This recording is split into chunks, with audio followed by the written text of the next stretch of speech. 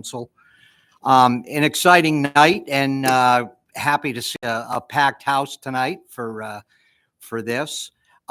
We have, in consultation with both parties, we decided to rearrange the order a little bit tonight, be able to have the Boy Scouts present the colors, lead us in the pledge.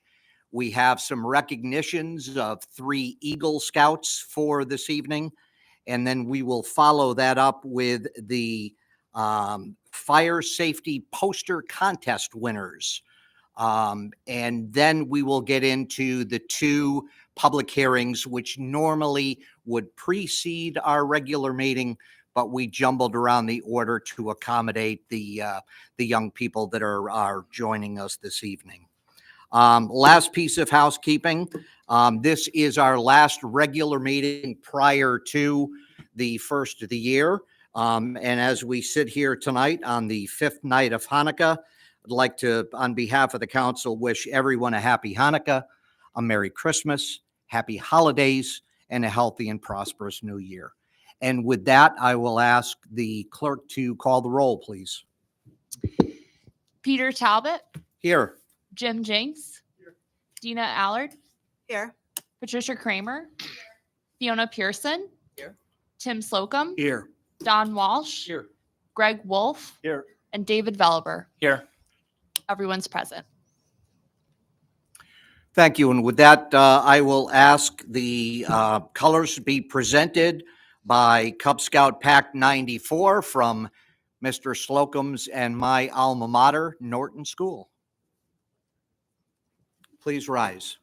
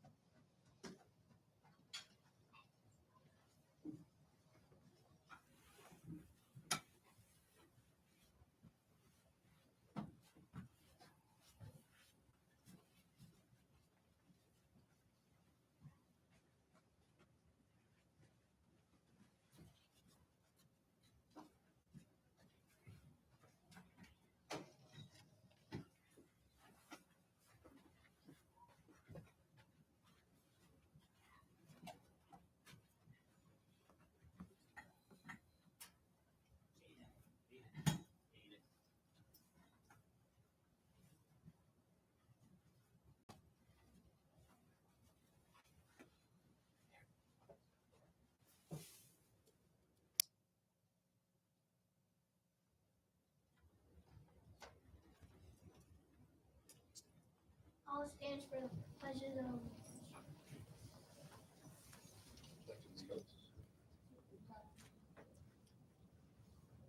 I pledge allegiance To the flag of the United States of America and to the republic for which it stands, one nation, under God, indivisible, with liberty and justice for all.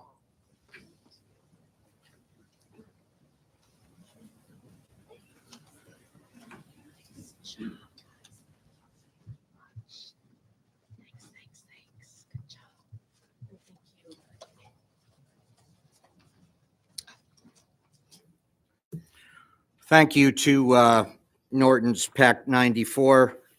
Thank you to Mr. Veliber for arranging this for us this evening, as well as Scoutmaster Jerry, who kept the kids wrangled and walked them through their paces. Great job, gentlemen. Thank you very much. I'm going to step down to the podium, and we will recognize 3 Eagle Scouts for their recently completed projects.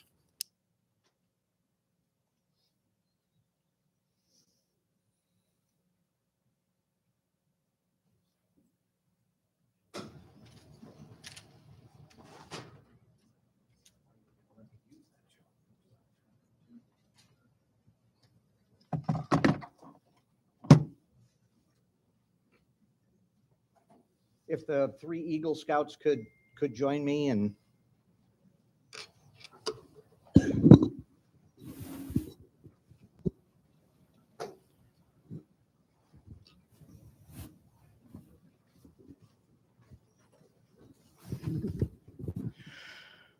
The first one goes to Jacob Jelowak.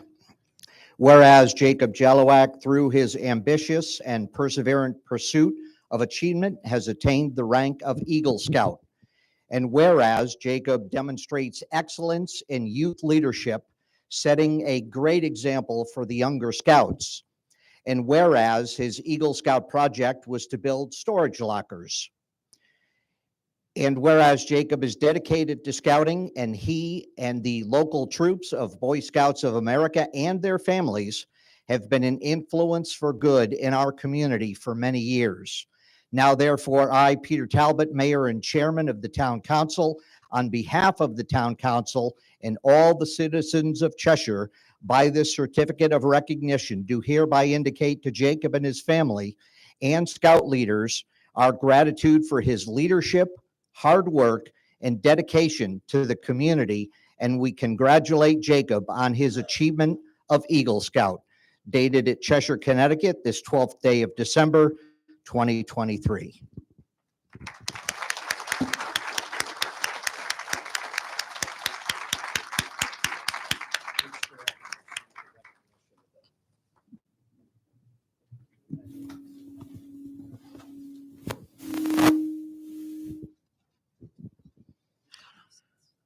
Next, we have a certificate of recognition for Eagle Scout Dylan Dyer.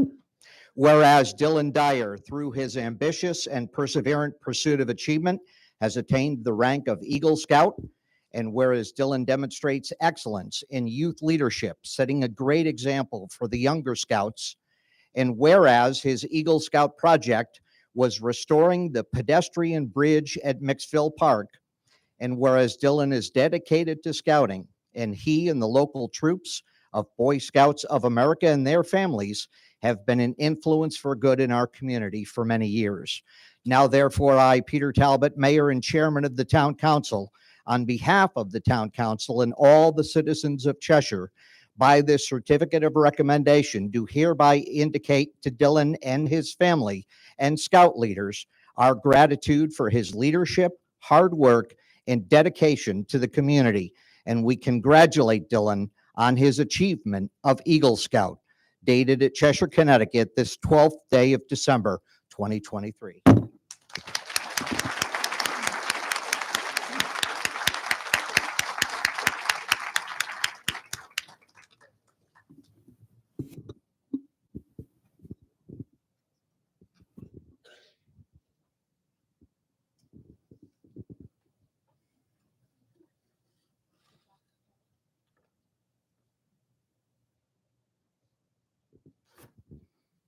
And last, but certainly not least, certificate of recognition for Eagle Scout Connor Michaud. Whereas Connor Michaud, through his ambitious and perseverant pursuit of achievement, has attained the rank of Eagle Scout. And whereas Connor demonstrates excellence in youth leadership, setting a great example for the younger scouts. And whereas he built new flag retirement boxes for various locations, including Town Hall.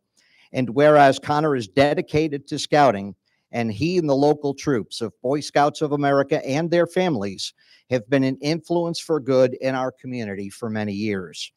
Now, therefore, I, Peter Talbot, Mayor and Chairman of the Town Council, on behalf of the Town Council and all the citizens of Cheshire, by this certificate of recognition, do hereby indicate to Connor and his family, Scout leaders, our gratitude for his leadership, hard work, and dedication to the community.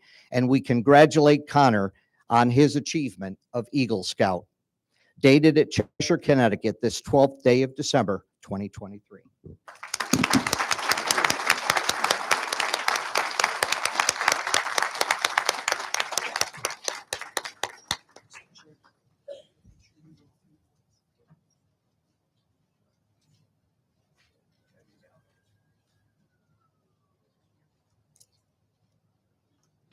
Can we get all three of the boys to come up front?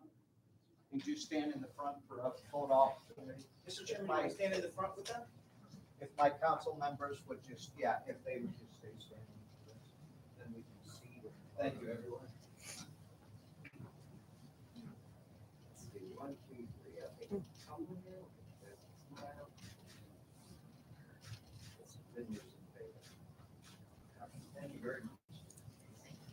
And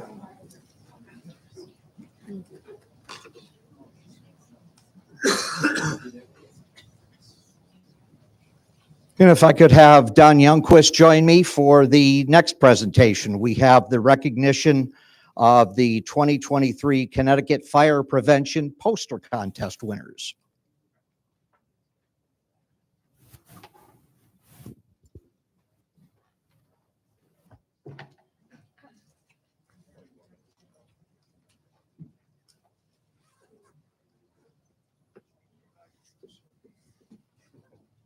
You want me to do the You want to do proclamation yours first? Yeah, Sure. Then I'll go into mine. You're the boss.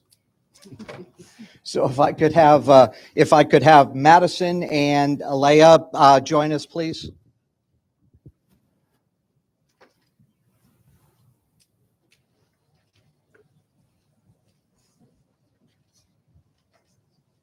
Congratulations. This is a certificate of recognition for Madison Statasis. Close? Statitis. Thank you. 2023 Connecticut Fire Prevention Poster Contest winner.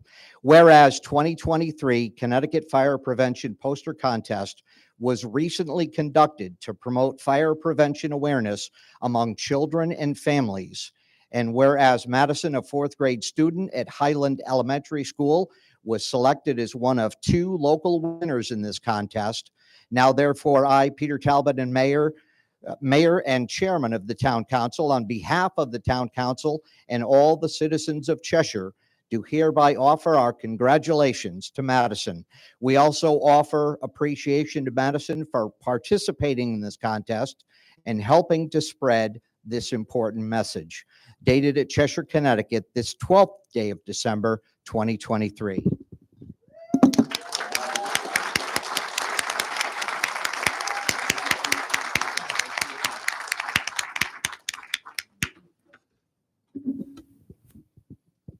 This certificate of recognition goes to, is it Alea? Alia Hussein. Whereas 2023 Connecticut Fire Prevention Contest winner was recently conducted to promote fire prevention awareness among children and families. And whereas Aliyah, a 5th grade student at Doolittle School, was selected as one of 2 local winners in this contest. Now, therefore, I, Peter Talbot, Mayor and Chairman of the Town Council, on behalf of the Town Council and all the citizens of Cheshire, do hereby offer our congratulations. We also offer our appreciation to Aliyah for participating in this contest and helping to spread this important message. Dated at Cheshire, Connecticut, this 12th day of December, 2023.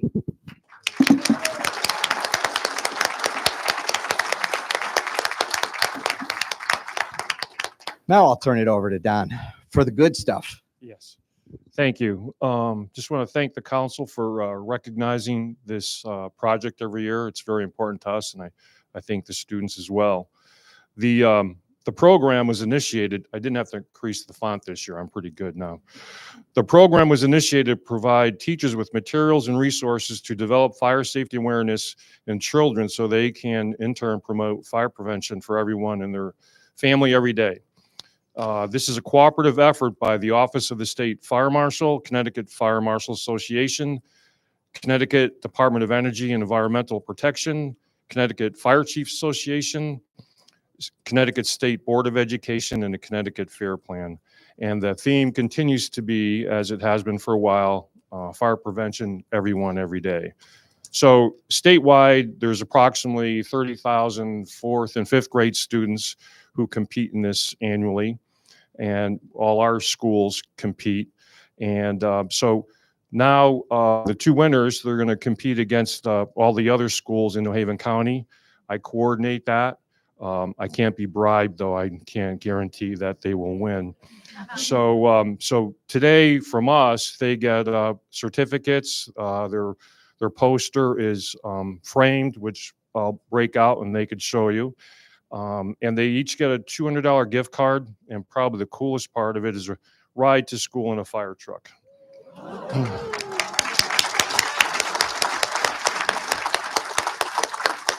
without lights or siren. So I'll give you your gifts when we get out there and your certificates. You have a lot to hold there, but if you don't mind, can you take the mic? Sure. I'll break out the posters. My wife took some art classes. I thought this was down to the trash, but It's the I found a perfect, good use for it. perfect way to carry him. So this one is yours.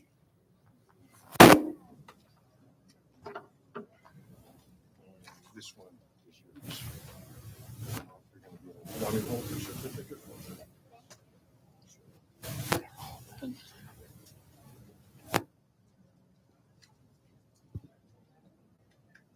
Excellent. Thank you very much. Great job.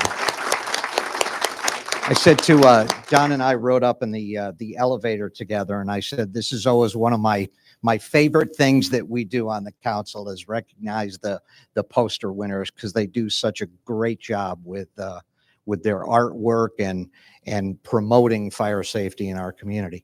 Please, if you want to just leave the stuff down here so you're not carrying everything, but I would love to have you go up and receive the recognition of all of my colleagues. Just perfect. Thank you. Thanks, Don. You're good? Yes, I'm good. Thank you. Oh my gosh. They were so happy.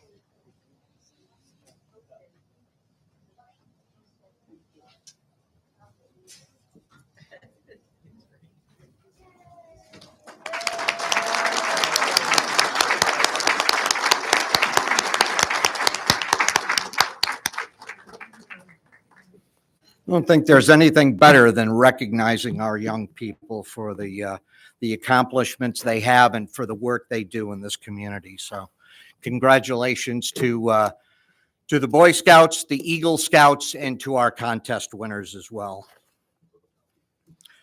With that, we get down to some serious business.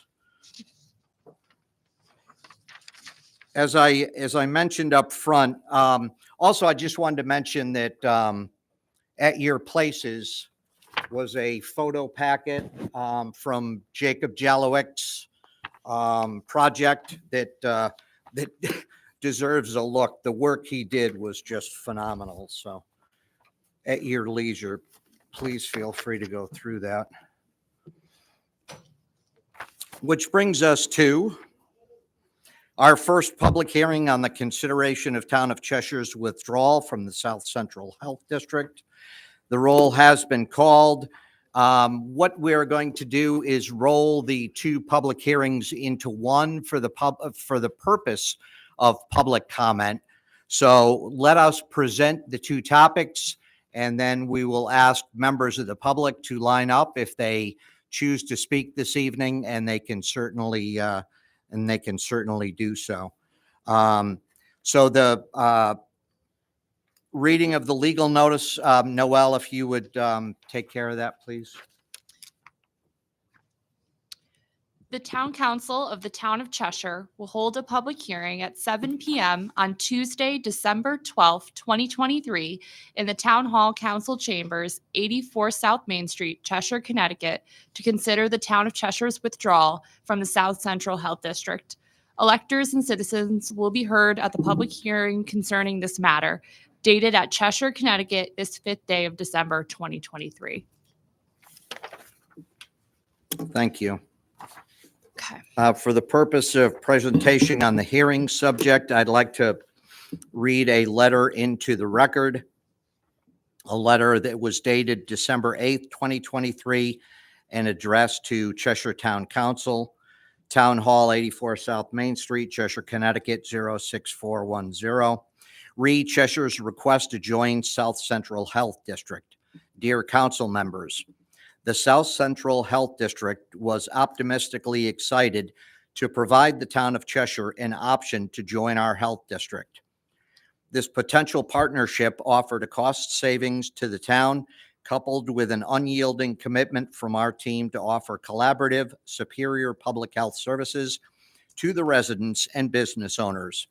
Cheshire's council vote to join SCHD in November was a step in that direction. I regret to inform you that the recent activities in Cheshire have forced the SCHD Board of Directors to reevaluate this partnership. After careful consideration, they unanimously voted to rescind the invitation to join our district at this time. We appreciate Cheshire's interest and wish you the best of luck in securing affordable, high-quality public health services for your community. Sincerely, Susan B. Lonzik, MPHRS Director of Health.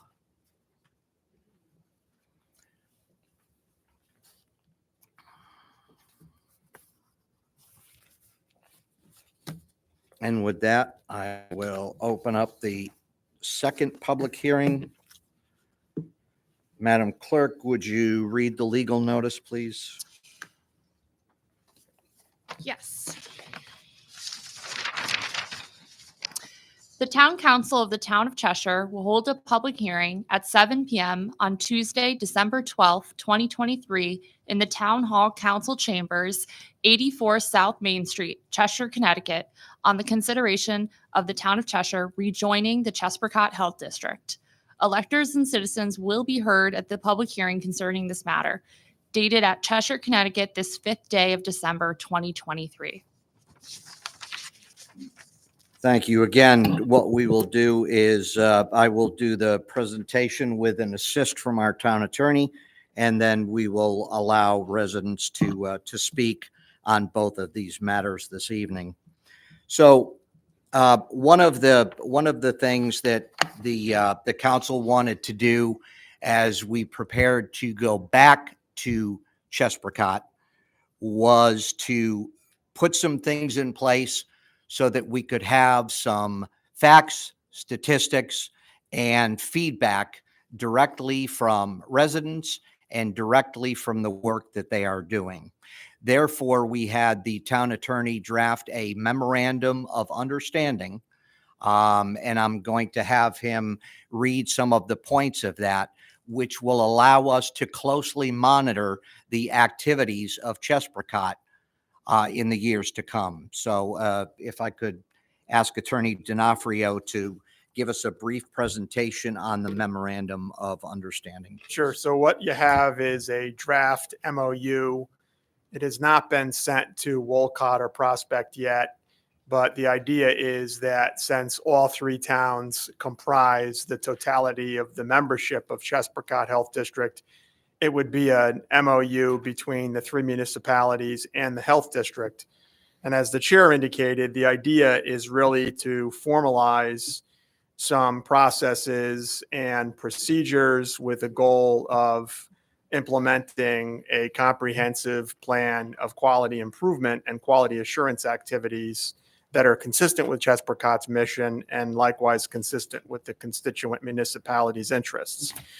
So what we have is some reporting obligations on a quarterly basis with respect to data that we're asking Chesprocott to track that they probably already do track, maybe informally or formally, including inspection frequencies and turnaround times, emergency response times, after-hours coverage response times. And, you know, the primary focus of the reporting feature is on the timeliness of Chesprocott's response to service requests. So you can see that this reporting obligation would begin effective January 1st, but the first report wouldn't be until the end of the first quarter, calendar year 24, so in April. And then on a monthly basis, reports to each of the member towns, summarizing activities and initiatives for the prior month, as well as public health data, metrics relevant to key indicators, and relevant guidance. My understanding, at least from the last board meeting, was that there is a report that goes to the board that contains similar data. So the idea here would be to communicate to the chief elected officials on a monthly basis this information.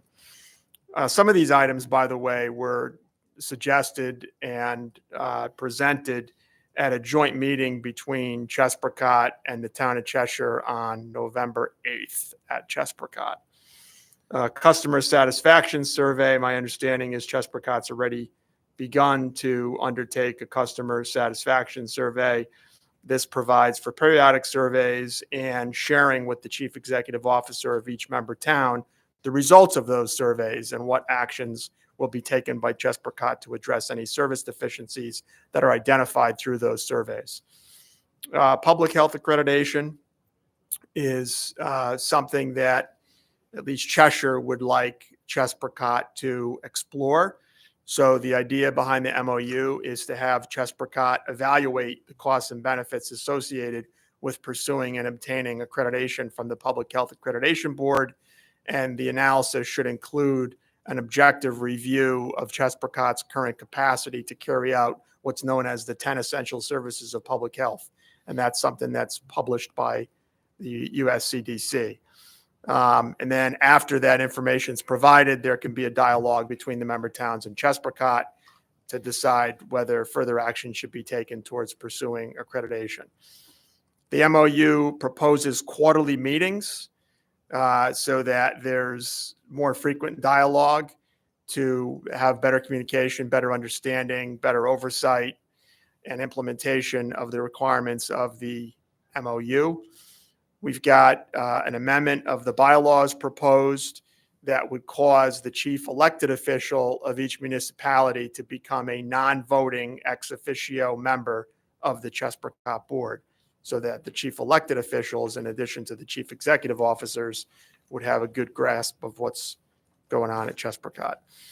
And the rest of the MOU really constitutes pretty basic covenants of contracts. There's a time is of the essence provision. There's a dispute resolution provision. There's a notice to cure upon default provision, and some other legal boilerplate, if you will. But the idea, again, would be to, if the council's comfortable with this, and this was a first draft that was just created last week, if the council's comfortable with it, we would send it to our counterparts at Prospect and Wolcott, get their feedback, and then once we have a document that's ready to go to Chesprocot, present it to Chesprocot's board for their consideration. Thank you. At this time, anybody who would like to address the council regarding either one of the two public hearings, please queue up to the right-hand side. Your name, address is required for the record, and we ask that you please keep your comments to 3 minutes or less. Mrs. Nichols, thank you for joining us. I am Sylvia Nichols, 87 Deepwood Drive, Cheshire. And I'm pleased not to have to make this decision tonight.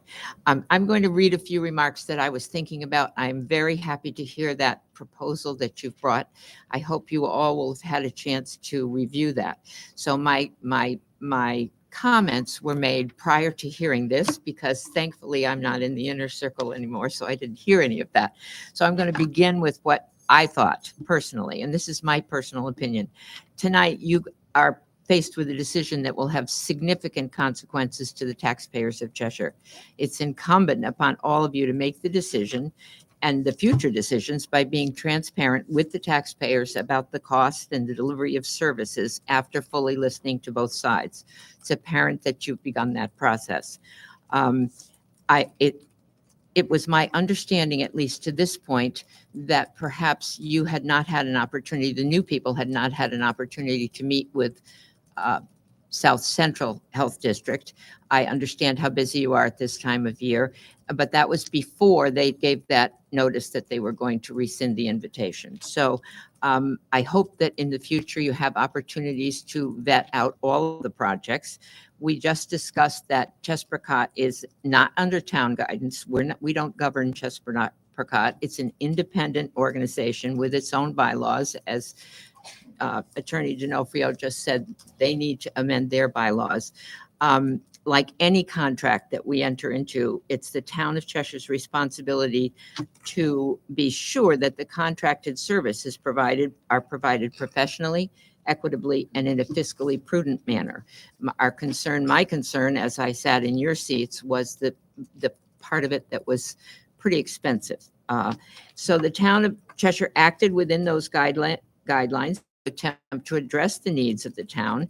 And we've been trying to work with Chesprocott to address the issues and compare the availability of services of other health districts. Cheshire was offered the chance to join South Central Health District in late summer. They had the expectation that our decision would be made promptly and respectfully before the December 31st deadline. Sadly, confidence in our commitment wavered, and they've withdrawn their invitation to join SCHD. So it appears that your decision to rejoin Chesprocott will be on the table tonight. With that decision, I feel it is imperative in the interest of transparency that some conditions be imposed. And you have just imposed or suggested that those be imposed by your comments this evening. I suggested that some of my suggestions were that the chief elected official of the town, each of the 3 towns, should serve on that board, and that there should be an accountability system designed by the board to provide much clearer information about the dates and times that services have been rendered to each town, maybe on a monthly or a quarterly basis. So after hearing that, the fees paid by Cheshire to Chesprocott approach $400,000 every year on a per capita basis.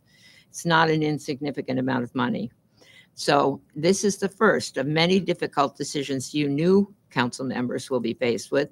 It's my hope and my expectation that you will do your homework. It will be incumbent upon the town council to request and expect accountability for the cost and delivery of services provided to the taxpayers. And I am happy to see that you have made an attempt to do that this evening. I'll be interested to see that you complete those items that were discussed in a reasonable manner. So good luck, and I'm glad I'm not sitting in your seats tonight. So thank you. Thank you, Sylvia.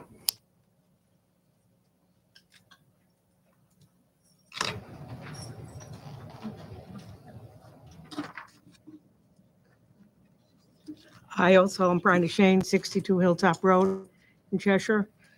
Like former Councilman Nichols, when I wrote this, I didn't know totally about the MOU that you incorporated upon, but this is what I wrote in any event.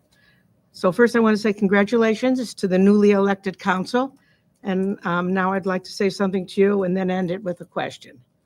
When I first heard about the plans by the last town council and town management to leave Chesprocott and join the South Central Health District, I was taken by surprise. Since I had worked closely with Chesprocott and Director Maura Esposito for years in the Medical Reserve Corps, I did call up Maura, and she answered the phone immediately. She confirmed the news. She said, and I quote, "Bryna, I am devastated. I had no idea this was coming. In fact, we just had a board meeting a few days before, and no one said anything to me." So I ended the conversation because I could tell it was very difficult for Director Esposito to talk to me about this. It just didn't seem right to me. Chesprocott had administered 18,000 vaccines during the COVID epidemic. They performed an outstanding and robust job battling the public health emergency and keeping our community safe. In fact, I had attended a ceremony where Director Esposito received the Person of the Year award in recognition. We all realize that no municipal agency is perfect. There's always room for improvement. Despite working in a building with inadequate space and other detrimental issues, which was confirmed by former Mayor Tim Slocum, Director Esposito was able to find a new location with great effort and collaboration with state officials. So considering all these factors, my feeling is that there was a total lack of transparency and due process for our health director and her staff, and disregard for the neighboring towns of Prospect and Wolcott and our volunteer network. Furthermore, this decision was never diligently thought through, in my opinion, with all its ramifications, which was exemplified at the last public hearing when questions that were asked were unable to be answered by the council members. I would assume that tonight the decision will be reversed. However, my question that I pose to the new mayor, the town council, and the town attorney is what measures can we take to prevent this type of occurrence from happening in the future? Some ideas that I have would be to give the community adequate time to discuss any changes and address concerns via contracts or other town regulations. That's it. Ms. Shane, I think the answer to your question is relatively simple and goes right back to what the town attorney presented this evening. Right. We are putting in place measures to monitor what is happening in our health district, and we will be continually analyzing that feedback and those statistics to make sure they're living up to our expectations as a community. Yeah, I heard that part of it, but I also, and I agree with that. I thought of that myself, and I did speak to Chairman Talbot about that too. Informally, we talked on the phone. But I also feel that the community should be involved as well, and not just between you and Chespacott itself. I feel the community needs to know ahead of time what's going on in terms of transparency. I mean, the whole public, the whole community was taken by shock when this happened. It wasn't just the director, her staff, et cetera. But I think the town needs to know what's happening on a regular basis as well. The only Do you thing, agree with that or not? the only thing I would offer to that is that all of our meetings are public meetings, Okay, and the information that is presented to the council is a matter of public record and available to any citizen to take a look at. So there shouldn't be any surprises. thank you for addressing that. I really appreciate it. Welcome. Thanks again for your. Thank you.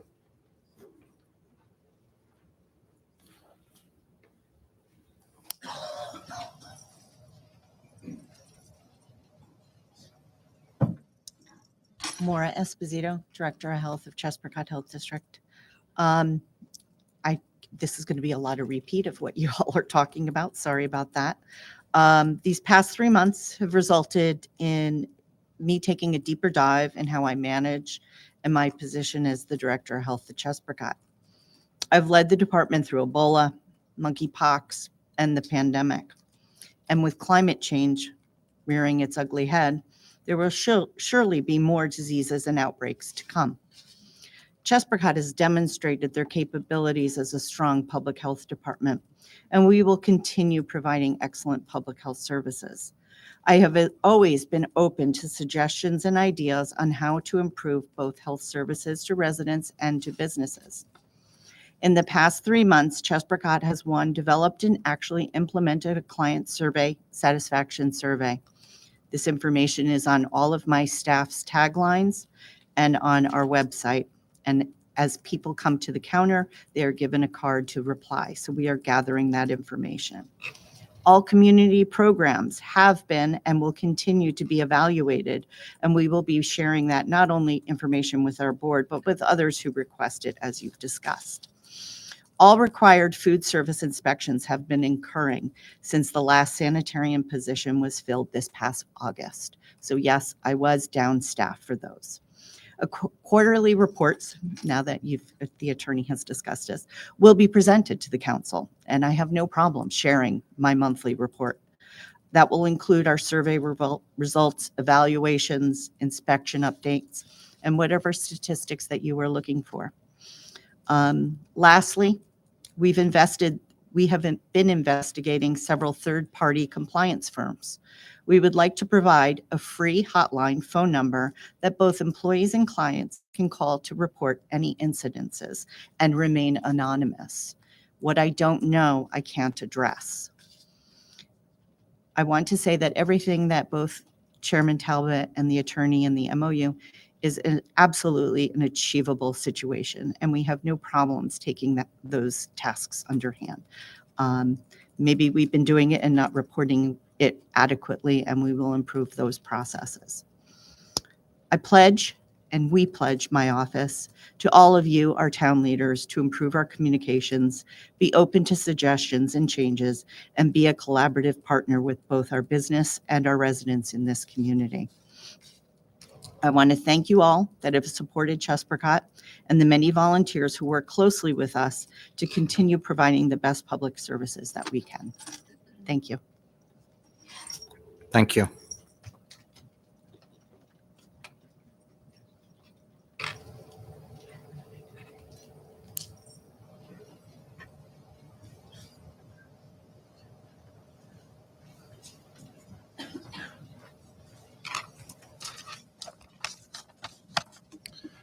Good evening, everybody. Thanks for holding this forum. So I first have a question. Can Is we get, Chesprocott a can we vendor? get name and Oh, address yes, for the Doug record? Noble, 30 Jesse Court. I first have a question. Is Chesprocott a vendor? It's a yes or no.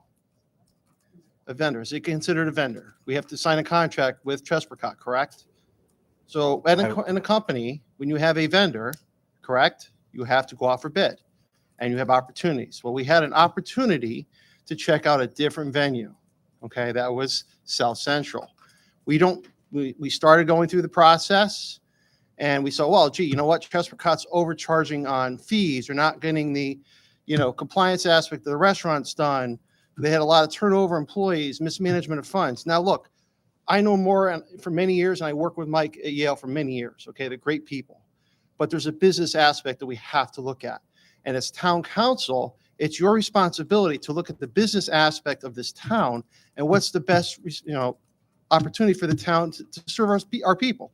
Yes, we know Chesprocott, but we never ventured beyond that, okay, to see what's on the other side, okay? And we shortchanged that by making comments where we had to have a rescindation of the offer from South Central, which is really unfortunate, okay? We're trying to work as a town, and the best opportunities for the town should be put forth, of all of us. And I hate to say this, this shouldn't have been a political issue. It should be the best interest of the town. And what we ended up doing is serving one person versus the 30,000 with this decision. Okay.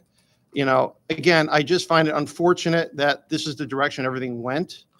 As a council, I thought we had a great opportunity to, look at South Central, see how we can cut costs, bring some more opportunities, and maybe even a much better offering for the town of Cheshire. I work in this field. This is what I do for a living. I've been doing this for almost 24 years. I've set up field hospitals.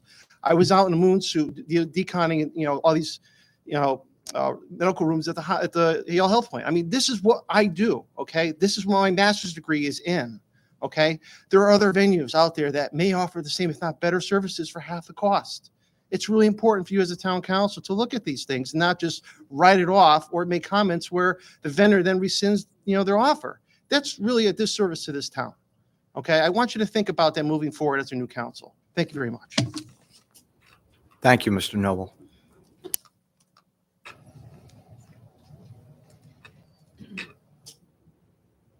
Anyone else? Going once? Close the public hearings.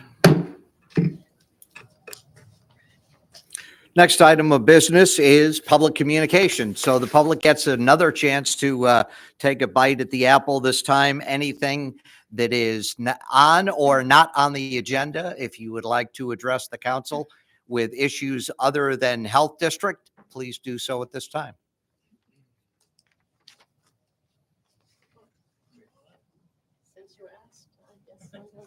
State your name and address for the record. Elizabeth Moran, 252 Argyle Road. I'm about to pay off my mortgage, so I've been here 30 years. I apologize if there's something in town or in the town hall that I missed that makes me incorrect on this note, but I realize this country and this town is primarily Christian. But as a Jewish person, I feel really unwelcome when I walk by. This is really passionate, and especially this year. The Board of Ed with the Christmas lights in every window over there. When I walk into Town Hall, starting last week and last year, and I see a lit up Christmas tree.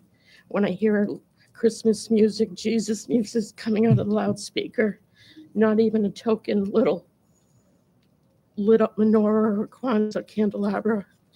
And it really, really bothers me. I know we're in the minority, but and aside from not being part of church and of trying to, not have church and state mixed, it's very upsetting to me. And I don't know if I speak for all Jews, but I have to speak for myself. It's very upsetting. I asked someone that I ran into, a couple of people that are on town council or public figures here, if they would do something, and pretty much got a stat answer or no, I won't say anything about it. So I just have to say my piece. I came for more primarily, but since you offered to speak on any subject, I think it's important. Ms. Moran, thank you for your comments. They're greatly appreciated. And I will tell you that my caucus has already had lengthy discussions about this exact topic, and we do plan on addressing it. So thank you for your comments this evening. Anyone else? Public comment?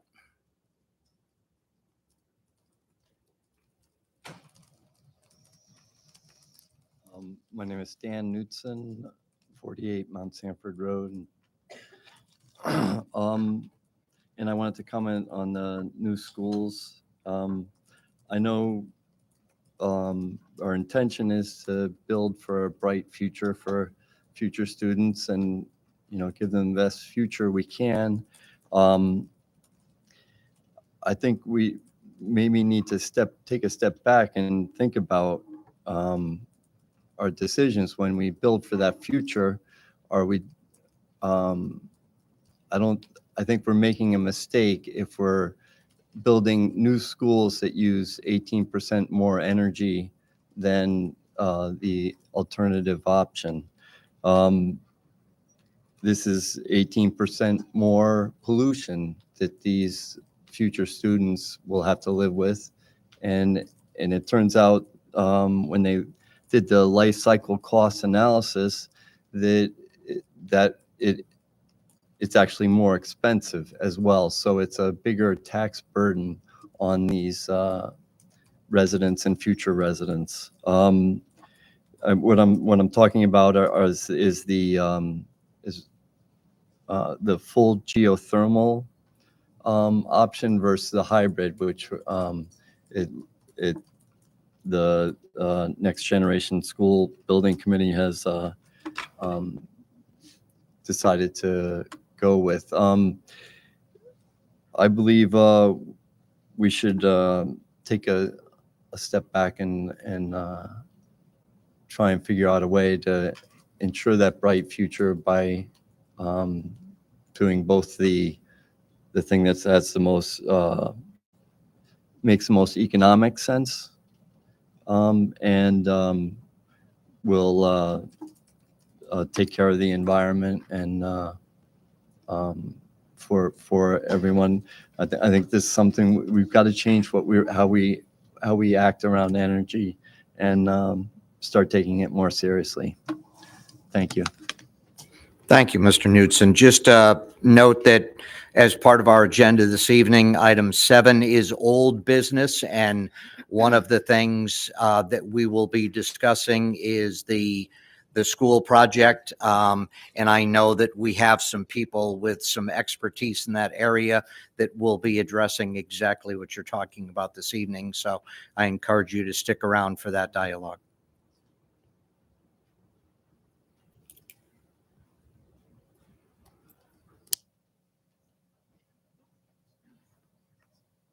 Just a point of order, first of all. Name and address, please. Well, Tucker Deming, 230 Oregon Road. Thank you. Will we have an opportunity when the item comes up in the agenda to deliver a public statement? I would ask that you do that now if that is your intent. Okay. Well,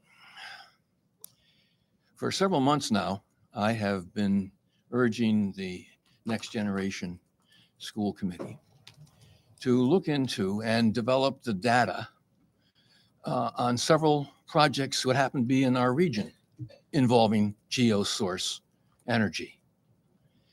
They have not come up with any factual data on the efficacy of GeoSource. Now, I find that confusing, a little perplexing. And I have, in my own capacity, in the last few months, endeavored to find that data set. And not one of the, as I said, several GeoSource facilities have come forward with any proof, that is a data set, that over time and the operation of GeoSource is actually profitable or recommended, or when you say that if you spent millions of dollars developing a project with sometimes public funds, that you'd be quite proud of your achievement, that you might say, look at what we've done here. Here's what we've come up with as far as a track record, a history of what you can maybe avoid, a pitfall. Maybe this is something that you should take into consideration before you design your own. This is the largest by dollar project in the town. Correct me if I'm wrong. But this is the top. We better perform our due diligence on this, because, as I said, as a businessman makes a mistake, he's got to pay the consequences. A bureaucrat makes a mistake, the taxpayers pay the consequences. Thank you. Thank you, Mr. Deming.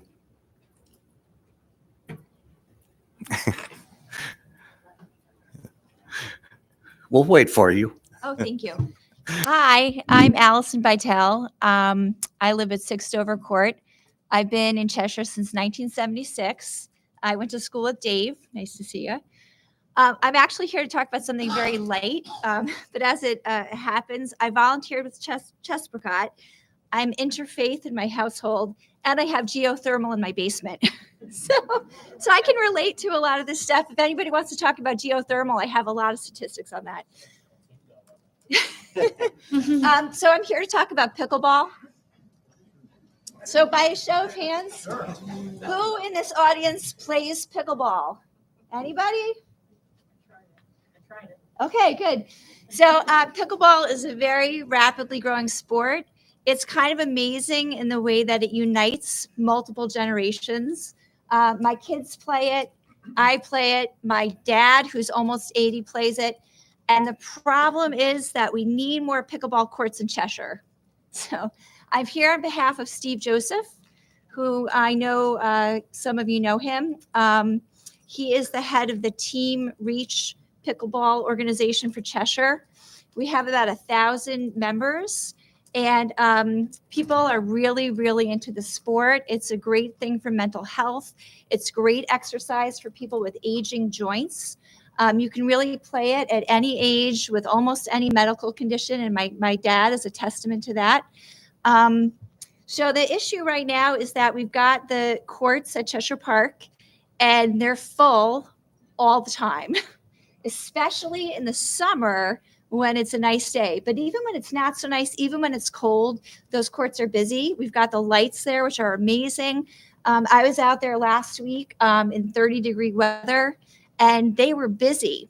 So the issue is that the tennis courts relative to the pickleball courts are not getting used enough, and the pickleball is being overused. So if you go there in summertime, on a nice day, you might have about 20 people waiting at a time. So the request from Steve and the rest of the community is to consider taking one additional tennis court and converting that into 2 more pickleball courts to give us a little bit more space and less waiting. And I think Steve wanted me to ask about the ARPA funds. I know that Cheshire had received about $8 million in ARPA funds, and some of that's being used to fix up the turf across the street from the high school at Bartlam. But there was a question of whether there might be some leftover to work on those courts or do some additional creation of the pickleball courts. Does anybody know? There is, and I don't have the exact dollar amount, although I would guess that Mr. Kimball probably has a better number than I can pull out. But we still have a little over $1 million. Am I It's in close with that? that general area. Yeah. But budget season is coming up in the March timeframe, March, April timeframe. That's when we will be discussing projects and looking to spend some of those funds. So we would love to see you come back. I will tell you that Councilor Pearson and myself both were at the Park and Rec Commission meeting the other night, where there was also a presentation on pickleball with some statistics that you alluded to in your presentation tonight. So we hear the pickleball community. And with regard to the aging joint comment, I resemble that remark. So you might like to play. All right, and I'm seriously about the geothermal. I do have years of data on that if anybody wants to talk about it, but that has been hugely financially impactful for my household. I feel really good about it because it's environmentally sound and it has saved us a tremendous amount of money in the last few years. So it's definitely going to pay for itself. It just takes time. So anyway. Thank you. Anyone else? Seeing none with our agenda items. Oh, I'm sorry. Hi, Karen Buell, 3 Ives Hill Court, Cheshire. Welcome all new members. Doing a good job already. Maura, I just have a couple of comments. She's done very, very well for me and for a lot of my clients. I have the comments and I have all of that. She works whenever you call her or text her. She's a very good person. Second, I'm after the homeless and after the funds. I bought several hotel rooms for the homeless older couple that walks the streets. Social services has helped now because I came to them asking them to use some funds. We're all citizens, we're all taxpayers. Use some funds and don't leave them in the cold. So we've done well there. And one suggestion, please, on the trail, could somebody make some signs for the bikes before they run us over? You know, I mean, the bikes just don't have any regard for anybody walking. Can we do that? Can we make some signs? And I mean, I was almost run over 3 times. I'm trying to walk there every day. They just race through, and a couple of them are motorbikes, which are not allowed. Motorcycles, you know, like dirt bikes. So we need to get a handle on that. But you're doing a good job, and welcome, Peter. Thank you. Thank you. I know that the Public Safety Commission has been Yeah, looking at the bicycle issue on the trail. I have so a foot, more to come. a nerve in my foot that I'm trying to work out, and I'm afraid I'm going to get run over before it's done. But thank you. Thank you.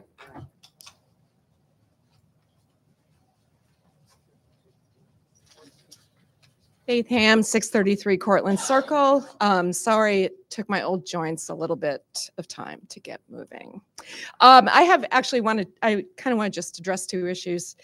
First and foremost, Thomas Sowell, the economist, once said, the first lesson of economics is scarcity. There's never enough of anything to satisfy all those who want it. The first lesson of politics is to disregard the first lesson of economics. I urge you guys, it is hard to balance the needs of a town. I understand. The scarcity in the situation is the taxpayer's wallet, the money in the taxpayer's wallet, especially in the elderly of this town. I urge you, as you're looking at schools, as you're looking at Chespercott and contracts, keep us in mind. It's getting harder and harder to stay here. And I understand full well personally the scarcity. So money is important. I understand services are as well. But if you lose the elderly of this town, either through movement or just retreat, you lose the fabric of this town as well. The other thing I wanted to to raise, it's coming later in the agenda and it's probably going to be past my bedtime. So I just wanted to raise this now, and it has to do with the flag policy. Back in January or June, when this was first taken up, I did write to the Herald, and I just will read this for the record. And it's up to you to decide how to proceed with it. At the time I wrote, I stand with the Cheshire Town Council majority and its newly adopted flag policy, mostly. What is a flag but a standard, which, says Merriam-Webster, is a conspicuous object used to mark a rallying point. By this definition, everything raised up a flagpole is intended to rally constituents to an ideal, a belief, a cause. Certainly, Cheshire still agrees we need to reserve that place of honor for the standards of country, state, and town.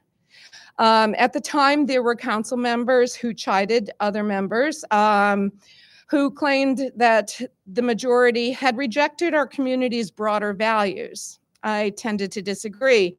Had the council adopted a more progressive flag policy, I am asking, would the council, or if you do proceed to adopt the more progressive policy, would you support this flag, which is the Christian flag, which was the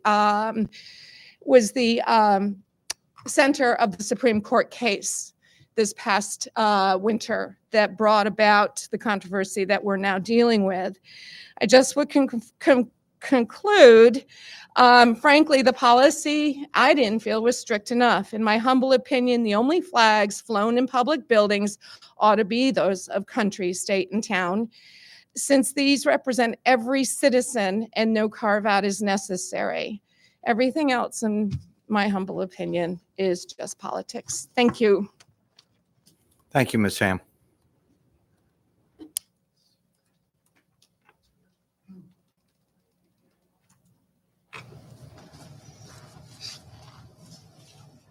I'm sure we all know what this is.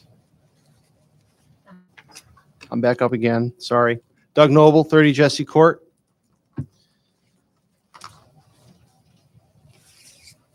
As we all know, we have a crisis in the Middle East, and this is personal to me as well because I have friends and I'm ethnically Jewish, okay?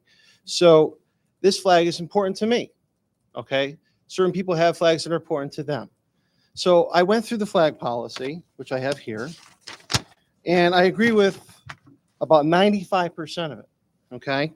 So I just want to hang this here for you so you all see this, okay? The problem I have with the flag policy is there's a cutout, okay? You know what a special provision is? I'm going to get legal here. Special provision, okay? I'm going to do my compliance world, okay? When you start cutting out for one thing, you open the doors to a big problem, okay? So, you know, you have one flag on this policy that's specifically for one group of people. But now what you're doing is you're excluding the other people that may not agree with that flag or have a flag of their own, such as the Israeli flag or the Ukrainian flag or whatever other flag people want to fly, okay? The Yellow House is an example in this town because it's a very prominent location. People coming up and down Route 10, they see it every day, okay? So if I decided tomorrow that I wanted to put the Israeli flag, and the next day I want to put the Ukrainian flag up, and the next day I want to put a banana flag up, you know, whatever I feel like putting up, it's my right as a citizen, it's my First Amendment. And if you decide not to do that, that's discrimination. And that's why Attorney D'Onofrio came up with the flag policy based upon what happened in Boston. So again, I think the policy needs to be amended. I agree that the military flags are very important. My sister and brother-in-law both fought in Iraq and Afghanistan.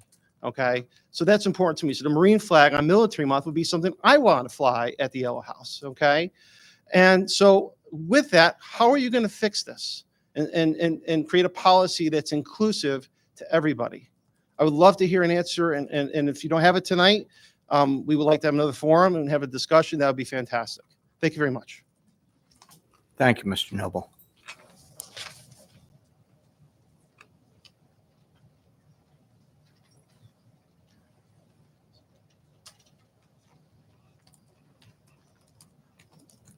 Tucker Deming, 230 Oregon Road. Another topic coming up is the flag. So sometimes I wake up and I'm a kangaroo. And I feel pretty darn sure I am. So I'm going to start a club, and I'm going to have a kangaroo flag, and I'm going to request that the town put it up.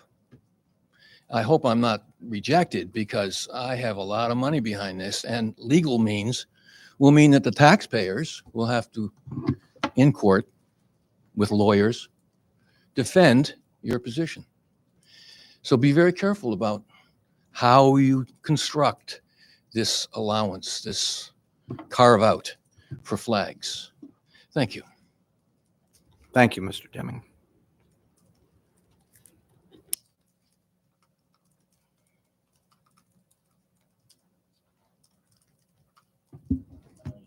Welcome. Welcome to all the new members. Chris Daddy, 272 Lancaster Way. So I'm here as a member of the public, but also as a member of the Next Generation School Building Committee. And I have a couple of requests.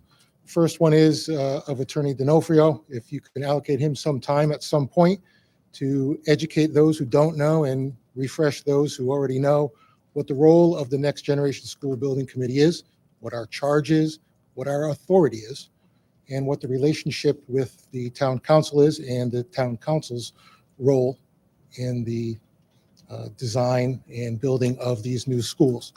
We have a partnership and we need to work together. Mr. Chairman, I'm really excited about one of your comments earlier to one of the members mentioning that they were saying they didn't know about something that was discussed. And you said, hey, all of our meetings are public. They're all recorded, they're videoed, you can watch it. Well, tonight we have members of our design team that are here to give a presentation that has been given to the Next Generation School Building Committee. All our meetings are public. They're all recorded, video, and there are meeting minutes. That presentation has also been given to the town council at least once. So I just want to comment about asking the council to not set a bad precedent that whenever an issue comes up and we don't feel like looking up the record to see what was done, that we can just ask committee members and paid consultants to come on up and do it again. Because we don't want to look up the record and revisit it ourselves, which I think was the intent of your comment to the other person. So I don't want this to sound negative. It is a little bit, but I enjoy the partnership. I'm passionate about the committee. We're volunteers and we put in gobs of time, much more than the meeting minutes will show. So for us to come here and, it's never a waste of time to present information, even if it's 10 times over, but, this item has been discussed many, many times, the energy issue. And I just want to make a shout out to the Energy Commission. They're very passionate. They're experts in what they do. They've offered great information. Unfortunately, we are tasked to, design and build or oversee the design and building of 2 schools within a time frame, a very specific time frame, and with a fixed budget. So we have to be fiscally responsible. We only have a certain amount of money, and it's the first cost. It's not the long-term cost. Not that we're not mindful of it, but we have a certain amount of money, and that's what we have to use, and we have to make decisions. We would love to have all the greatest things in the world, but that's not what was voted on in the referendum. That's not what the School Modernization Committee put together in their education specs, which we are charged with building. So, my concern with the bad precedent is that where does it end? Are we going to do this over and over again for the floor in the gym? Are we going to do it over for lighting controls? Are we going to do it for sports fields? How the bus layout, the bus drop-off layout is? Where does it end? Doorknobs, So this has been discussed many, many times. It has been voted on. We evaluated the budgets. We come up with what we think is a very efficient, very modern approach. We voted on it. It should be closed. I'm not sure why we're here making a presentation today. I'm not sure that this council has the authority, maybe Mr. D'Onofrio can answer that, to change what has already been voted on, has already been deemed a closed item. And if you did, you also have to realize that the design team has already been given marching orders to move on to the next step, the design development. If you change that, That changes what they're doing. And we have to then look at, are we going to now miss our schedule, the timeline that we're on? And are we going to have additional costs for redesigns that's now going to affect the budget, and we're going to have to make cuts somewhere else? So I just would like you guys to be mindful of what we're doing. Feel free to stop by all our meetings. They're not all that long. So we'd love to have you there. Some of you I know have already been there. And feel free to ask those questions. Feel free to look online and watch the videos of the presentations so that we don't have to come back and do that again. That's all I have. Thank you. Mr. Daddy, thank you for your comments. We have a standing item on our agenda to have an update from Chairman Gussenberg and the committee. We thought it was appropriate tonight because it was so much in the public eye that we would have an additional, anytime we can get information out to the public, I think that's a positive. So that's why that presentation will be made this evening. And again, thank you for your work. I think the record will reflect that this council and the previous council has continually thanked Mr. Gussenberg and the committee for the incredible work that you people are doing. So thank you very much for your work and for your comments this evening.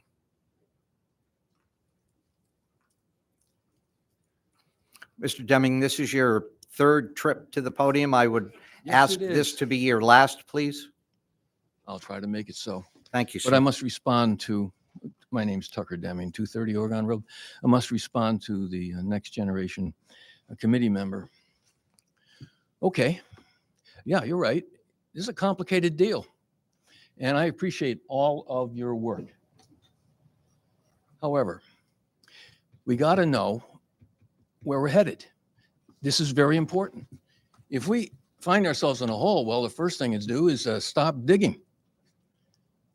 Okay, let's maybe refit. I don't know. But until my questions get answered, I'm a taxpayer. Why shouldn't I be interested in this? However complex it is, however annoying it might be, give me an answer. That's all I'm looking for. I want to see evidence of the data set of an existing project in this region, and I'll be happy. I'll investigate that. Thank you very much. Thank you, Mr. Deming. Anyone else?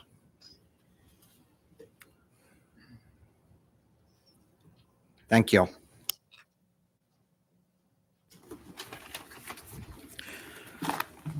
That brings us to item number 4 on the agenda, which is the approval of minutes. The minutes were circulated to members, and we have one correction, which was the adjournment time of the December 4th organizational meeting should read as 7:22 p.m. and the start of the December 4th special meeting should read 7:24. I'll accept a motion. Thank you, Mr. Slocum, and Mr. Veliber with the second. Thank you. All in favor? Motion passes unanimously.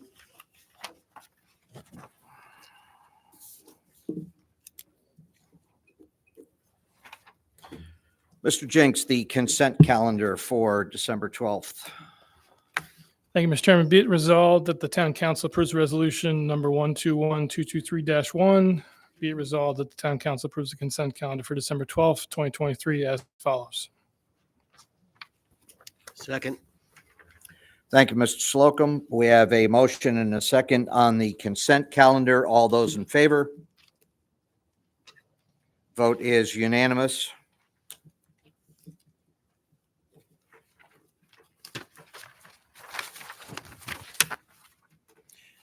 Which brings us to items removed from consent calendar. There are none, which brings us to number 7, old business. And Mr. Gussenberg, since you were the topic of much discussion already this evening,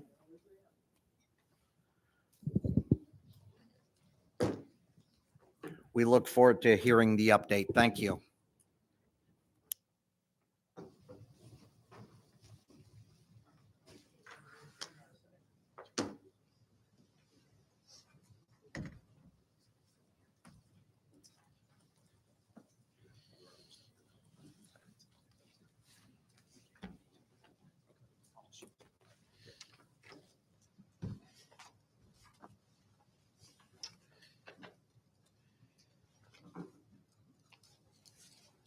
Okay, first of all, I'd like to congratulate you, Peter, on the chairmanship and all of the new members.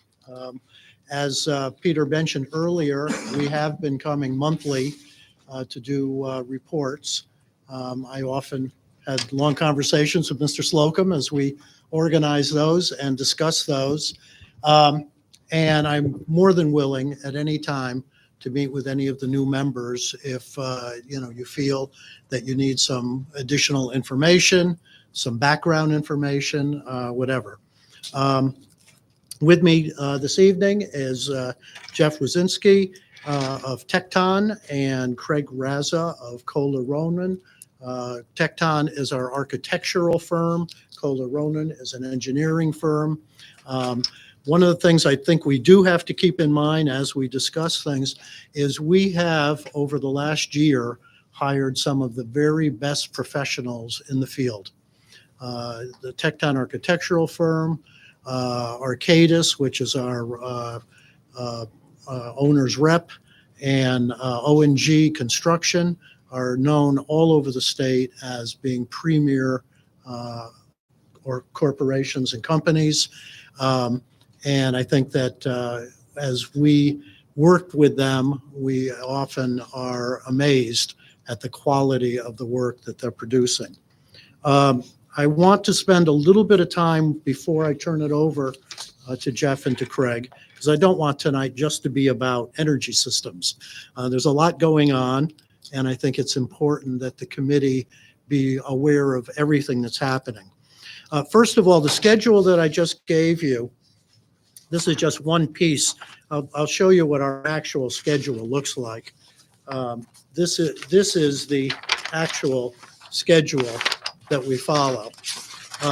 It's a little more detailed, and I'm pleased to tell you we are on schedule. And hopefully we will be getting these buildings up and running on time. The process that we follow is one that is laid out by the state of Connecticut.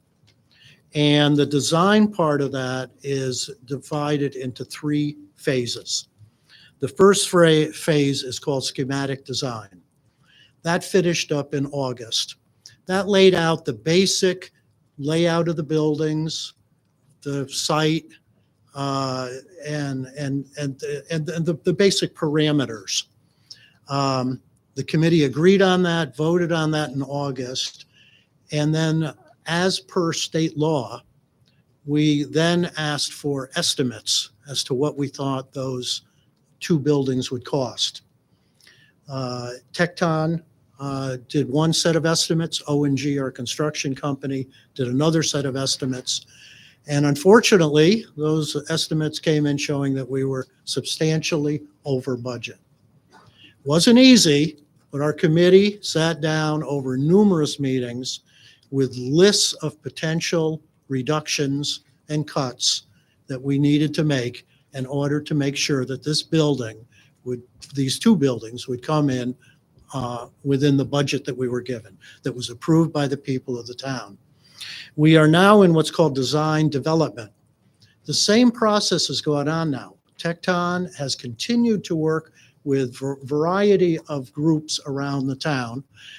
They just today sat down with a group of teachers, parents, and students to get feedback. They meet regularly with a group of staff members as they've been going room by room by room in each of the buildings and looking at the layouts and developing them. That design development plan is due to us in January. January 12th for the North End School, January 24th for Norton School. Once again, once we have that design development package, and it's the plans and it's detailed write-ups, that will be voted on by the committee and sent out to get estimates. Well, I'm keeping my fingers crossed that those estimates will come back showing that we are on target and that we don't have to make further reductions. I say that because we all wish that we could build everything with our wish list in it, that we would love to be able to have the best of everything. We've already had to cut millions of dollars. What we haven't done is to hurt the educational program. The ed specs that were designed by the Department of Education and approved by this town before we developed a budget, before we went out to referendum, are the ed specs which we are operating under. And the plans reflect that. The size of the classrooms, the kind of special ed facilities, the library, the art rooms, the music rooms, the cafeteria, all those things are laid out in the ed specs. I know we continually talk about geothermal, and I just want to read one piece of the ed specs to you. The building systems will be designed in accordance with Connecticut high-performance building standards equivalent to a LEED Silver rating. That's the minimum rating the state of Connecticut will allow. There's LEED Silver, there's LEED Gold. I mean, that's the minimum. In addition, utilizing renewable energy sources, including solar and geothermal, as well as net zero energy and/or emissions, will be considered in the context of a 50-year estimated useful life. This should include cost estimates of energy and other known direct costs over that time span for all energy sources. Heating and cooling should be produced with natural gas. Consider including geothermal wells for energy efficiency. This committee sat down at the very beginning with our design team and said, we would like to have the most energy efficient buildings that we can afford. We want it to be energy efficient. We want it to be environmentally sound, but it has to be done within the budget that we've been given. That's why when we first started out in schematic design, we had full geothermal systems in both schools. It's also why when we got the cost estimates, we looked at all of the potential costs and all of the things that we could do, and we said, we can't afford it. That's when Craig Raza came to us and said, I have another solution. That solution will allow us to keep geothermal, because we didn't think we could even do that. We were ready to look into propane tanks and everything. No, we can keep geothermal, but it'll be what he called a hybrid system, and he'll describe that a little bit for you today. So with that said, I'm going to turn it over to Jeff and Craig and let them describe for you exactly where we are right now, what the systems look like, and we're open to your questions. This is the presentation. I have hard copies, but I don't know if you want the crowd.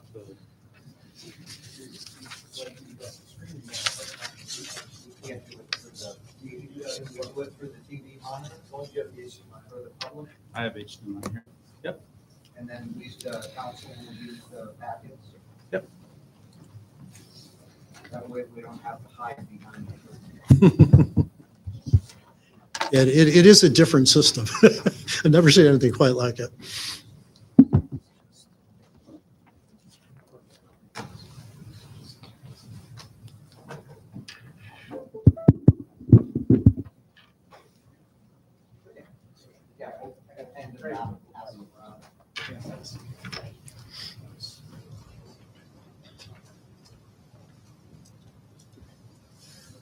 Oh, that's not my number much. HDMI. It's in there. Oh, he's plugged in? What's this one? Oh, is it that one? This one? I think it has to detect it first. Oh, that might be.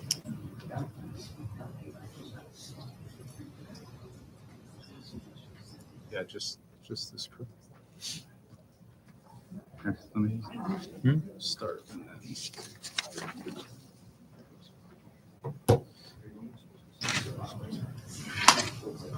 Okay. They all have it, right? Sure.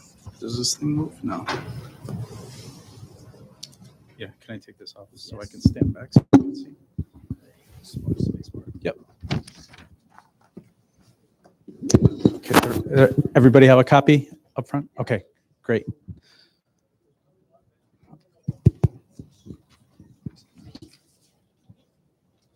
For the record, my name is Jeff Wazinski. I'm a principal at Tecton Architects. And is there a circle? I think you hit.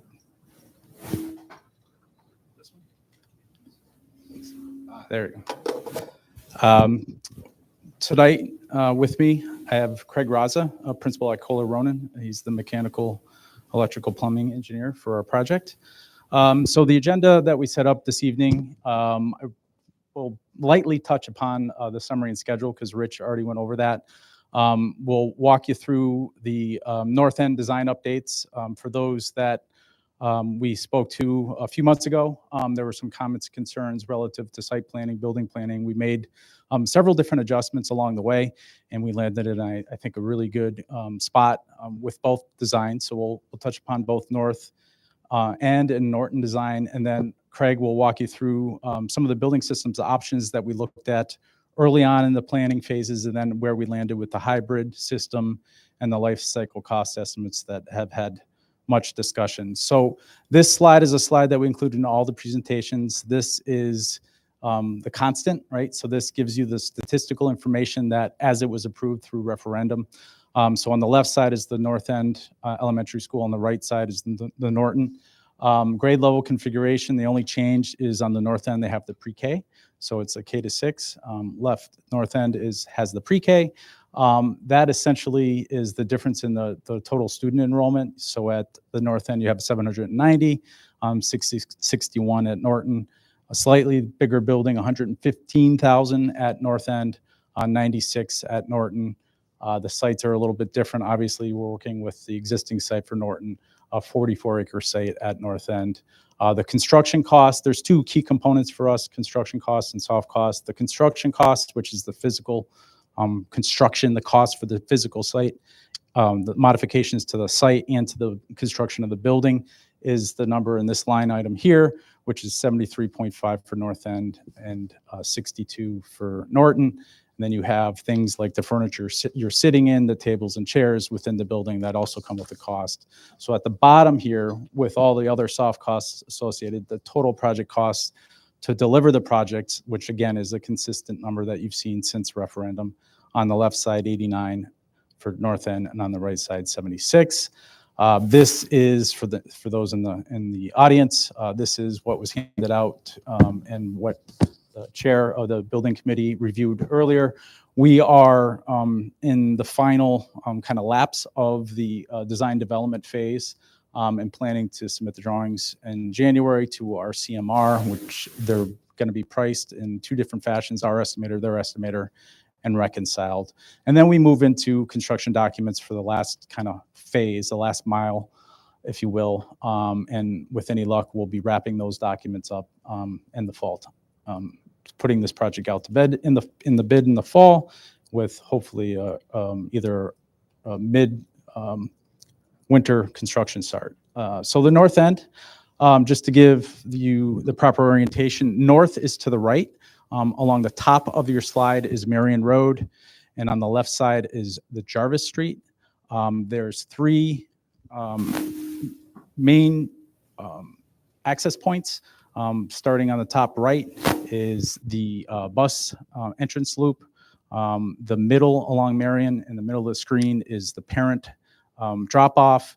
And then on the far left on the Jarvis side is the separation for the pre-K.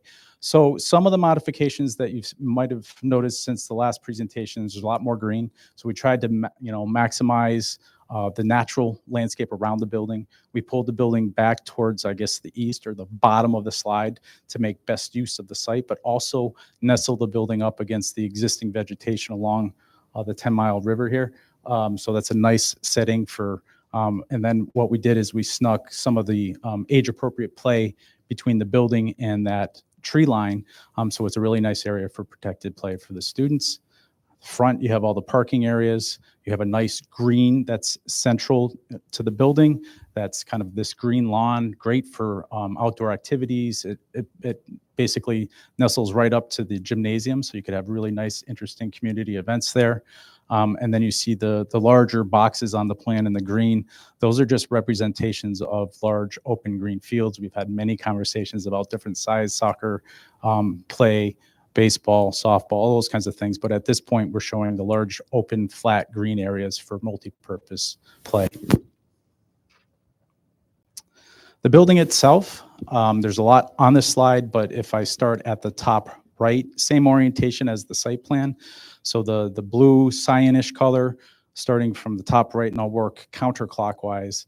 What we try to do, and it's consistent with the last presentation we gave to the town council, but all of our building committee meetings, is the top portion of the building is all the community-oriented functions so that you can easily separate the building off for nighttime and community use without having folks come all the way through into the classroom portion, which is the lower portion of the building. But to walk you through the building real quick, top right is the cafeteria and servery. So all the utilities come into the building on that portion of the side of the building. The purple area in the front with the basketball court layout is the gymnasium. To the right of that is a platform or a stage area. So that stage opens up both to the gymnasium and to the cafeteria. So you have some flexibility with different types of functions. Again, moving to the left, you see a green area. That's the administration suite. There's a great relationship between the offices and the nurses suite so that it streamlines kind of check in and check out, but also the effective view for security purposes of both internal to the building, but also to visitors to the site. So they have direct line of sight to all the parking lots. And then to the far left on that portion of the building is the media center or the library. It's a two-story library or media center that is connected through a social stair. So it offers a large open volume, has a lot of flexibility for multiple different uses, and addresses all of the different grade ranges that you have in your building. On the left side, in this piece that you see sticking out towards the left, is the pre-K area. So all the orange, if you will, is things like Smart Start, parent resources. A lot of program elements that you currently have today are going to be all located in this portion of the building. They have their own administration suite. So that wing, if you will, if you remember on the site plan, reaches out towards Jarvis Street with that separate entrance drop-off area. On the lower portion of your slide are what we call small learning communities. So they have 2 grade levels typically in each one. So on the far right, you'll see GR2 and GR1, so grade 1 and grade 2. Those suites, if you will, or those learning communities have teacher planning in them. They have toilets in them. They have all the support spaces necessary, specialized ed within, self-contained within that small learning community so that they have access. It makes it very efficient to deliver curriculum. And then they travel out of their learning communities, obviously, to the core spaces like gym, music, art, those kinds of things there. The upper level essentially stacks from an efficiency standpoint and from a constructability standpoint. As the chair had mentioned, we're trying to keep an eye on, be budget conscious. So we're trying to do smart things like stack toilets, stack walls, keep it really concise. But at the same time, open up opportunities like at the ends of the hallways to get natural daylight in, so that you'll have natural daylight filled hallways, which are going to reduce some of the use of the artificial daylighting. And Craig, as he moves through some of the systems, will have all kinds of lighting that's controlled through daylighting services and monitors and sensors. So very highly efficient kind of layout planimetrically, but also from a building system perspective.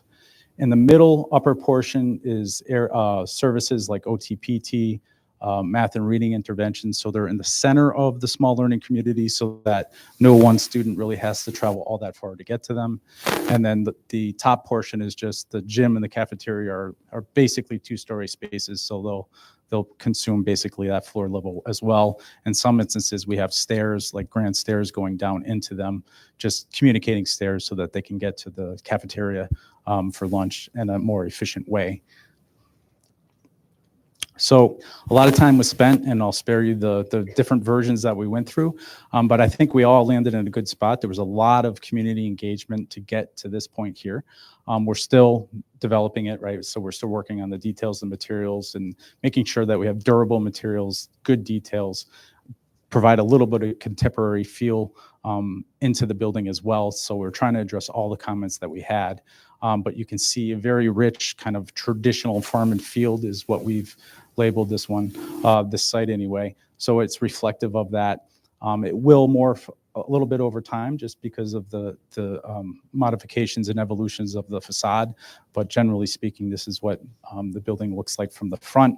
That tower element is basically notifying you as that's the main entry, but above, and you see the window on the far right, that's kind of a reading area right off the second story media center. So it's a great spot for a small class to come and have a book time.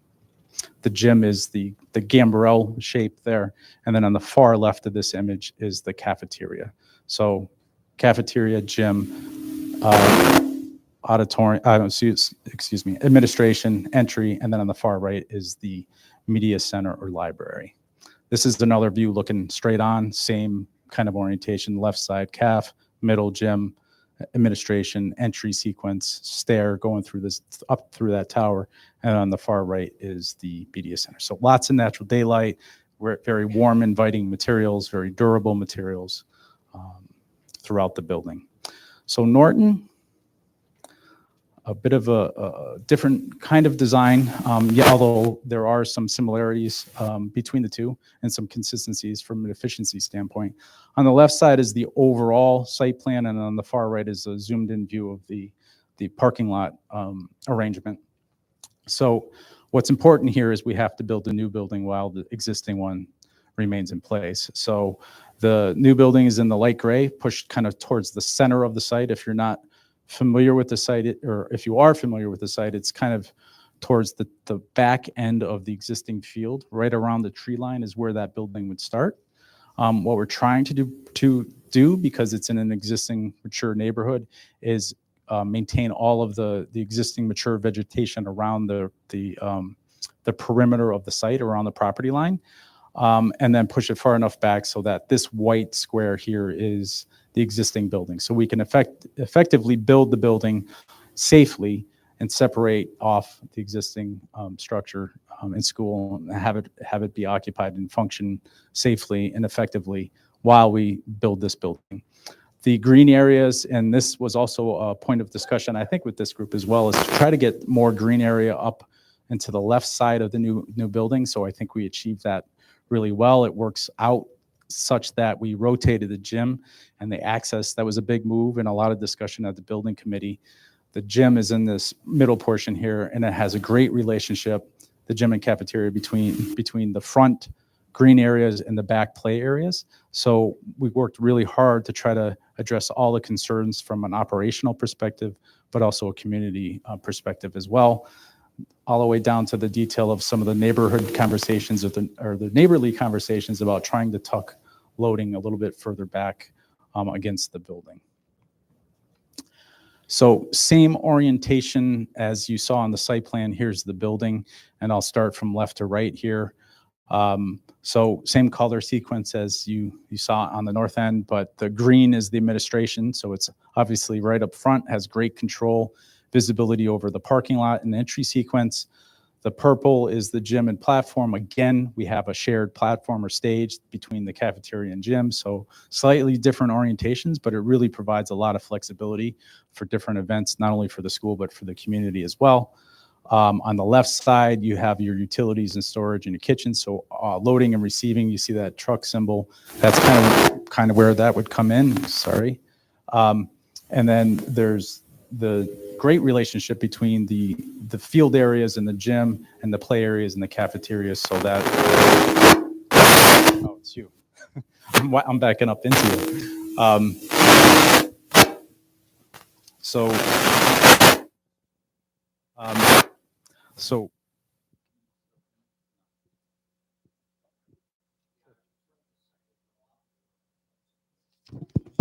Yeah, use this one. Yeah, that one.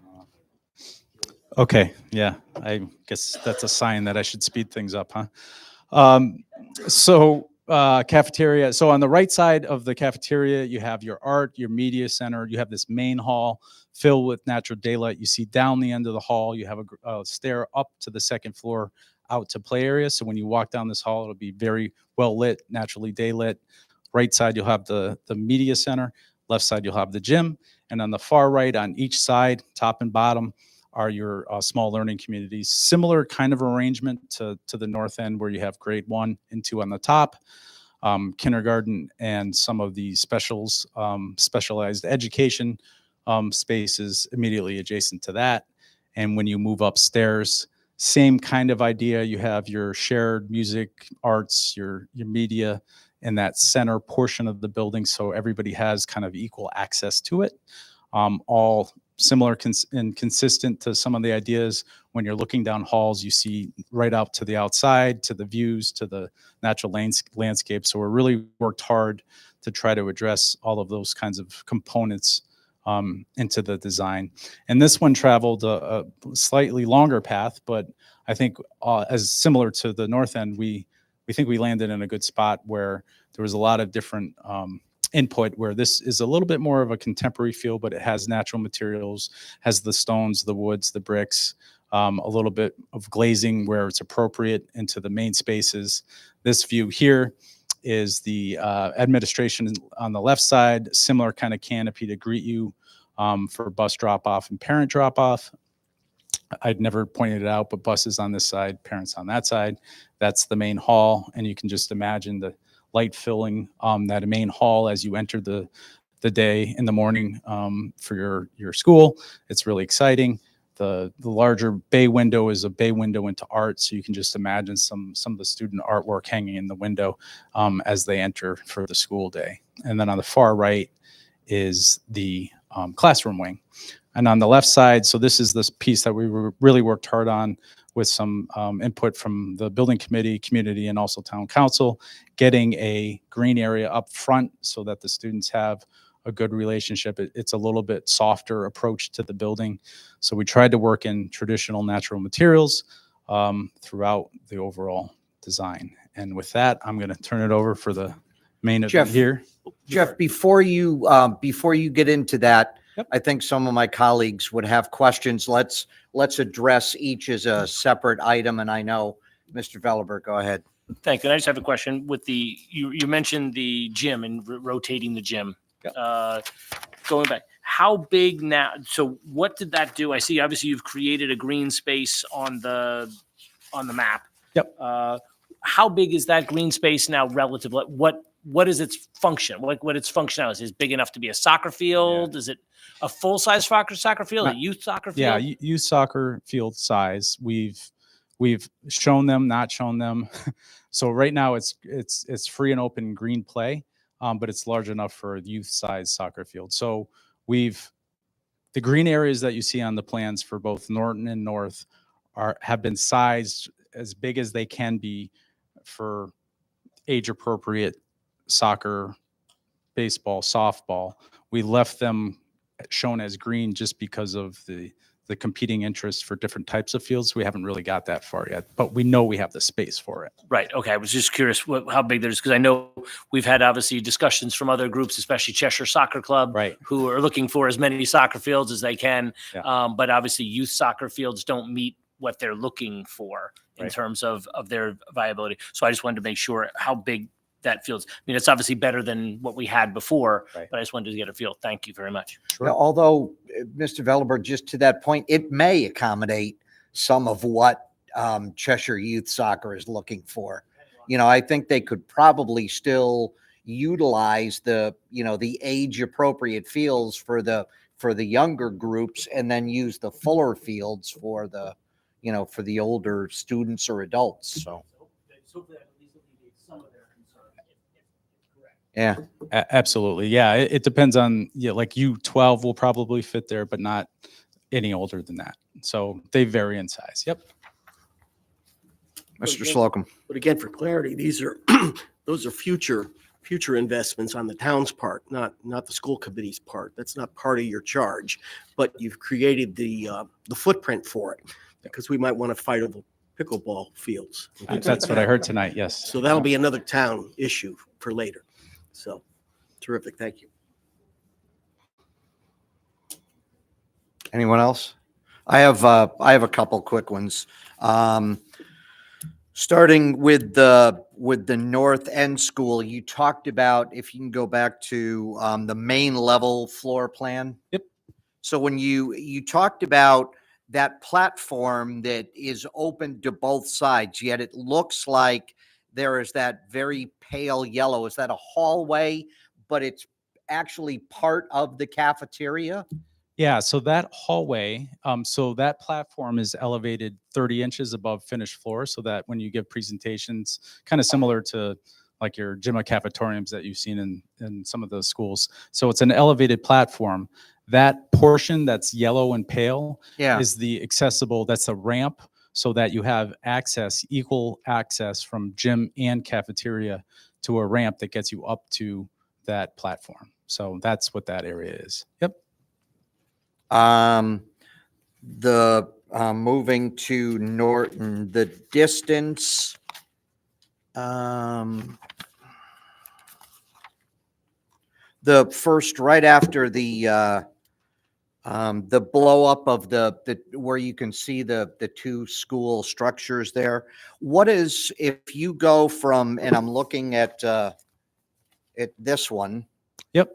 So if you go where that soccer field is located, and if you look at the upper right-hand corner, if you will, of the current Norton, and look at the lower left of the new Norton, give me an approximate sense of distance there. It needs to be a little bit further according to the CMR, but it's about I'd say about 80 feet. In that range, 70 to 80 feet. And believe you me, we've been talking about, so what also happens in that corridor is all the utilities for the new building come in. So what we're working with the building committee, the OPM, and the CMR, the builder, to look at the logistics plan to make sure what we want to do is there's an existing play there that we want to try to save. So I guess what I'm telling you in a long-winded way is that corner may jockey around 10, 15 feet or so to make sure that we can get all the utilities in, maintain that play, put up a fence, and provide good separation. But right now, as shown, it's probably around that 70 to 80 feet mark. Yep. Okay.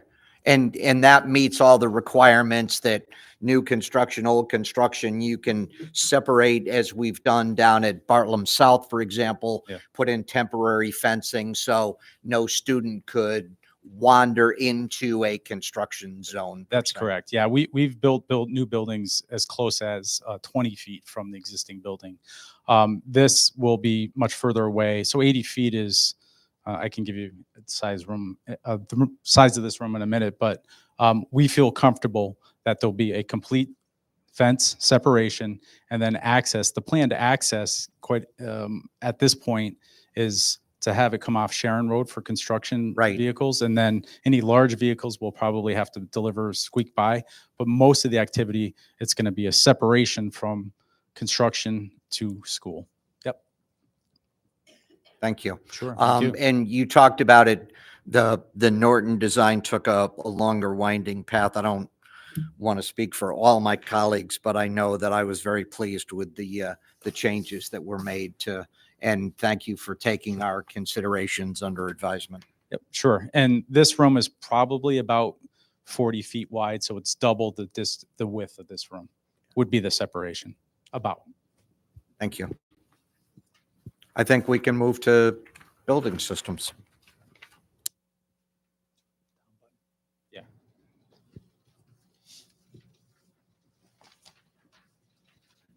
Again, my name is Craig Razor from Coloradoan. So some of you have seen this presentation. This is what I presented to the building committee, the energy committee, and now to you again. I'm a little tired tonight. I did the same presentation last night at 11:45, at a building committee, so I'm a little bit punchy at the moment, but bear with me. This is the standard utility rates we use for both schools. Standard rates coming from Eversource Electricity. So we started this project out there in schematic with just a few options, as Richard says, and we had those options priced. It came in, we had some over budget issues, so then we had to look at some alternatives. I developed multiple alternates that were priced and compared. Those numbers were put against a life cycle. Some basic energy modeling was done in order to do comparisons, and the results are what you're going to see here. So the base system during schematic was a full geothermal system, 104 or 88 wells for Norton. Initial cost of $12.9 million roughly. Predicted utility around $178.5 per year. Maintenance in the $64,000 range, and then a replacement cost out late into the life cycle of $2,044,000 for a present worth calculation of $24,662. Now there's two numbers up here, and this goes for only the top two options. The $19,000 number takes advantage of potential incentives. The Inflation Reduction Act, 24 million is what I say? Yes. Yeah, sorry. At 30, sorry. I told you I'm a little tired. The number up top is your standard without any incentives. The numbers in parentheses would be your present worth calculation if we were able to take advantage of the Inflation Reduction Act, which can pay up to 30 or 40% of the installed mechanical cost. Okay, that's something that's being considered for any projects going geothermal now. Option 1B, that's in red, is the hybrid approach that Richard mentioned. And that was taking advantage of a partial geothermal system, which would serve the interior loads by the chill beams. And we divorced from the geothermal well field the capacity to treat the ventilation air for the building by using packaged air source heat pumps. What that did, it basically dropped 38 wells out of the well field, saving a substantial amount of cost. Looking at that option versus our base option, it saved roughly $2.4 million off the first cost. So that's a substantial amount off the budget that allowed us to get closer to the budget. Now, looking at the numbers, the hybrid system is not as efficient as a full geothermal. It's about $40,000 or $38,000 more per year in operating costs. Has a higher maintenance cost for the more equipment because the unitary piece of equipment on the roof. Has a little higher replacement cost at a quicker time frame than the geothermal. But your present worth calculation without the incentives is fairly close, but still not the best option. All right. And then you look at other options. Option 2, which is MVP 1A, option 2A, and option 2B, all were different options that use fossil fuels. The task approach, we looked at this in schematic, was to go to a decarbonization type approach, which is a deviation a little bit from the ed spec, which did mention bringing gas. We don't have natural gas at either site. We could have it at North End, but it's a high six-figure number to bring it in. At Norton, we don't have it anywhere in the area, so we would have to go to propane. So those numbers were also evaluated, and you see the results where they come in. Even at a present worth calculation, going propane, these other options, the hybrid or the geothermal still was the best option at that particular time. So the option 1B was presented with the cost savings. Even though the present worth calculation didn't quite work out with a 50-year, we couldn't overcome the $2.5 million offset on day one. So decisions were made based on those type of things, considering. If you look at these numbers from basic numbers, just not looking at the present worth calculations, your simple payback, thinking in simple terms as you would analyze a simple payback, just taking construction costs versus energy and maintenance, is around 40 plus years. So it would not seem very intuitive on the forefront to look at the higher priced option, but using normal bean counter approaches, using life cycle, it is the better option over the 50-year period. If you shorten that period, it is not the better option.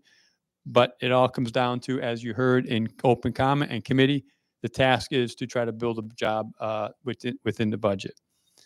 So just some pretty pictures to kind of go along with it. Looking at the operation utility costs, you'll see that the lower utility cost is your base full geothermal option. Your next is your hybrid, and so on with your propane options. Okay. And then your life cycle cost. Your life cycle cost is so close as I showed you, but the all geothermal is the better life cycle cost. When you add the IRA incentives, you'll see that the present worth calculation drops because you're getting more money at the end. And the key to the IRA is you have to fund the project up front before you will get any rebates or incentives back from the government or even from Eversource. So it's still 100% town exposure on day one.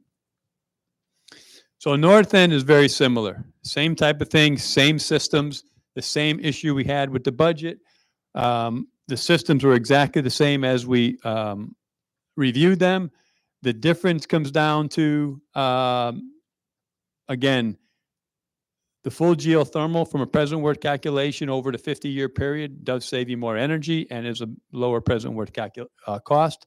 Yet it's at a $2.4 million first cost increase over the hybrid system, which is, again, something that the committee has to try to work around.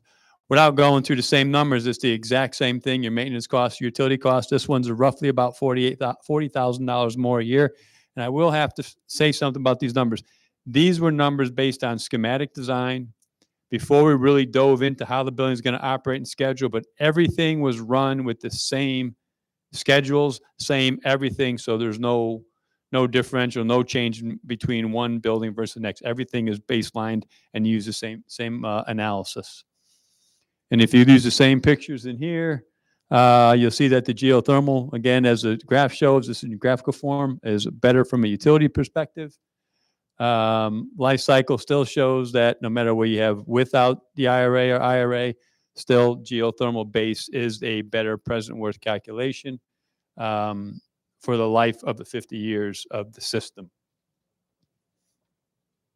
And basically, that's the presentation for energy. The decisions were made by the committee and by the team based on analysis, and the cost estimates, I did not say, were provided by O&G based on the alternatives that were prepared.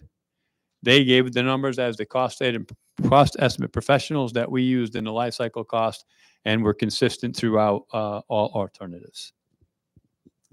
That's basically it from an energy perspective. Thank you. Questions for Craig? I'll start on the end with Town Attorney D'Onofrio, and then. Hey, Craig and Jeff, we've got to comply with Buy American. So is that taken into consideration in these numbers? Is that going to be a challenge at all, complying with Buy American? No, not for what we're proposing here. We can pretty much have all the equipment for the mechanical systems would be able to comply with that. Great. So to add to that, the numbers are based on the narrative and product specifications that were given at the end of SD and modifications through the design development phase. If the IRA is something that the town is going to proceed with, we need to know that sooner rather than later so that we can make sure our specifications are airtight to meet those requirements. Right. So it's something that hasn't necessarily entered fully into the equation yet. It certainly is possible, absolutely, without a doubt. But we would need to know definitively sooner rather than later to make sure our You specifications. don't want to go to are correct. CDs without knowing that, right? That is correct. So you got a month, basically. Yeah, a month or two to understand. And I know other individuals. I know the owner's project manager has been looking into it, and there's been some conversations at the building committee as well. But I'm not sure how far that route is taken. Great, thanks. Ms. Kramer. Thank you guys for your presentation. It was enlightening, although I've been following the project for years. I just have a very simple question, and it's regarding the ratings of the different systems. I know Rich, you were discussing different levels of ratings for the, I guess, energy efficiency. The hybrid is a specific rating. What is the geothermal rating? I'm not sure what rating is. It's the most efficient system if you want to rate that as number one rating that way. Do you have something? I meant like the gold, silver, that type of standard that was discussed earlier. Oh, that's something different. So the LEED certification rating system has multiple levels. It's basically certified, silver, gold, and platinum. What that means is it doesn't necessarily tie into efficiency because you can have the same efficiency used in each one of those things. Thank The you. rating is the level of certification. Now, the higher you go, silver is base, gold is better, and platinum, like a most expensive metal, is the highest rating you can get within the LEED certification program. It takes into a lot more consideration. It's a point system. What the LEED system works. Up to 60 points is silver. Over 72, I think, is gold. Over 80 is platinum. Don't get me, it could be plus or minus 1 to 1, but that's what it is. It's a rating system based on 5 different categories that you apply: energy efficiency, indoor air quality. You remember all the points? So there's a LEED system that has those ratings. What we're following is the high performance building standard, which is the state equivalent to LEED silver. So in order for the community, for the town to secure that their reimbursement from the state, we have to meet all the standards related to the high performance building standard, which is a LEED silver equivalent. So that's And we're there. We're absolutely have to be. Yep. Thank you. Ms. Pearson? To thank all of you for your work. I know I've been, like Ms. Kramer and many on this board here, have been following very closely. And Rich, thank you for all of your personal correspondence. I've been reaching out to you personally for some answers to questions in regards to the energy efficiency, and just not to continue to beat this, but I appreciate your being creative and coming up with a hybrid option, given the nature of the budget constraints at this point. I guess I just want to publicly express my frustration and disappointment that we will not be able to pursue that full geothermal option. I do understand as an educator the educational constraints, and I understand the importance of also examining very carefully those educational specs and acknowledging the needs of our teachers and our students in the schooling system, and balancing energy and these educational specs that are necessary.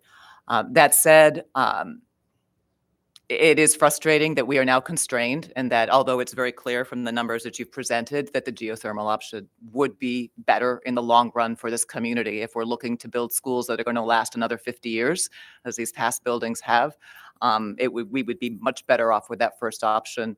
And I know that the Energy Commission has worked very hard on providing information to various stages of this school board commission, when it was the modernization committee, and now the school.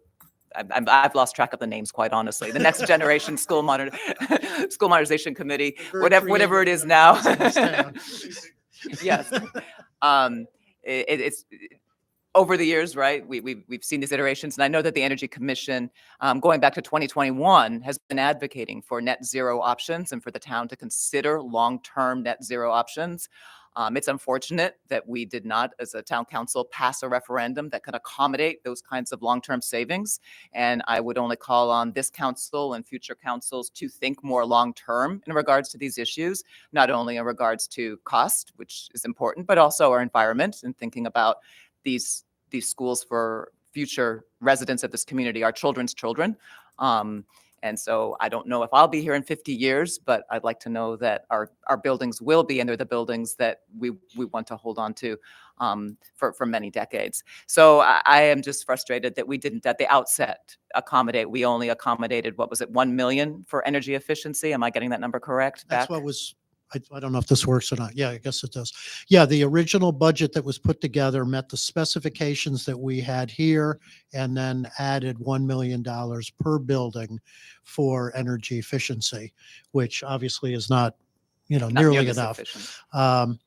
There are only a handful of net zero schools in the state. One just opened in Mansfield. There's a couple in Manchester. It's a fairly new idea, and you really have to design from scratch large flat surfaces to put solar panels on, and there's a much more detailed design process. If we are looking at another school after this, budgeting it right from the very beginning as a net zero building might be worthwhile. As I said, we worked within the ed specs that we've got and the budget that we've got. That's the constraint that we have. The committee, I brought all of these issues back to the committee at our last meeting. I don't know if people have had an opportunity to I take a watched look the at entire that. last It's meeting, yes. exciting stuff to watch on TV. The committee looked at it again and said, we've made the right decision. We didn't do this willy-nilly.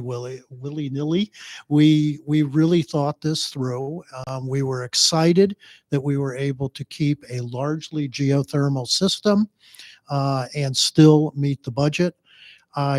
Be honest with you, we have design development coming to an end and new estimates coming after that. And I am just keeping my fingers crossed that we don't have to make further reductions. I have to keep saying that.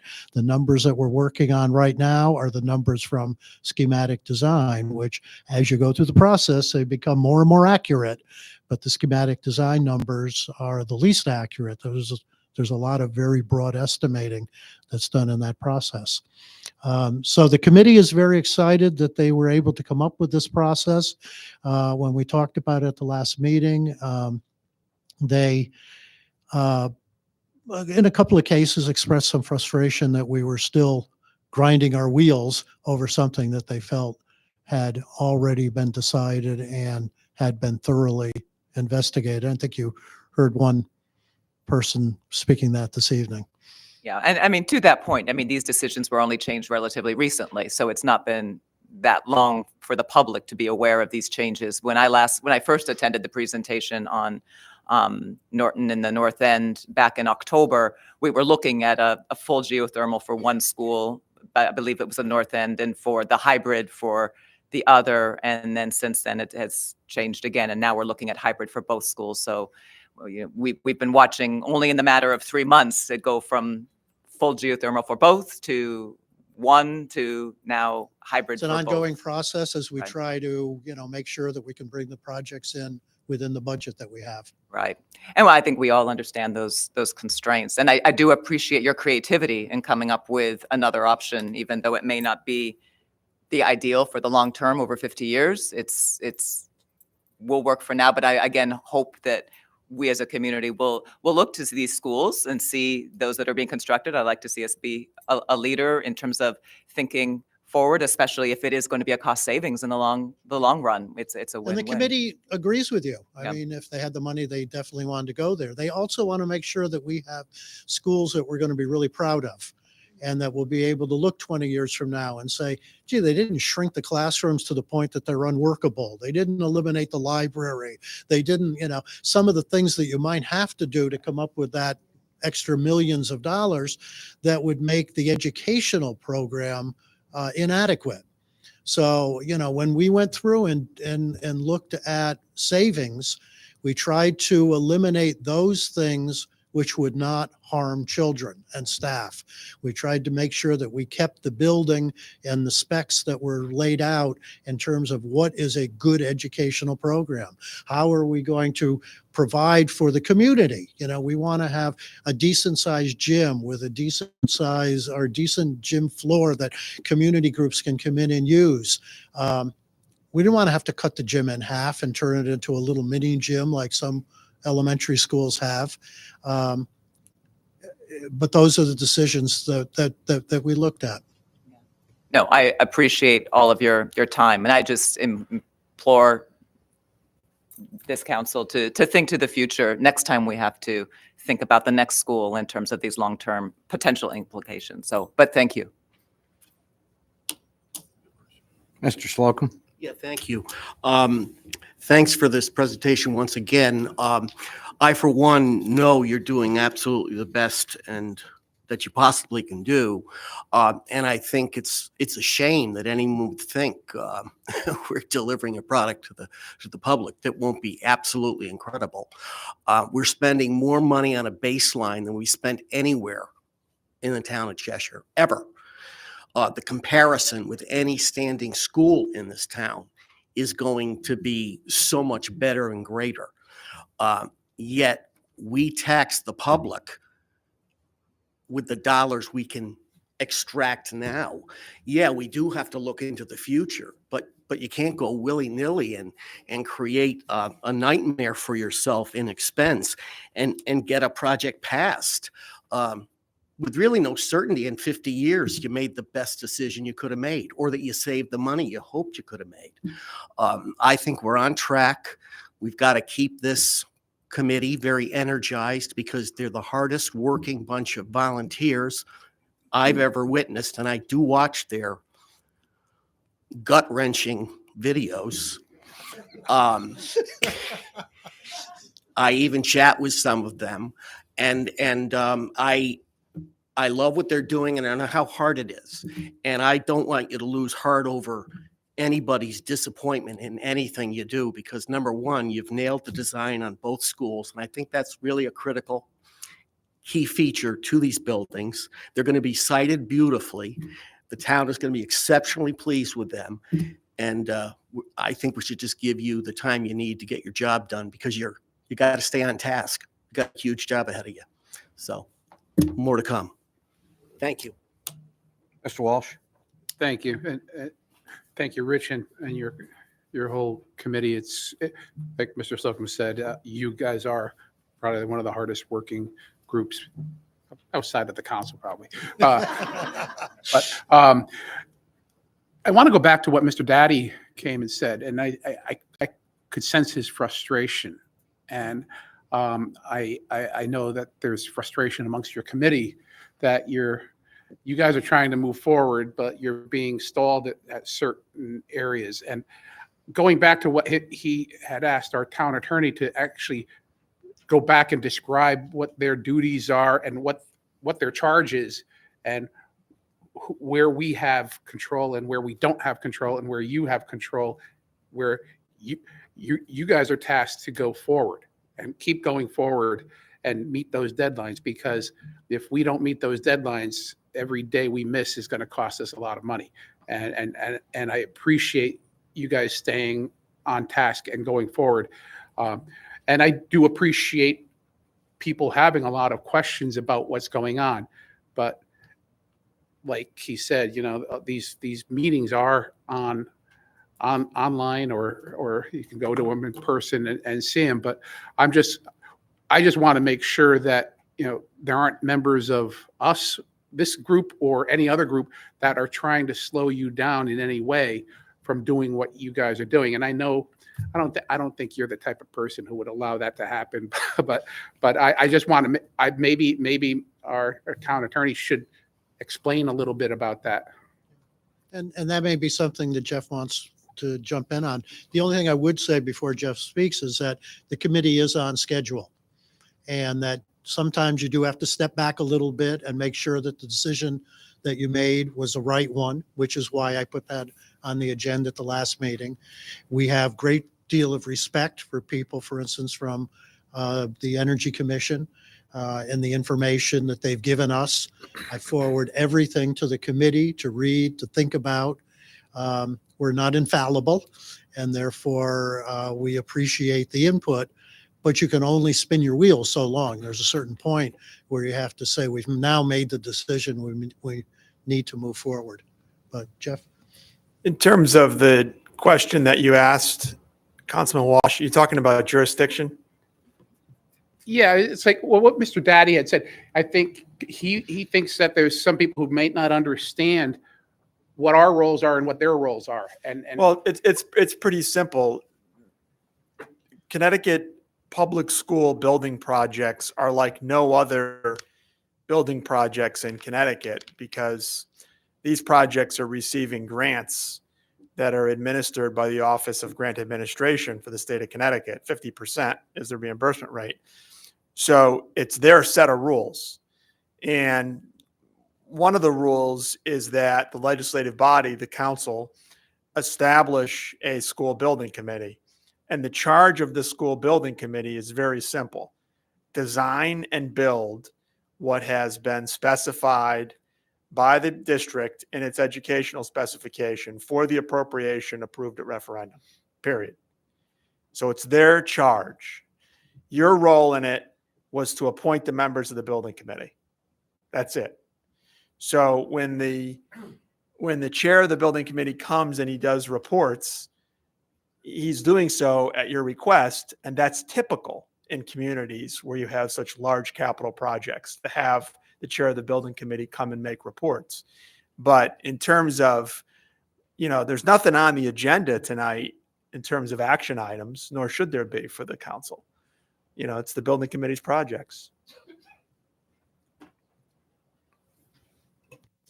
Mr. Jenks. Thank you, Mr. Chairman. Also, thank you guys for being here again tonight, and for going over this presentation for I guess for everyone again. And I do share in Fiona's frustration a little bit with the fact that we're, especially after having been a part of school modernization with Rich and others in the room for so long, that we got to this point and we're having to maybe not deliver on something that we had hoped we'd deliver on. But we all understand the situation we're facing with the budget and the ed specs. And I guess, Rich kind of mentioned going forward with our next school modernization phase, we can perhaps put the energy piece a little bit further up in the schedule and budget for it, like you said. So, we haven't built a school in 50 years, so we're learning, how to build a school again, I guess. As far as the energy efficiency in Norton both schools, but really the north end. So we can only get to kind of a certain level of efficiency, a certain level of energy usage, but later we can add solar to that school. How much closer will that get us? Assuming it's a system that's going to support the energy needs of that school. How much closer does that get us to our hoped for net zero level? Well, I've done a number of presentations where any building can be net zero as long as you have the large enough array to offset the cost of the utility produced on site, energy produced on site. So your roof is one of your obvious choices. Even if we were at an EUI, energy use intensity, in the mid-20s, we wouldn't be able to, there's not enough roof available to offset 100% of your usage. But you can definitely put a big dent and offset a large portion of the energy produced or consumed by this building in the future, whether it be an array you choose of your own, or a PPA, or whatever you may, a purchase power agreement with a solar company. So the options are there. I don't think you'll get to net zero unless you want to start doing canopies or ground mount arrays or things of that nature. But you will offset a large portion of your consumption. At least with the north end, the property is big enough for a large ground array if we wanted to do that, I guess. Yeah. So your buildings are PV ready, meaning the electrical service is sized for future photovoltaics, and it's sized for full capacity. So if it comes in a little smaller, that's fine, but they're PV ready. The service size, you're paying for that now. So in the future, if you do want to do it, all you have to do is connect. No additional equipment will be provided for your electrical service. Okay, thanks. And Jeff, one question for you as far as the schedule. We had, I think back before, or maybe it was just after the initial designs, the idea, the notion was that the schools would be completed late 25 and then occupied like the fall of 26. Is that still the schedule we're looking at? Yeah, the finished completion date is the same schedule as presented originally. Norton, they're still working through the logistics. So that one obviously has some work you have to pull down the existing building after the new one's completed. So that's definitely going to go into the fall. It's just how deep into the fall and what that looks like. And that's what O&G is looking at now with their phasing and logistics. So the new school will be done and ready for that fall start. It's the remaining kind of site work related to tearing down the existing building and finalizing the site. That'll probably go into late fall. Yep. Okay. All right. Thanks. Sure. I also just wanted to respond to the notion that this council may be sort of, slowing you guys down or something, Rich. I mean, we were sworn in last week. This is our first meeting. So giving us a lot of credit, us a lot of credit, I think, that giving us a heck of a lot of credit. I did not say this council was slowing us I know you didn't. I know, but there's, a notion that may be happening. From where we stand, that's not happening. I think that, and Peter spoke to this earlier, and Fiona did as well. The more information we can get out to the public, the better. And when we had this issue has been in the public's eye quite a bit recently, I think we just wanted to revisit it. And I want the council to be fully aware of what's going on. The council has been very, very supportive from before referendum until now. And I think it's important that you be fully up to date on everything that's going on so that you can support us out in the community. So I have no problem at all coming every month and talking to you. I have no problem doing presentations. I think that occasionally we may have members who get a little frustrated if they think they're being second guessed. And, so that I think that's the only thing that you may have heard. Jeff and Craig, thank you very much for your presentation. Much appreciated. Yes, absolutely, Ms. Kramer. That I know I'm double dipping. With regards to the 50% rebate that we're fortunate enough to have access to with this build, there's criteria that we have to meet as we go along through this process. We'll be able to maintain as new setbacks come along or new budgetary restrictions. That's going to be a priority to maintain that level of energy efficiency or all the things that we have to meet to. We're approved for up to 50% reimbursement, which is huge. Yes, and that's as opposed to for 36%. Yeah. And the state will go through a very detailed audit at the end of the project. Our team is keeping copious records because they will look and they will say, this is something that is reimbursable and this is not. You built this above and beyond the standards for an elementary school. For instance, we've had people from some of the sports groups say, can't you build, large, full-size soccer fields? The state of Connecticut is most likely going to look at that and say, that wasn't appropriate for an elementary school. We're not going to pay for that. So as long as we stick to the standards, and you'll never exactly hit 50%, there's going to be some things in there that we don't get reimbursed on, but we are working hard to get as close to 50% reimbursement as we can by the end of the project. Thank you so much. And with that, I will thank you again for your presentation. Rich, the one consistent thing between the former council and this council is we greatly appreciate the work of you and your committee.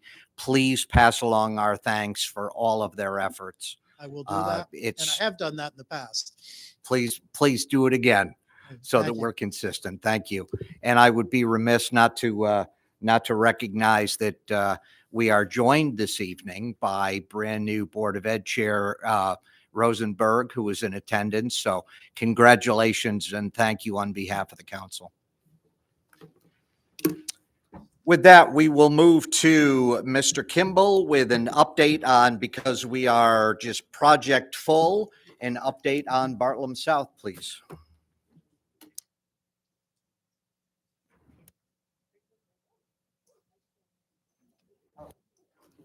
Yes, Mr. White. Thank you. We already did. The plan is to do public comment up front, but I didn't see you in the audience earlier, so please take the opportunity at this time. Sorry about that.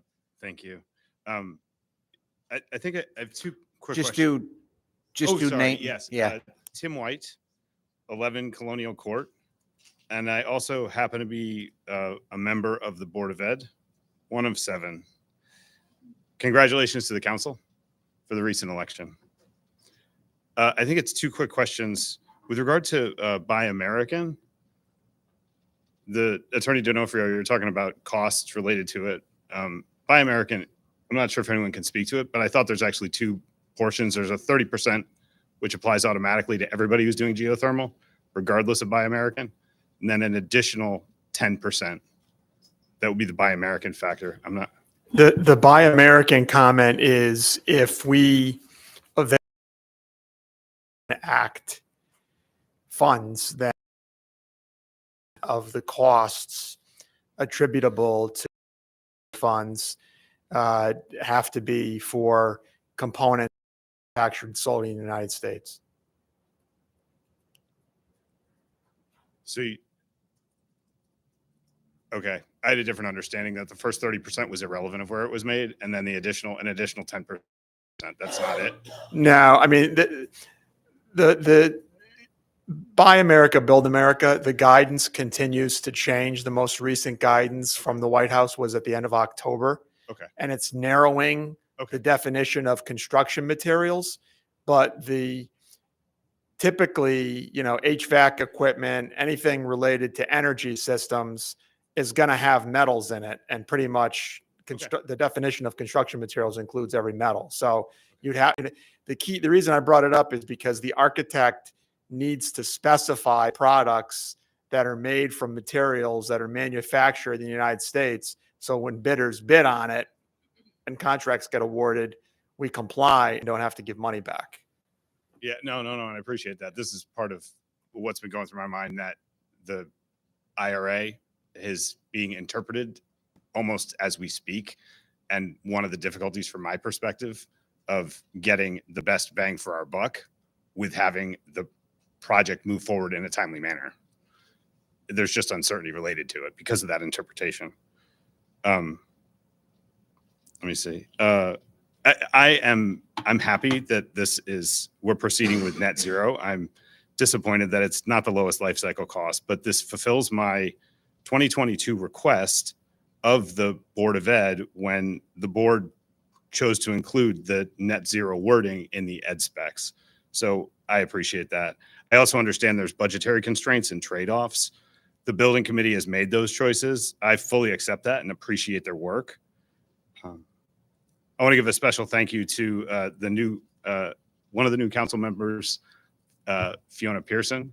We had a brief chat about, making sure that the information is I think it was basically about having all the information in front of the stakeholders, what's there, and see that we're making good decisions based on the information we have, although the information is changing. My one request, I think I've heard it from several people tonight, just looking forward. I do hope that school modernization continues and that we hopefully can get, better numbers going forward. And, inflation, everything else, I get it, but I think that's an important thing it's an important focus for us. Thank you. Thank you, Mr. White. And with that, Mr. Kimball. Thank you, Mr. Chairman. Brief update on Bartlam South tonight, but I will be passing out just an updated version of kind of the higher level budget, including funding, the original expenses, and then the adjustments, change orders that we've approved along the way. Most recent of which being the ones discussed previously, but that have been approved and moving forward. The change order for the town green area, the grading, seeding, irrigation, tree plantings. Also the scoreboard, which you'll recall was approved at the last meeting. And so you'll see both in the funding side, you'll see a $25,000 donation, then you'll see an expenditure change order of $25,000, just how we're tracking that one. But the project's on time and on budget. As you'll see, the estimated completion for the entire site remains the target of September 2024. Site work right now is slowing with respect to the winter season. They did just wrap up some of the concrete work they could complete in advance of any colder weather. But so I think you'll see activity on the site being a little bit slower than it was obviously during the busier construction months. But again, if you see the attached budget, we have an estimated $205,000 contingency remaining, which is healthy at this point of the project. And again, the only other thing to point out is that if you recall, we approved a 9-month contract with Weston and Sampson for construction admin services. The town engineer is engaging with them for a proposal for an extension. That contract goes through December, so we'll be having some discussions at a future meeting about contract extension there. Other than that, happy to answer any questions. Questions regarding Bartlam South? I have a question. So forgive me because I'm new to this, but you're saying that we're on budget, but the over/under budget list 24,993. Is that under budget? Yeah, so it's a little confusing. Yes, that 24,000 is under budget if you compare the $8.65 million line all the way up to the $8,087,000 or sorry, 8,675 open funding. The line number 9, right in the center page, I have a calculation for contingency that originally when we started was higher, 5% up to 10%. We've brought that down as there's less things, candidly, that you need the contingency for as the project gets closer and closer. So right now it's 2.5% of lines 5 and 6, which you'll see is the base bid and the cost of the band shell. That was an ad alternate, the bid that was constructed. So that 180 is also not spoken for. So you add the 180 to the 24,000 that were under budget. And we have 205,000 combined under budget and with contingency. Thank you. Sure. Anyone else? Mr. So- Veliver. Sure. Just so you've crossed out number 16. So we're not, I know we talked about having those poles, having receptacles. Are they going to have one receptacle and just no additional receptacle? There's supposed to be 2, or is it just we're going to have 2 in each pole, right? So they will have receptacles. They will be the kind that only work when that light is on. So if you're decorating it with, say, holiday lights or something else, as long as the light is on, they will be powered. The reason that number came in at 39,000, which was just way too much to justify adding outlets to those poles. Right. Those would be for a dedicated circuit so that there was power on at all times. Really no need to do that there at night, overnight. No one's going to be, and frankly, you wouldn't want people camping out there charging phones or doing anything else when you're not using it. So it's really more for our purposes. When the cost came back, when it was realized we'd have to have a dedicated circuit for that whole town green area, it just didn't make any sense. Right. There are outlets, as you know, in the large Great Lawn area to distinguish that from the town green area. So the large oval by the in front of the band shell has, the 4 in-ground large receptacles. It has outlets along many of the light poles alternating we talked about that as possible. For example, if that was going to be where the Chamber of Commerce, the fall festival was going to be. Sure. There's a lot of merchants and tents that want to plug in. Right. Is that still available? All of that was part of the original bid. These were all kind of along in the field things that came up as potential ads. Right. And that one I had on, and then we crossed off when the pricing came back at what we hoped would be 5,000 to 10,000, and it was 40,000. With 30,000. Thank you very much. Sure. Anyone else? We move to new business. Item 8A is the withdrawal from the South Central Health District. Mr. Jinks. Thank you, Mr. Chairman. Be it resolved that the town council approves resolution number 121223-2. Be it resolved the town council approves the town of Cheshire's withdrawal from South Central Health District and repeals resolution number 111423-3 from the November 14th, 2023 town council regular meeting. And be it further resolved that the town council hereby authorizes the town manager or his designee to execute all necessary documents for said withdrawal.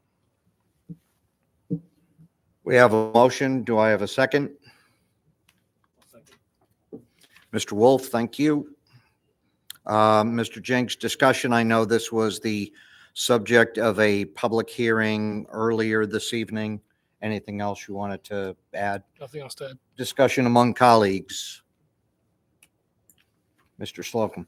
I know this is not a complicated vote since we've been uninvited anyway, but I will oppose it because I believe it was an appropriate decision in the first place. So on a principled decision, November 14th, to join them, I will oppose not joining them tonight. Thank you. Thank you, Mr. Slocum. Anyone else? Seeing none, I'll call for a vote. All those in favor? Opposed? The resolution passes 7-2. Mr. Slocum and Mr. Walsh opposed. Brings us to item 8B, which is the approval for the town of Cheshire to join the Chesprocott Health District. Mr. Jinks. Thank you, Mr. Chairman. Be it resolved that the town council approves resolution number 121223-3. Be it resolved that the town council hereby approves the town of Cheshire rejoining the Chesprocott Health District as the town's public health provider and repeals resolution number 111423-4 from November 14th, 2023 town council regular meeting. And be it further resolved that the town council hereby authorizes the town manager or his designee to execute all necessary documents necessary to rejoin said district. We have a motion. Do we have a second? Second. Thank you, Ms. Kramer. Discussion. Again, this was the subject of a public hearing earlier this evening. Mr. Walsh. Thank you. First of all, I know this has been a pretty emotional topic for everybody here, as it has been for me. I must say I'm extremely disappointed that this vote is taking place, but as Mr. Talbot said on November 14th, they will overturn tonight. So here we are. They're going to overturn this vote. That night, I spoke with the new council members who were just recently elected, and I asked them to be their own voice on this council and speak for themselves and do their due diligence and speak with South Central to see what they had to offer. I wanted them to meet with the people who worked there the way the previous council did. We spent a long time vetting them out, and we realized they would be the perfect fit for this town.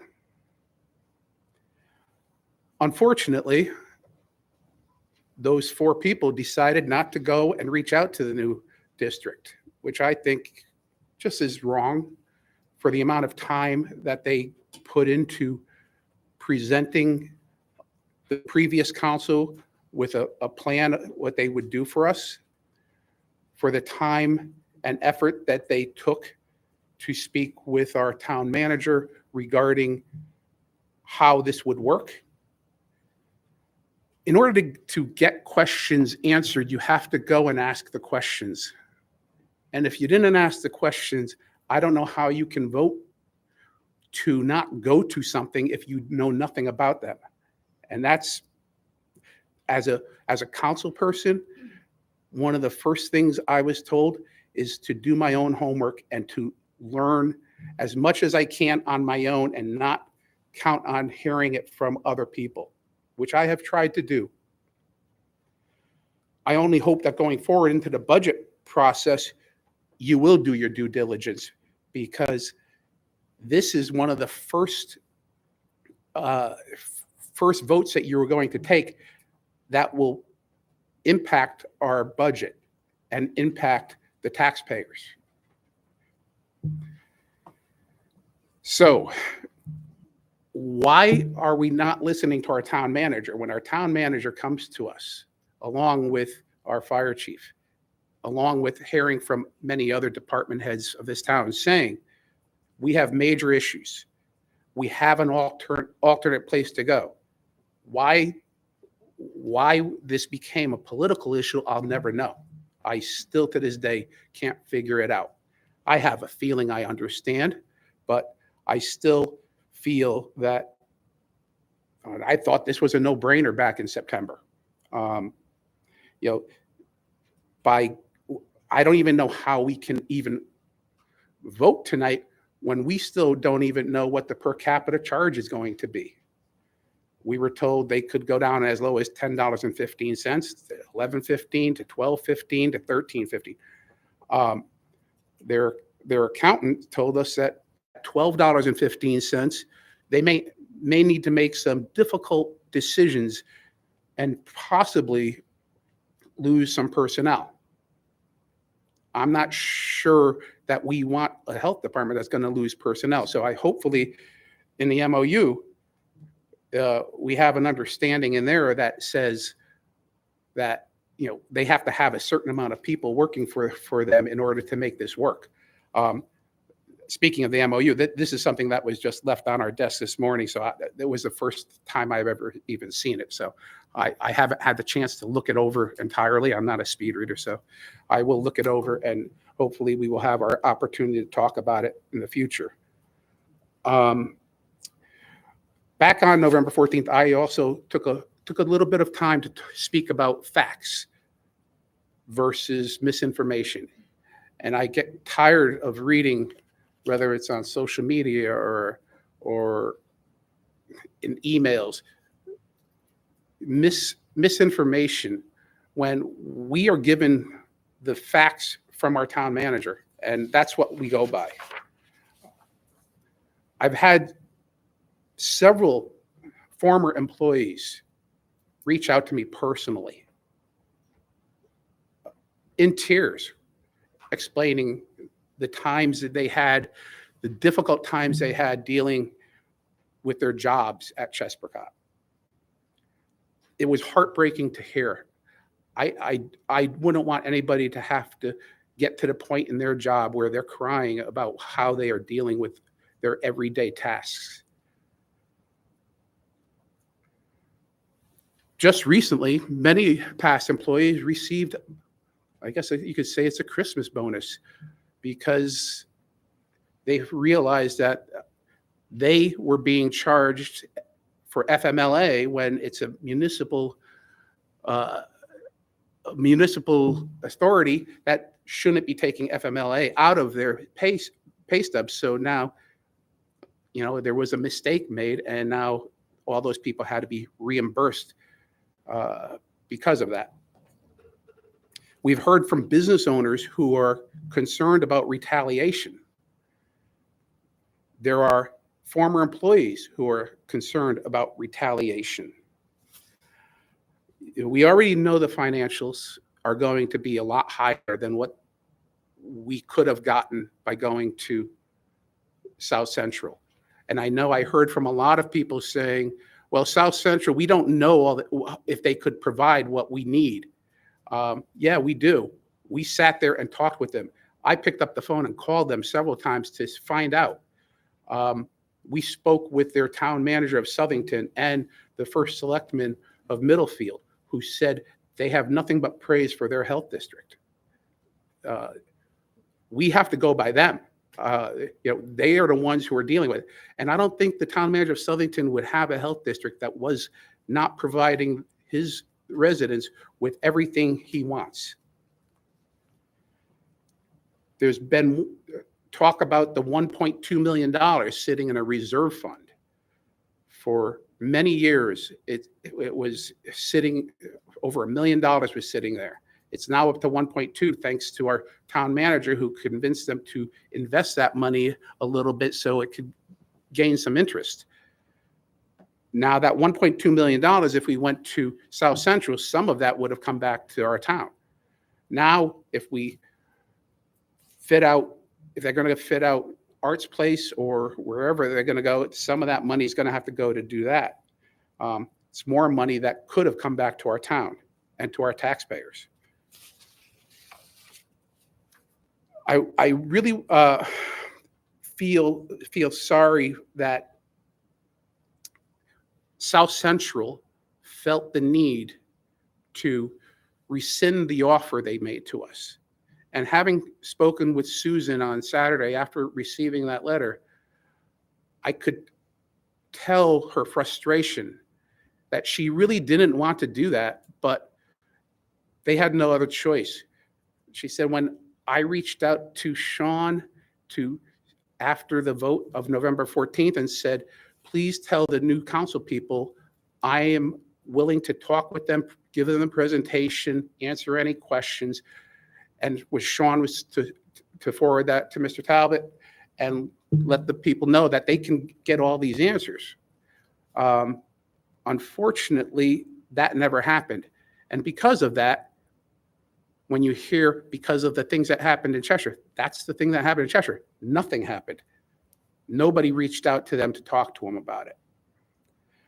I want to apologize to our former council members who spent many hours listening and reading up on the two agencies. We listened to many of the different leaders in the other communities. And after doing our due diligence, we decided to vote on November 14th to leave Chesprocott. I apologize to South Central as well for putting them in the middle of this situation. They have been nothing but professional and didn't deserve any of the disparaging remarks they had received, including being questioned by their services by some of the people in this room.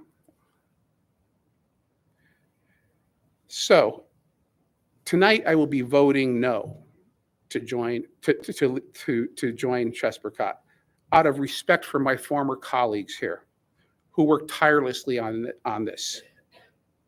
I ask everyone voting tonight if they feel comfortable that they are making the right decision in the best interest of Cheshire. I know that I am. Thank you. Thank you, Mr. Walsh. Mr. Slocum. Thank you, Mr. Talbot. Number one, Mr. Talbot, I do want to say that you and I have served on the council for a long time, and I have utmost respect for you. And I know this becomes so prickly because here were two council leaders, if you will, in a fight for a position. And that's really unfortunate. And I hate to start out a council term in a fight over what seems like old business.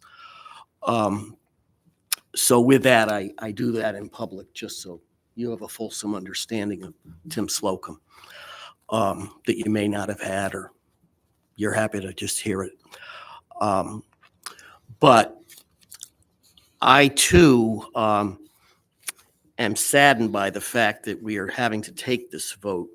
And I did make a few prepared remarks just so I don't go off track. But also to reiterate that the last town council did vote on November 14th by a majority of 7-2 to leave Chesprocott Health District and to join South Central. Tonight, with nothing more than reversal of majorities based on an election last month, that carefully researched and evidence-based vote is being undone because of a politically motivated promise to do so.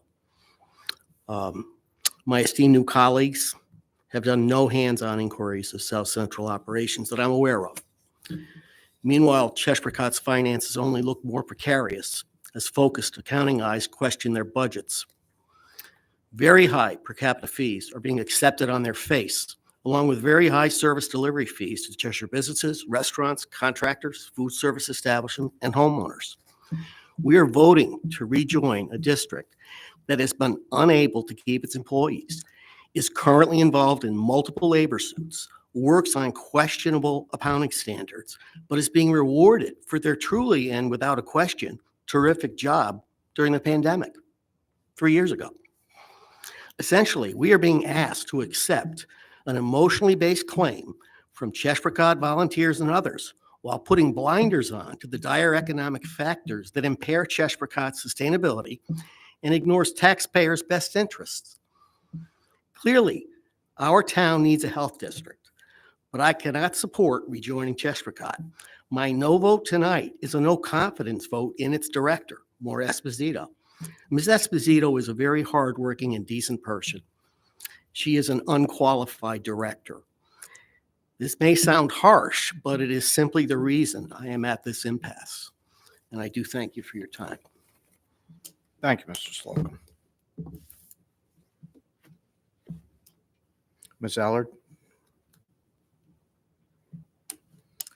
Thank you. I'm really glad Councilman Walsh advised that we be our own voice. If there's anything anybody who knows me can say about me, I am my own voice. So I have prepared something I'd like to share with you so that way you understand why I came to the conclusion that I did. As a mom with children in school and loved ones in various healthcare health conditions, I was and remain extremely grateful to all healthcare workers as well as all local and state of Connecticut public health officials regarding their pandemic response. I think the vast majority of us can appreciate how disruptive the pandemic was to our daily lives. I can only imagine how challenging it must have been for those in charge for responding to it, who were forced to pivot their focus and were required to utilize their limited resources and work around the clock to keep us safe. For that alone, all public health officials, especially those in Chesprocott, who have served our own friends, our own neighbors, and our loved ones in this community, have earned the right to be treated with respect and dignity.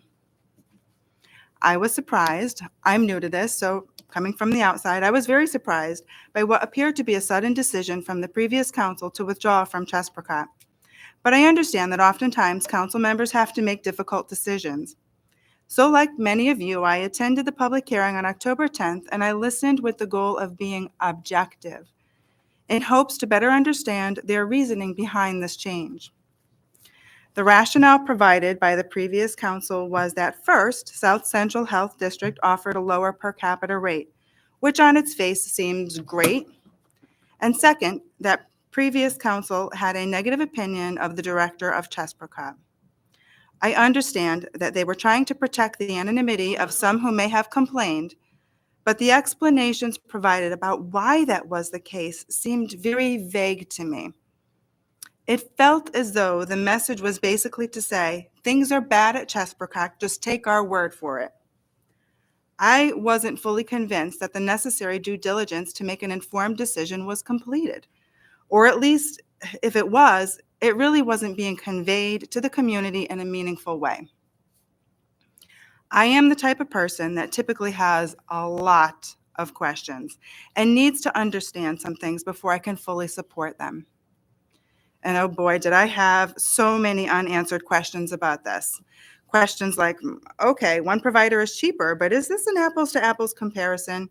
Do we need to sacrifice services to get to this lower rate? Can we guarantee this rate won't increase? How will this affect the people of Cheshire? And what about those in Woolcott and Prospect? Are they prepared to handle the inevitable disruption to their public health services, or will this leave them in the lurch? How do we know which provider will offer better services to our community? What exactly is a town's responsibility with respect to public health services? How are other municipalities handling this obligation? Why was the South Central Health District selected? Were there other options that were considered? Are there standards and metrics in place to determine the quality of work provided by a public health department? And if so, how do we research that so that way we can be sure that our community is being served by a high-performance public health provider? I needed more answers. So I tried to do some research to educate myself about what the town's obligations and options might be. In my research, I've learned that according to the State of Connecticut Office of Local Health Administration, there are various ways in which the Connecticut residents receive public health services. Some towns hire full-time public health municipal staff. There are currently 34 Connecticut municipalities serving their communities in this way. Others choose to outsource the service and join a health district like Chesprocott or South Central. There are 20 different health districts in the state of Connecticut. Some health districts serve as few as 2 towns, and others have as many as 20 municipalities. How do we know which department will provide the best service to meet the needs of our community? In my research, I've learned that a public health provider can pursue accreditation through the Public Health Accreditation Board, which is a national organization with the purpose of assisting public health departments to, quote, guide them to become better by improving service, value, and public accountability. It is the gold standard or the gold seal of approval, so to speak. In the state of Connecticut, there are currently 5 health districts that have obtained accreditation. Neither Chesprocott nor South Central are on that list. Additionally, I've learned that if we do decide to change health districts, we are obligated to stay with them for a period of 2 years before we can make a change. Whereas if we stayed with Chesprocott, we have the option to reevaluate that decision on a yearly basis, I believe. All of this is to say There are options in the way the town of Cheshire can provide public health services. And if there is going to be a change, the options need to be explored. The consequences of our decisions will affect the approximately 54,000 people served by the Chesprocott Health District. Almost 29,000 of them are here in Cheshire. Did the proposal from South Central offer a savings of taxpayer money? Yes, but there was no guarantee that per capita rate offered would have not increased. But assuming best case scenario, the amount saved is, from what I understand, 0.00056% of our annual operating budget. A decision this impactful should never be made in haste or based on subjective opinion. The people of Cheshire deserve for their leadership to be transparent and to ensure decisions that affect the entire community and are properly vetted. It should be based on clear, objective data to provide evidence-based practices with respect to public health standards, management, and services.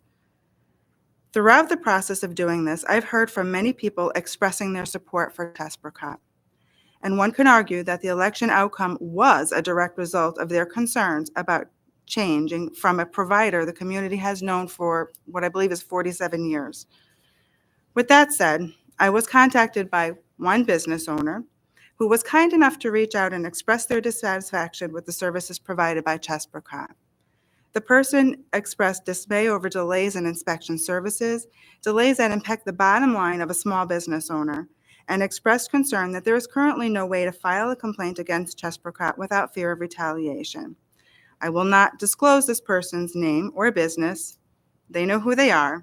And I want to say directly to them and others who may feel this way, your concerns are not being ignored. Another very viable option on the table is to take a good look at the areas for opportunity of improvement right in Chesprocott. There are tools available to help them advance their workforce and achieve organizational excellence. The people of Cheshire deserve for us to work together and not against each other. Therefore, I am in favor of staying with Chesprocott Health District at this time. I truly believe that through respectful communication, we can do the hard work to achieve the best possible outcome for the people of Cheshire. They deserve nothing less. Thank you. Thank you, Ms. Ellard. Mr. Veliper? Thank you, Mr. Chairman. Well, obviously, this has been a very emotional decision for everyone over the last few months. But back in November, I voted to stay with Chesprocott because, one, I could see where reality was going to take this ultimate decision. And two, I had hoped that we and the new Democratic majority could work out some definite and concrete plans with Chesprocott and propose a plan to fix the labor, employment, and management issues, improve services, and reduce taxpayer burden. That has not yet happened, although we've been talking about it for 2 months. Obviously, we had the chance to see the first shot at this with the memorandum of understanding that we just received this evening. So I'm hoping that when we have a chance to actually go through that, we will see what effect that might have on some of that. We've seen, obviously, that South Central has rescinded their invitation to join their health district, and it appears that the new majority will make good on their campaign promise to bring Chesprocott back. So, if so, we will need to work with Chesprocott going forward. As a result, this new majority now owns the future performance of Chesprocott. For the sake of the town and the benefit of our residents, I hope that everything works well and we see significant improvements. Regardless of which health district we end up with, I am glad that we went through this process. And that's what it was. It was a process. Because now we have inspired Chesprocott to improve its management and practices and expect future relationship to improve. Going forward, since I want the best and strongest health district available for the residents of Cheshire, I hope that we can re-strengthen our bonds with Chesprocott and hope that the new council majority truly works to hold Chesprocott accountable to make the changes and reforms needed to address the concerns raised by business owners and town staff, improve services and inspections of local businesses and restaurants, improve the strained relationship with town officials, improve the management and accountability of the Chesprocott Board of Directors, and reduce the burden on our taxpayers. As to earlier, a speaker talked about the issue of surprises and how do we affect this going forward. I think I would suggest that perhaps we may need to have either quarterly regular discussions or on the agenda, either quarterly or semi-annually, to talk about what's happening at Chesprocott. So that becomes a regular budget, regular agenda item as we go forward. So unless we're going to form our own health district, which would be possible with the help of our community partners, but obviously we're not ready to do that. We do not have any other choice but to return to Chesprocott. So I will be voting in favor of this motion since we really have no other option. Thank you. Thank you, Mr. Felber. Mr. Jinks. Thank you, Mr. Chairman. And it's a late night already, and I apologize. I do have a few comments to make. I wish I could say that they're short, but they're not. So I've served on the Cheshire Town Council since December 2019. Less than 3 months ago, on September 19th, it is to my recollection the first time the council met to discuss anything to do with Chesprocott, and the first that I ever heard of South Central Health District. In my 4 years in the council, I may have missed perhaps 2 meetings, out of about at least 100 or so regular special executive and committee council meetings. If someone can find Chesprocott on the council agenda, other than where Chesprocott's director came before the council numerous times to discuss COVID, and other than where we appointed our town manager to serve on the board, then I stand corrected. But in my recollection, and this is hardly a minor issue, the council never discussed any concerns we had with Chesprocott or the notion of leaving until less than 3 months ago. Even when we appointed our town manager to Chesprocott board, there was little discussion, and it was positioned to me from my council colleagues as we wanted to have a municipal representative on the board. To me, given that our town manager, fire chief, and Chesprocott director constitute our municipal emergency response team, it made perfect sense to have our town manager on the Chesprocott board, and I believe it still does. The previous council majority may have met to caucus to discuss Chesprocott. They may have, I'm not suggesting they did or didn't, I have no idea. But until 3 months ago, the council had never met as a group to discuss Chesprocott. I was aware from various offhanded comments or complaints from some of my Republican colleagues that there was some concern about Chesprocott wanting to build a new building. I also had concerns about the potential budgetary impact of a new building, but I understood that Chesprocott was saving for this possibility, which seemed to be a responsible move in my mind. But in the back of my mind, I knew our collective concerns about a new building were likely to come to a head at some point. But again, as a council, we never discussed it. In fact, during our operating budget discussions in March and April this year, we spent all of 3 minutes and 24 seconds on Chesprocott and public health out of nearly 20 hours of budget meetings. But over 2 minutes of that time happened to be because I asked a question about the ambulance contract. So saving money on the public health section of the budget was such a big concern then, that's when we probably should have discussed it. Needless to say, on September 19th, I was very surprised to suddenly be discussing leaving Chesprocott outright. In that meeting, the rationale for leaving revolved around the town saving about $126,000, the difference between Chesprocott's per capita rate and SCHD's. And the SCHD's fees were lower by comparison. Truth be told, the savings sounded attractive. It's a small amount relative to our annual town budget, but as a member of the budget committee, my ears always perk up when I hear we can cut costs. The somewhat lower fees for businesses also seemed attractive. After all, if we can save our small businesses a few bucks, that's always a consideration. Nevertheless, I left the council meeting on September 19th with answers. Shortly thereafter, on September 27th, an article in the Journal with the headline, "Cheshire Plans to Leave Chesprocott Health District for..."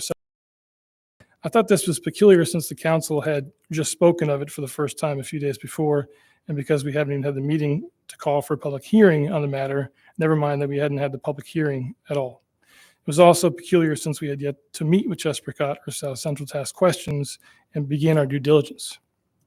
The conclusion of the headline of the article was premature, to say the least.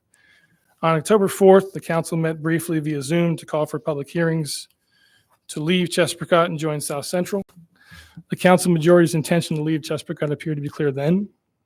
Despite my personal concerns that we were moving way too fast and that there was still a lot to consider, we had a responsibility as a council to bring the public into the conversation and to let them hear the case. Therefore, I voted in favor of holding the public hearings. Just as a reminder, as of October 4th, we still had not met with Chesprocott or South Central as a council. It had been 11 days since we first talked about leaving Chesprocott and joining South Central. The letters from concerned Cheshire citizens started flooding in. In my 4 years on the council, I never received so many unsolicited text, emails, calls, and letters as I did about Chesprocott. Since I discussed capital project of well over 100 million, no other issue has elicited such a strong response from this community. As a council, we received dozens of communications about Chesprocott, and these were heavily in favor of staying with Chesprocott. These communications didn't just come from the Medical Reserve Corps members, as some on the council seem to want to believe. These communications, support of Chesprocott, came from people throughout our community, people I knew to be Democrats, unaffiliated voters, and reliably Republican voters. I also heard from 2 business owners in town. They shared their experiences with me on the condition that I keep it private, and I will not betray their confidence here. I took to heart what they shared with me, and I was and am disappointed to hear their experience. We must do better, and we will. Nevertheless, the vast majority of what I heard from Cheshire residents is that they wanted to stay with Chesprocott. I took their concerns to heart as well. In Chesprocott and joining South Central. First discussed joining South Central, and yet as a council, we still have South Central. As we all know, the October 10th council meeting was very well attended. In my 4 years, I had yet to see so many people in council. To date, the number of views of the October 10th council meeting on YouTube is nearly 700. One would have to add up the previous 10 council meetings to get to 700 YouTube views. Public comment went on for several hours that night. It was clear from the extensive and passionate testimony in support of Chesprocott, we could not and should not have a vote to proceed leaving Chesprocott and joining South Central. I was ready that night to call for a motion to table the votes and was pleasantly surprised that the council majority beat me to it. In the day or two following the October 10th public hearing, there was finally some movement on meeting with South Central, although a meeting with Chesprocott still didn't appear to be in the works, although I knew Chesprocott's director was ready to meet with the council. On October 30th, nearly a month after the council first met to discuss joining South Central, nearly 2 weeks after we held the first public hearing to leave Chesprocott and join South Central, we had our first meeting with South Central. In the intervening days since October 10th public hearing, health districts, and a lot more. What I learned led me to my improved Chesprocott first before switching to another.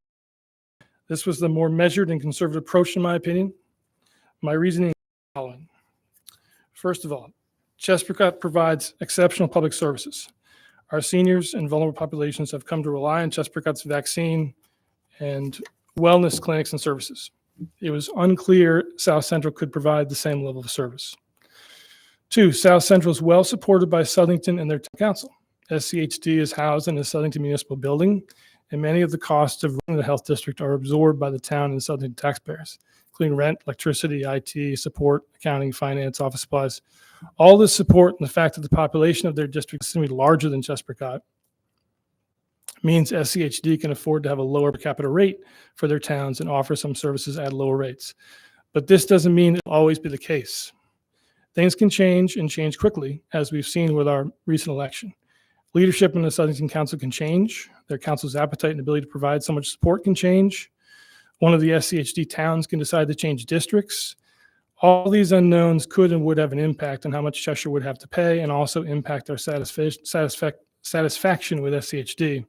But once we dismantle Chesprocott, there'd be no going back. We'd be stuck.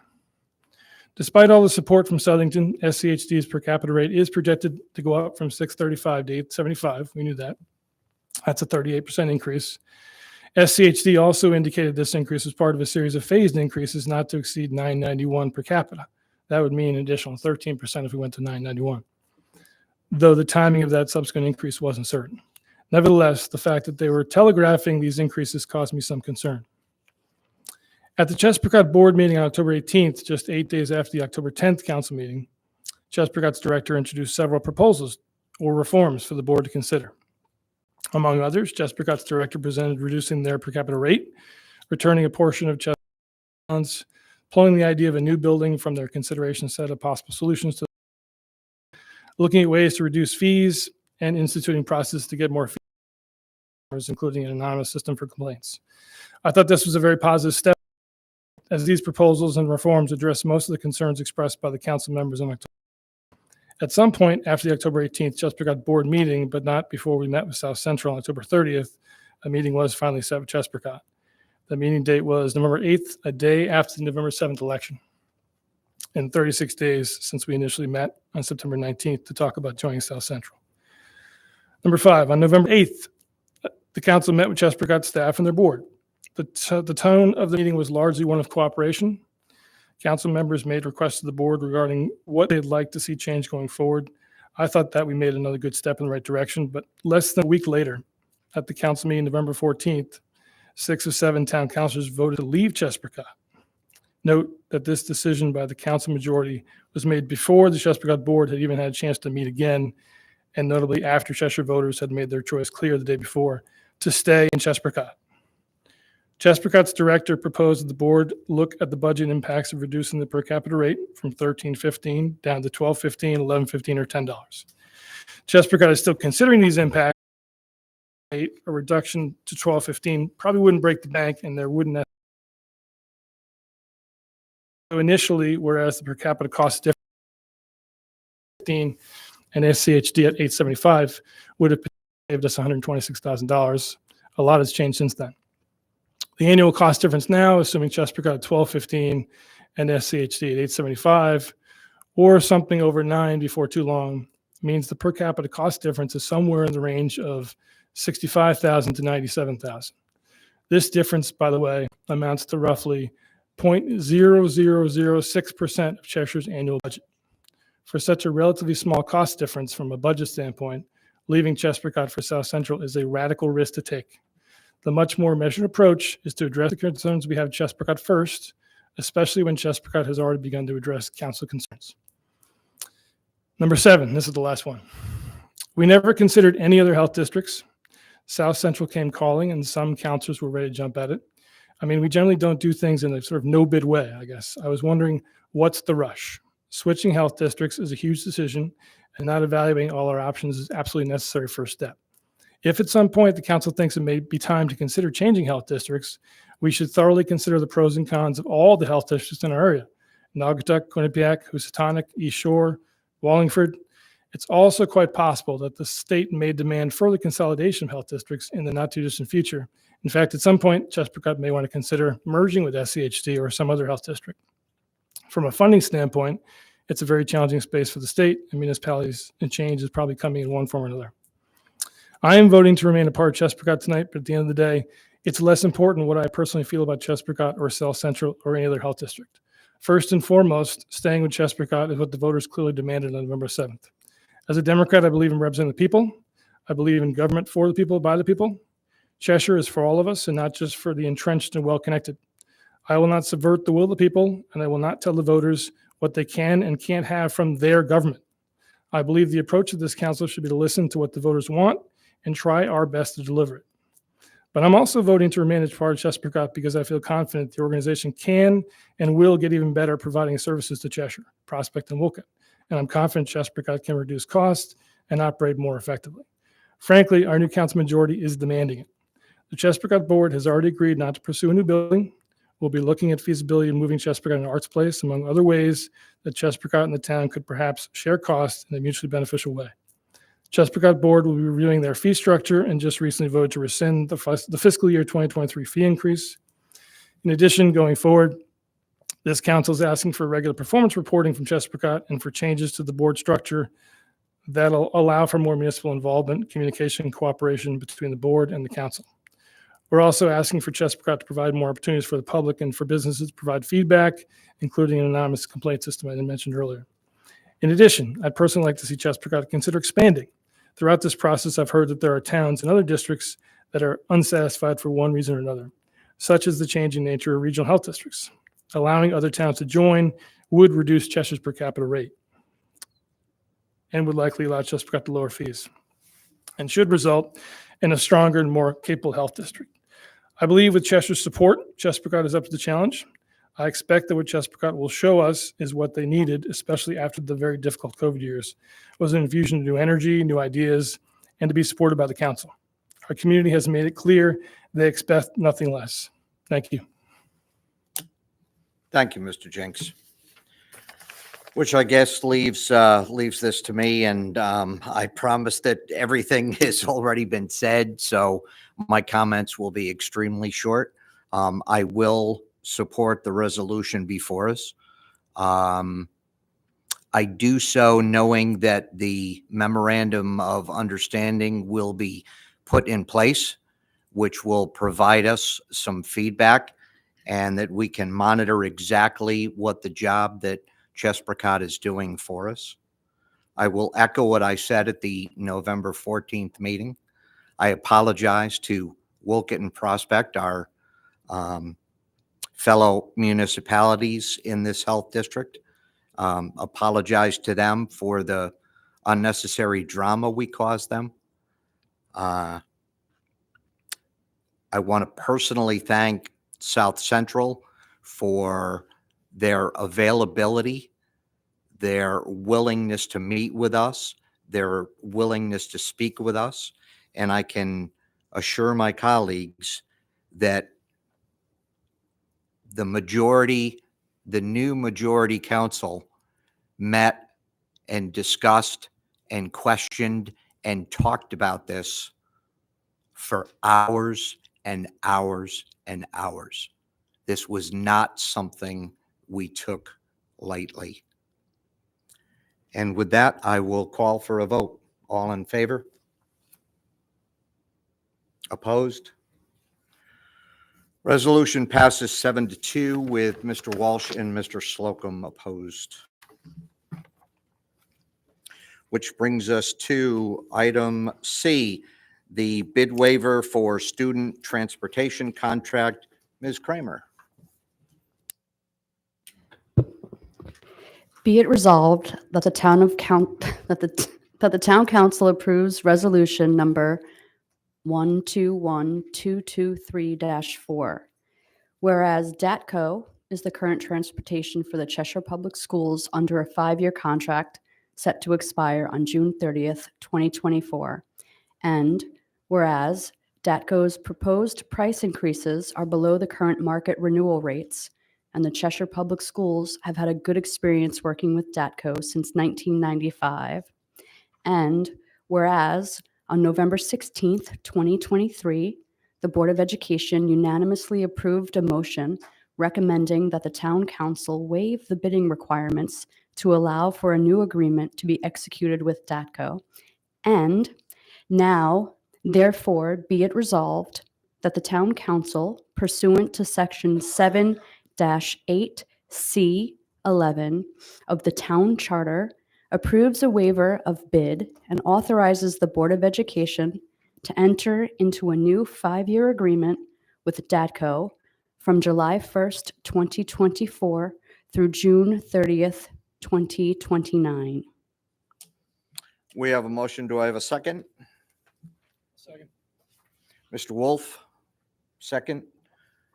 Mr. Massiana, thank you for hanging with us into the long hours of the evening. If you will elucidate, we'd appreciate. Well, no, thank you for allowing me to speak tonight, and congratulations to all the newly elected council members and the returning council members. I wish you well. I am circulating a new copy of the document that was in your package. There was one correction that needed to be made. It wasn't substantive to the numbers. It's just a footnote. So I will be speaking to that memo.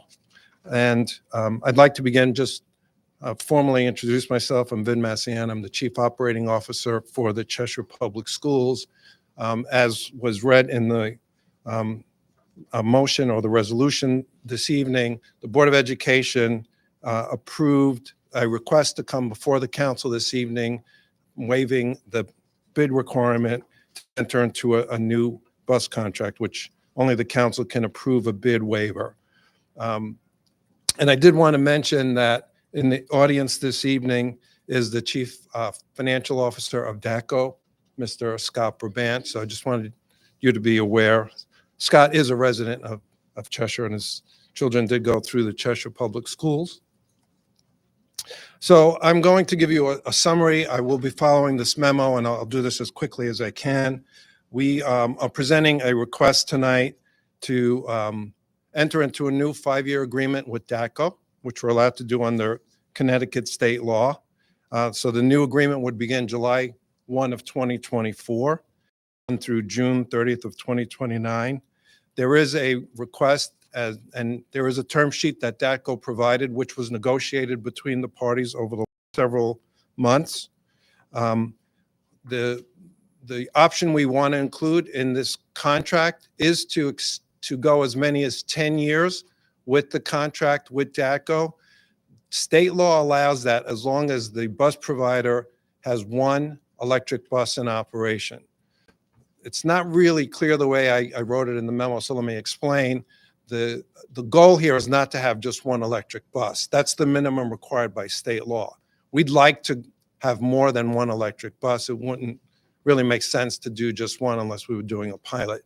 So in year 2 or agreement with DATCO, and the economics of electric buses needs to improve, which I think it will continue to improve over the next couple. So if in 2 or 3 years there is an availability to start adding electric buses to our fleet, it's at that time that I would make a recommendation whether we should go the full 10 years. So it's an option, you know, that would be at our discretion that we would want to include as part of the contract with DATCO. As far as fee increases, and this is really the crux of why I'm making this recommendation this evening, and the board approved it, is that the contracted increases for this contract would be 6% in year 1, 4% for the following 3 years, and then 3%. And if you look at that versus the current market, the contractual increases per year for the contracts running over the next 4, they're about 6.9% on average. We're at 4.5%. The more important thing, and it is on page 2 of this document, and I'm going to flip back and forth a couple of times. So that big grid that's on page 2, the top portion of the grid was our invitation to bid from 2009-10 through 13-14. You could see the contractual increases on the right side averaged 5.6% per year for that 5-year term. The next contract, where again we went out to bid, DATCO won that bid, as well as the first one, by the way. You see that the average increase was 2.4% over those 5 years, very low. And because those increases, you know, started dropping down to that 2.4%, our bus rates were below market. In the following contract, which was negotiated, and it's the contract 2019-20 through 23-24, the one that's expiring, you'll see that the average rate increase was 1.6% per year. So again, another below market increase. When we signed that agreement with DATCO in 2019-20, the minimum wage in Connecticut was $10 per hour. 3 months after the contract was executed, the minimum wage by state law started to increase and went to $15 over a 4-year period. So during this contract term that we're in currently, you know, our rates were set, so we did not experience a price increase to DATCO, but DATCO did certainly experience a cost increase in their wages. On top of that, I'm sure everyone knows that there's been a driver shortage. That's a national phenomenon. You know, we had a pandemic that with DATCO through that period as buses on the road with minimal disruptions. We do have a relationship with DATCO, but the fact is that their increase were not something that were passed on to us because we fortuitously entered into a contract at a right time, frankly, for us. So now, as DATCO is looking at this new contract, what we've been able to negotiate, I think, is a very reasonable increase of 4.2% average. The first year is a 6% increase. DATCO does need to catch up a little bit, and I understand that. You know, being a chief operating officer, and I spend a lot of my job looking at analysis and understanding, you know, what's happened to wages because it's affected us as we've done our hiring. So the market is much higher, again, at 6.9%. This contract, if it's approved, will be 4.2% increases per year. Going back to the first page, I just want to hit on a few other things. DACO intends through this contract to replace about 50% of the Type 1 bus fleet. So that's somewhere in the neighborhood of 14 buses in that first contract year. So obviously a newer bus, it's better for emissions, and it's slightly improved gas mileage. They still will be diesel buses, and new is nicer, certainly for the students. In addition, the vehicles will all have technology, which they already do, which includes GPS tracking capability that DACO has, video cameras in the front and the rear of all their vehicles. We can also add a parent app so that parents can track where the bus is, so they know when their students are going to be picked up or arriving back at home. That's up to us to turn that on when we're ready. And also, if a state allows, which it doesn't currently, turn-by-turn navigation for buses, that would also be part of our contract with DACO. DACO is also offered to provide a one-time $20,000 credit to be used for equipment upgrades if we want, or bus service costs. One of the upgrades that we've discussed with DACO, and we're actually going to pilot in a couple of months, is the state passed a law that allows extended stop arms so that it improves safety on the buses. But those are relatively new, and they're not as simple as you would think, because it has to be a two-part fold out, because you can't always swing a 6-foot arm out. Think about if you ever have been at the high school or any of the schools where the buses are sitting next to each other. They still have to have the stop arm out, but can't send it out 6 feet. On page 3, what I did is I provided a comparison, and I know there's a lot of numbers on the page, so I'll just point out to the highlights. The top portion of the analysis shows DACO's proposed increase of the 6%, 4%, and then 3% in year 5. If you look at the top portion of the grid all the way to the right, under that scenario, the total cost of the contract for the 29 Type 1 buses, 7 Type 2, which are the smaller buses, and 5 vans would be $14,052,240. If, on the other hand, the lower portion of the analysis shows if we were to have 6% increases per year over those 5 years, and again, the market is at 6.9%, so I'm using 6% for the analysis purposes. That same contract with the same exact number of vehicles would be $14,655,544. So by doing this renewal or this new contract, we're $603,000 lower than market, and that's, I believe, where we would be if we went out to bid, if not higher. So that is the recommendation. The correction that, by the way, I made to this document was the footnote in the lower portion in the original document I sent said total cost of 31 Type 1, 9 Type 2, and 9 vans. Those are actually our numbers from the previous contract. So we've actually been able to reduce the number of vehicles. So it was just an incorrect footnote. The analysis is absolutely apples to apples. In conclusion, and I will certainly take questions. I'm trying to, make this pretty brief for you because the memo is pretty long. But we have been doing business with DACO since 1995. They've been a good service provider for us. We've gone out to bids in past years. We've negotiated increases.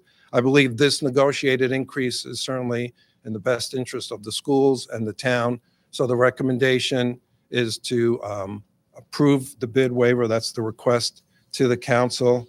And the one other footnote is not related directly to cost, but I did want to mention, and it's noted in the memo, that DACO just recently purchased the building at 1187 Highland Avenue, which is at the corner of Sandbank Road on Route 10.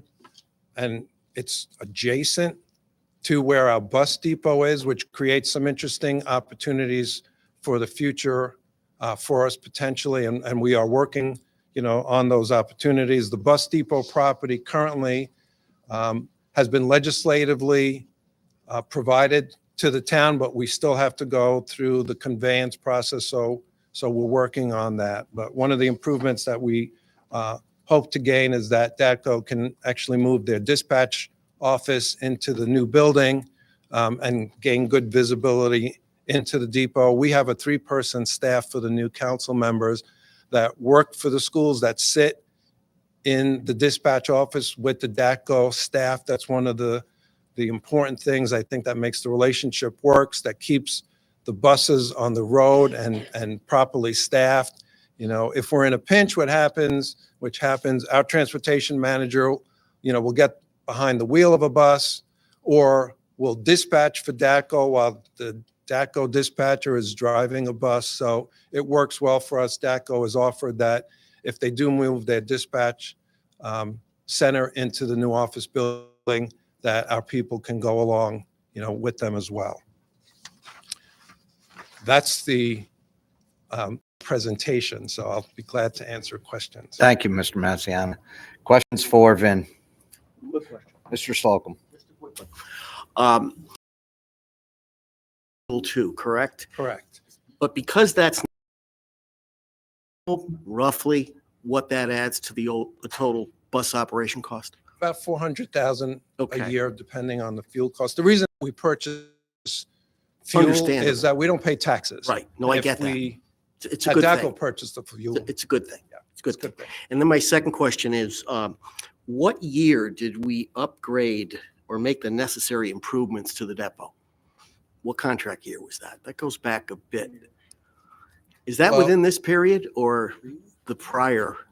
There was are you talking about the addition of the portable?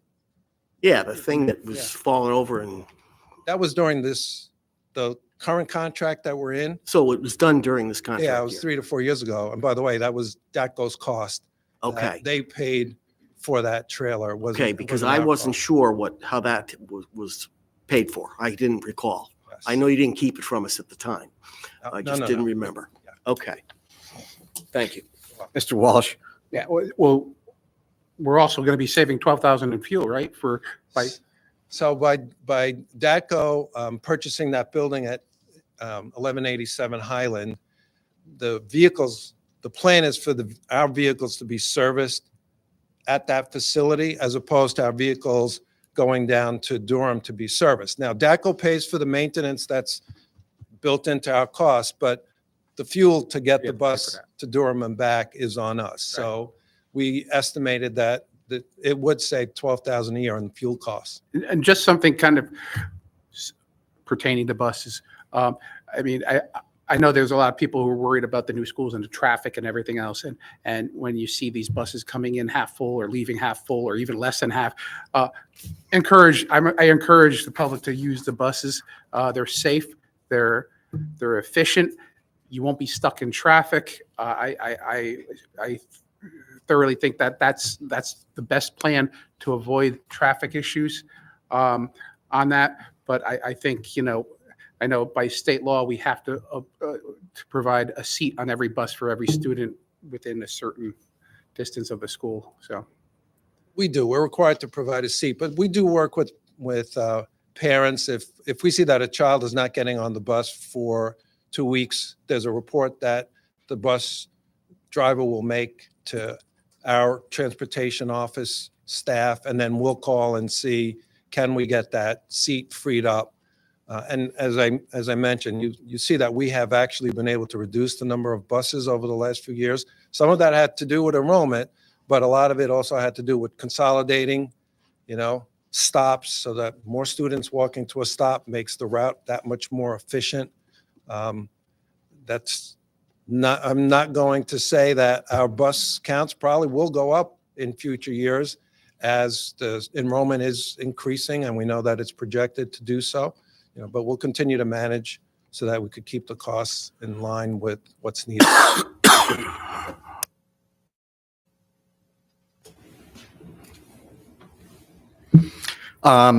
Two quick ones, Vin. Number of charging stations currently at the depot for electric buses? 0. We Um, don't have any electric buses yet. DATCO is working with other communities that are, want electric buses. We've met with DATCO, our planning committee, which, by the way, Tim White sits on. So it's hardly a meeting goes by where we're not talking about electric buses and how quickly can we do it. DATCO is very active in providing electric buses. They want to work with us. They did provide an electric bus that some of our Highland students rode on, which was pretty amazing. We pulled up to one stop where there are many parents. Parents didn't even know the bus pulled up. So, we are interested in moving forward, but we're not there yet. And, part of the cost of upgrading to electric has to do with the infrastructure, the sandbank, electricity, and the power that we receive from Eversource has to be upgraded. So that's part of what we would have to work through infrastructure-wise, but we do want to get there. Thank you very much. With that, I'll call for a vote. All in favor? Motion passes unanimously. Thank you, Mr. Massiana. Thank you. I'm going to stay close because I'm up next. Yes, don't go far. Which brings us to item number D, authorization to apply for an HVAC grant for the Dodd Boiler Project. Ms. Kramer. Be it resolved that the Town Council approves Resolution Number 121223-5, whereas the Town of Cheshire appropriated $600,000 for the boiler replacement project at Dodd Middle School on August 10th, 2023. Therefore, be it resolved that the Town of Cheshire authorizes the Superintendent of Schools for the Cheshire Board of Education to apply to the Department of Administrative Services,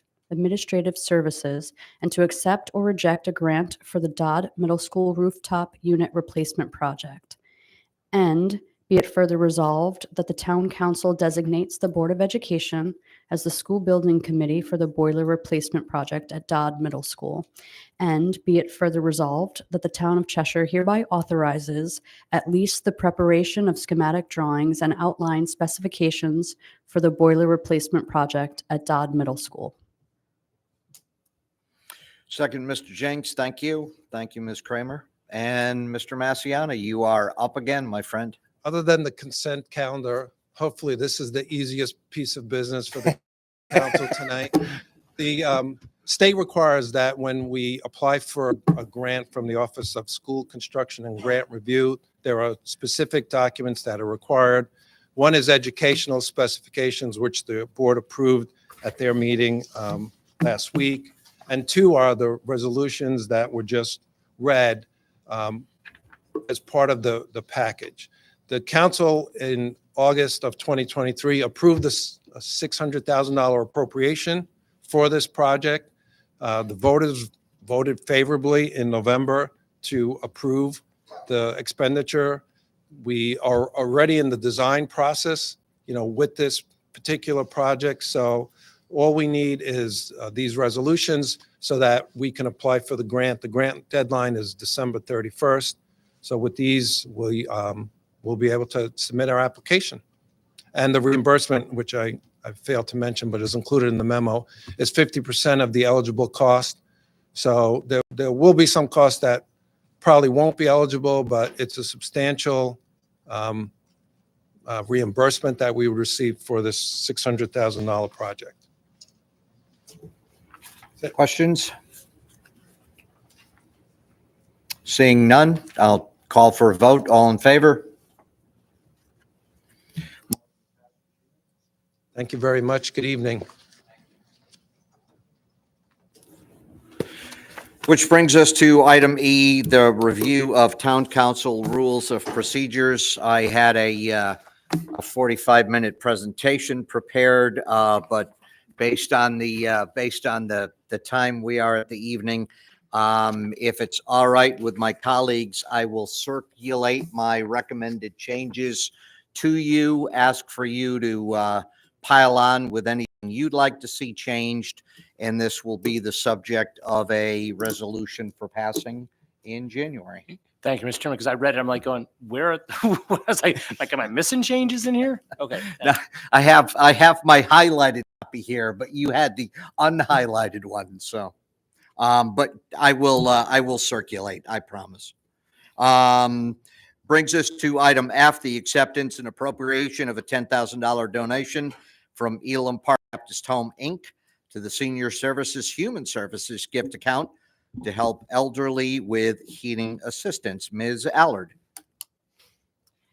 Be it resolved that the town council approves resolution number 12123-6.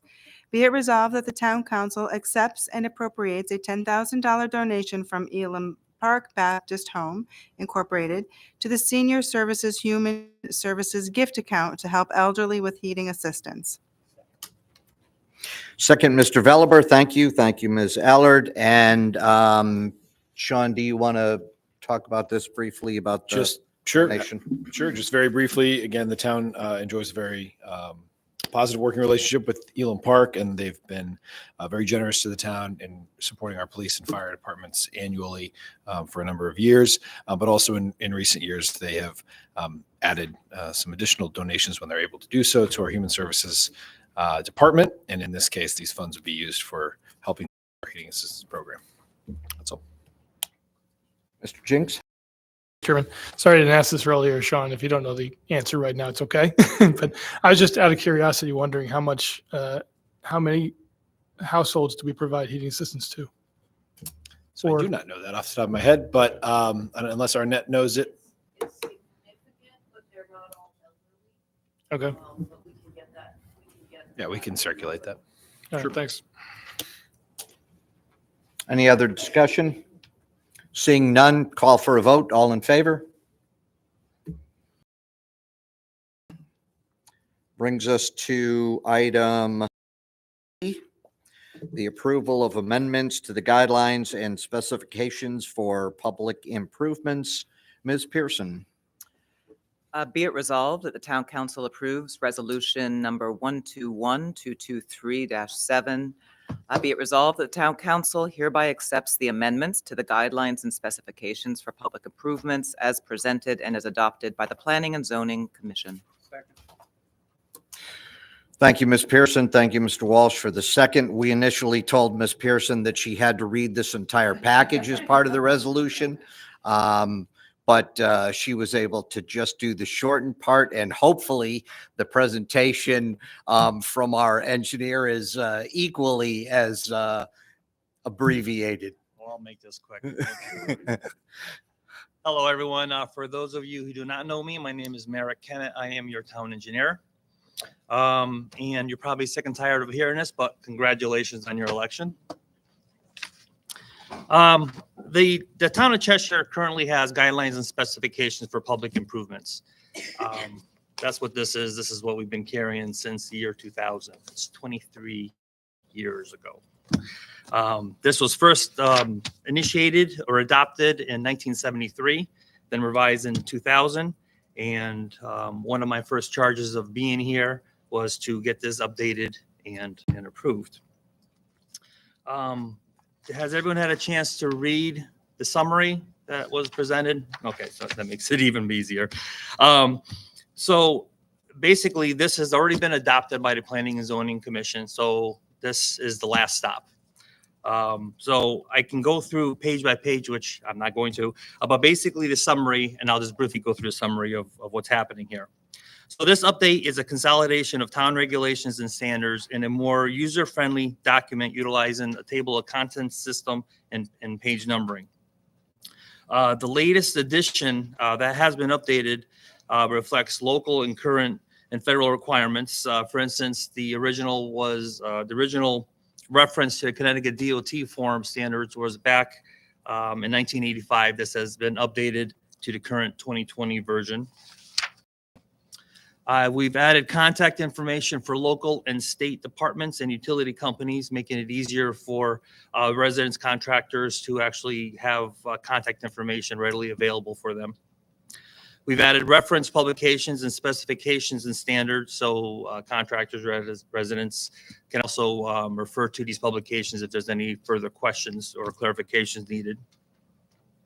I've added a street excavation permit application policies and procedures, just outlining what the procedures are for the application and how to actually get a street excavation permit within the town.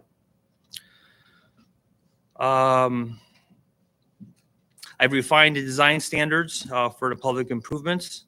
I've also refined the construction procedures that are for those public improvements.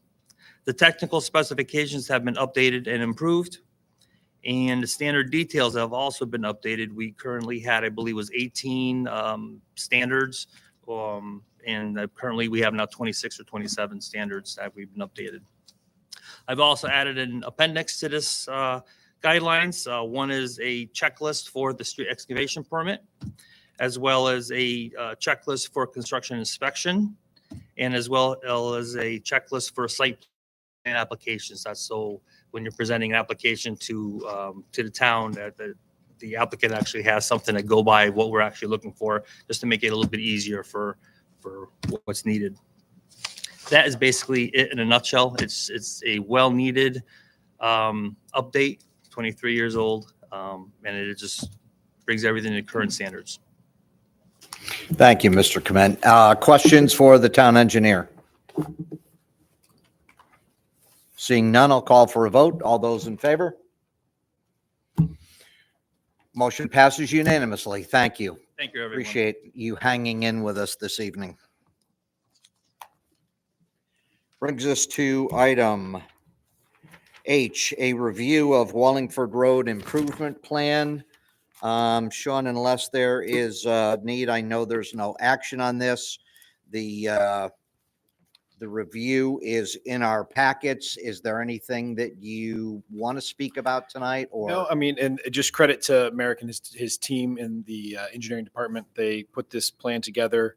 As the summary says, it will improve pedestrian safety, also add some on-street parking here on Wallingford Road, just outside those windows, and improving access to the new human services building across the street. So, technically it's a project we should be able to fund within the budget. So technically we don't need approval in terms of project approval, budget approval.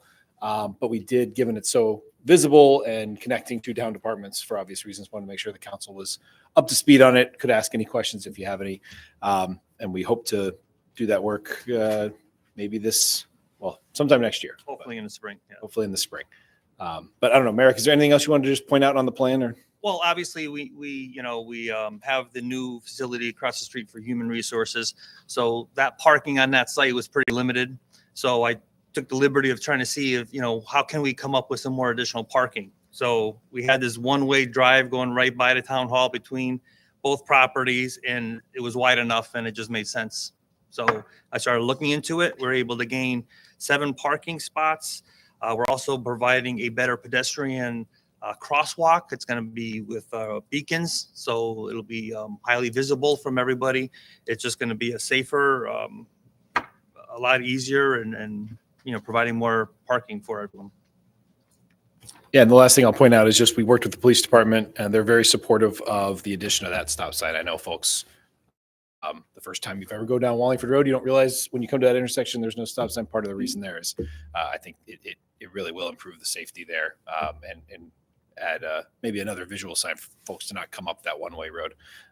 But that's another addition to the We're actually bumping out the curbing, so it's actually going to prevent anyone from crossing into that area. So prevent any unauthorized access. Right. Happens more often than you might realize. A safer environment. Quick question. Walsh? I know you said the UPS and FedEx. I mean, do you have to get permission from UPS and FedEx to move their boxes, or and will that be done immediately, like when you move it from here to there, or are you going to have? You do need their permission. I've already contacted a postmaster, so we're in negotiations. So basically, the thought is to actually put it in the middle of the circle of the town hall. It makes sense. You're driving in there. You already have the box for the voting there, so it's a good location. Mr. Valiber. Thank you. Just to follow up on Councilor Walsh's question. So and I assume that this is true, but those trucks, if you move them into that circle, trucks don't have any trouble getting, coming in and out, making that turn, right? The FedEx trucks, the UPS trucks.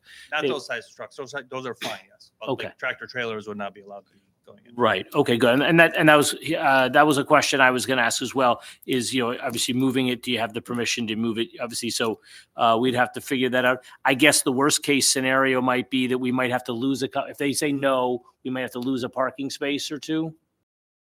Case scenario is we just relocate it somewhere else, possibly on Elm Street. We can location if we have to. We would work and try to come up with an alternate location. Right. We're not going to lose the box. We're going No, I'm just saying, but if they said, no, we want to keep it exactly where it is, I'm just not likely you're going to move it. But I'm just curious if, could they say, no, you can't move it. You need to leave the postal box and the UPS box where it is. I suppose they could, but I've been in talk with them and they're willing to. Okay. work No, something out, so. and that's perfectly fine. I hope that's not the case. No, I hope so too. I'm just curious if that is a stumbling block.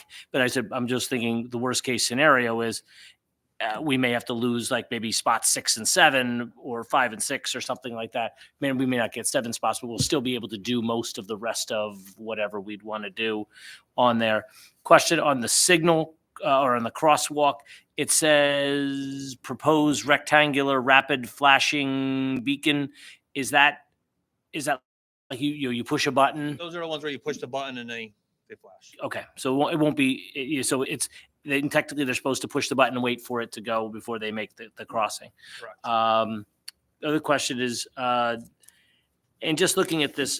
Well, I'm going to get to the one I like. I'm happy that you put this bump out here at the Elm. I know I've talked to Sean multiple times about this over the years. How many people come down that street and make a left turn into the oncoming side of Elm? They cut in and they then either and they go down the wrong side or they get halfway in and they go, oh, I'm not supposed to turn that way and cut around. So I'm hoping that obviously this bump out will help provide them a little bit more visual that they won't come down the wrong way on Elm Another Street. addition is that we're also adding a stop bar and stop sign right there. Right, and that was my Currently, other. there is no stop sign. So sometimes the opposing traffic doesn't know if someone's stopping or going or taking a left or what's the story. So Right. I mean, technically, if you're the one coming up Wallingford Road and making a right onto Elm Street, you're supposed to stop. And the people coming down, if they're going to make that left turn onto Elm Street, they have the right of way to go and you have to stop. Right, so we're cleaning that up. Right, which is also good. My only other question is, and it's tough to visualize for me, but it seems that stop bar is awfully far up the road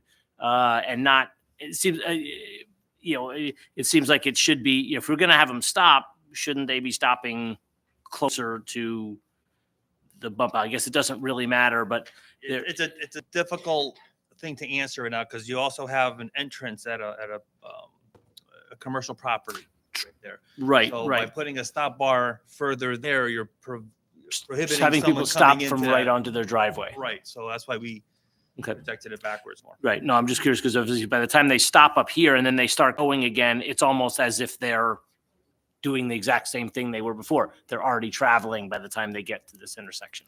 Okay. So I mean, overall, I think this is a great use of that spot.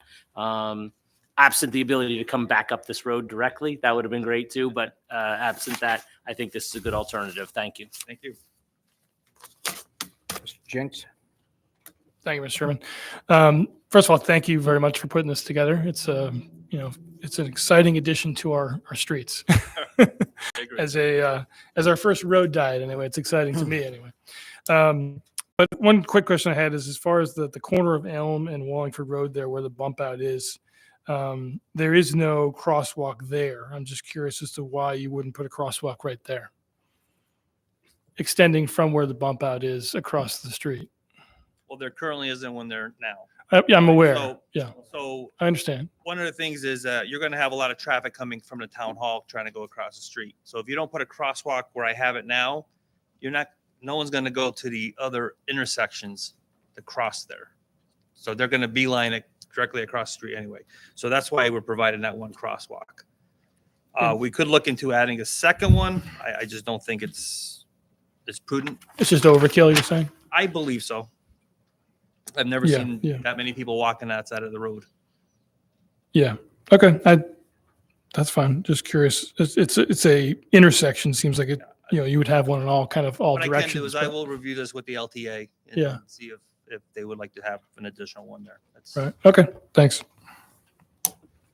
Anyone else? Thank you. All right, thank you. Appreciate it. Everyone have a good night. You too. Move to item I, acceptance of Michael Place as a town road. Mr. Wolf. Thank you, Mr. Chairman. Be it resolved that the town council approves resolution number 121223-8. Be it resolved that the town council accepts Michael Place as a town road conditional upon the filing of a maintenance bond and recording of the warranty deed for the roadway and the storm drainage and sightline easements, free and clear of all encumbrances. Mr. Chairman, I would second that, but I have a feeling that the note on the agenda is going to override that motion. Yes. So this agenda item was pending some actions that needed to take place. Those actions have not taken place. There have been documents that have not yet been submitted, and Planning and Zoning was unable to approve it last night. So this will probably appear on the agenda again in January. So do you need to withdraw it or do you need to table it? Yeah. Do you need how do you? You can tape. I think Jeff, motion to table would be sufficient without a second on the first motion. If you want to identify that, yeah. Yeah, because if you're going to table it, it should be tabled to a specific agenda. Otherwise, just don't take any action. And To you. when you're ready to act, run on an agenda. Either way, we're going to bring it back to you in January. So let's I'll accept a motion to table to the January meeting. How's that? So moved. Thank you, Mr. Veliber. And a second on the table, Mr. Walsh, all in favor? Aye. The table is unanimous. And Thank you. before we do that, as we are very close, I will ask for a motion to extend. Mr. Walsh, thank you. And second, Mr. Jenks, thank you. So we are officially extending the meeting past our 11 o'clock self-imposed deadline. You're going to take a vote on that? No, because I'm afraid what the vote would be. All those in favor?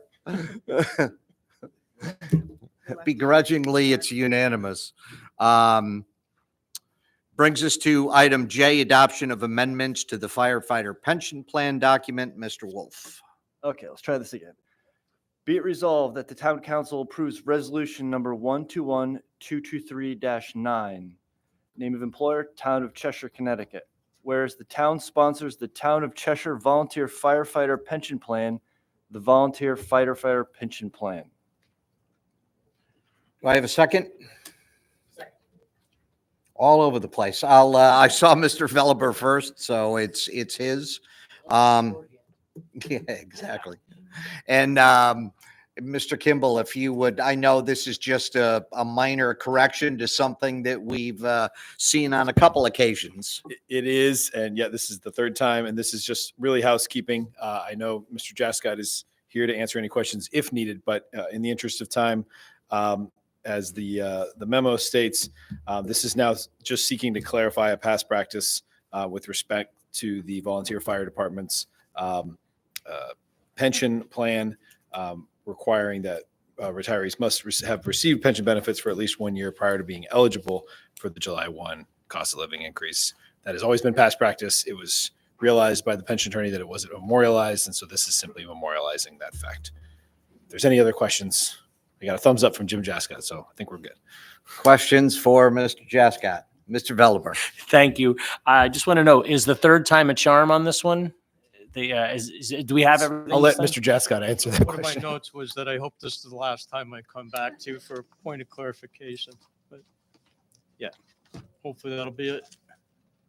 And just wanted to welcome all the new members of the board, of the council as well. And congratulations to all of you.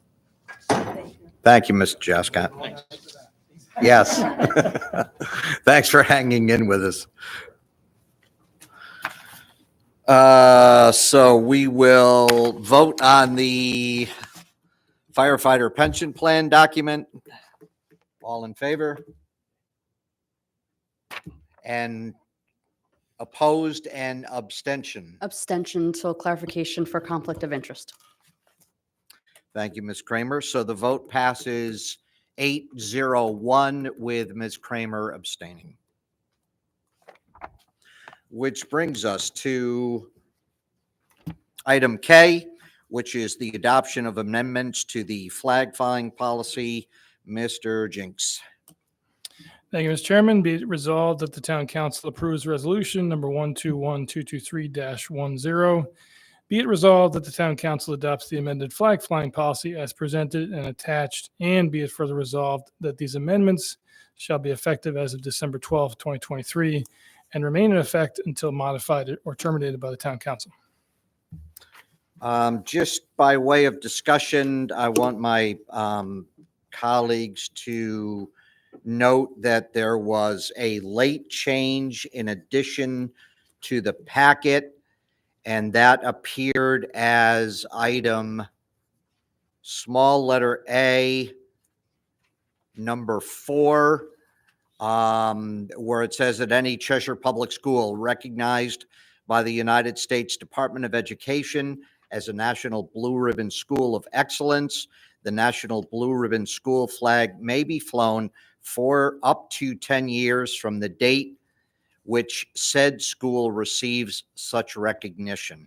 After consultation with Superintendent Solon, the thought was that they are allowed to do it longer than just the year that they had it. So that change was made, but I wanted my colleagues to be fully aware of that.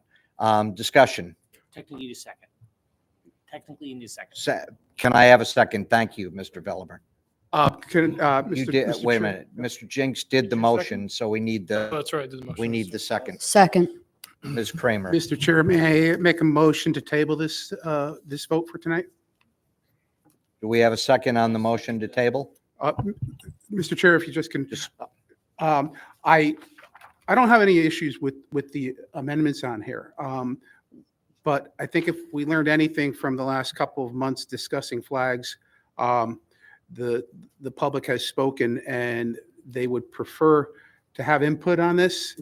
And I would ask that it be referred to the ordinance committee for further discussion to decide, this is the first I've seen of these amendments was when I received my packet on Friday.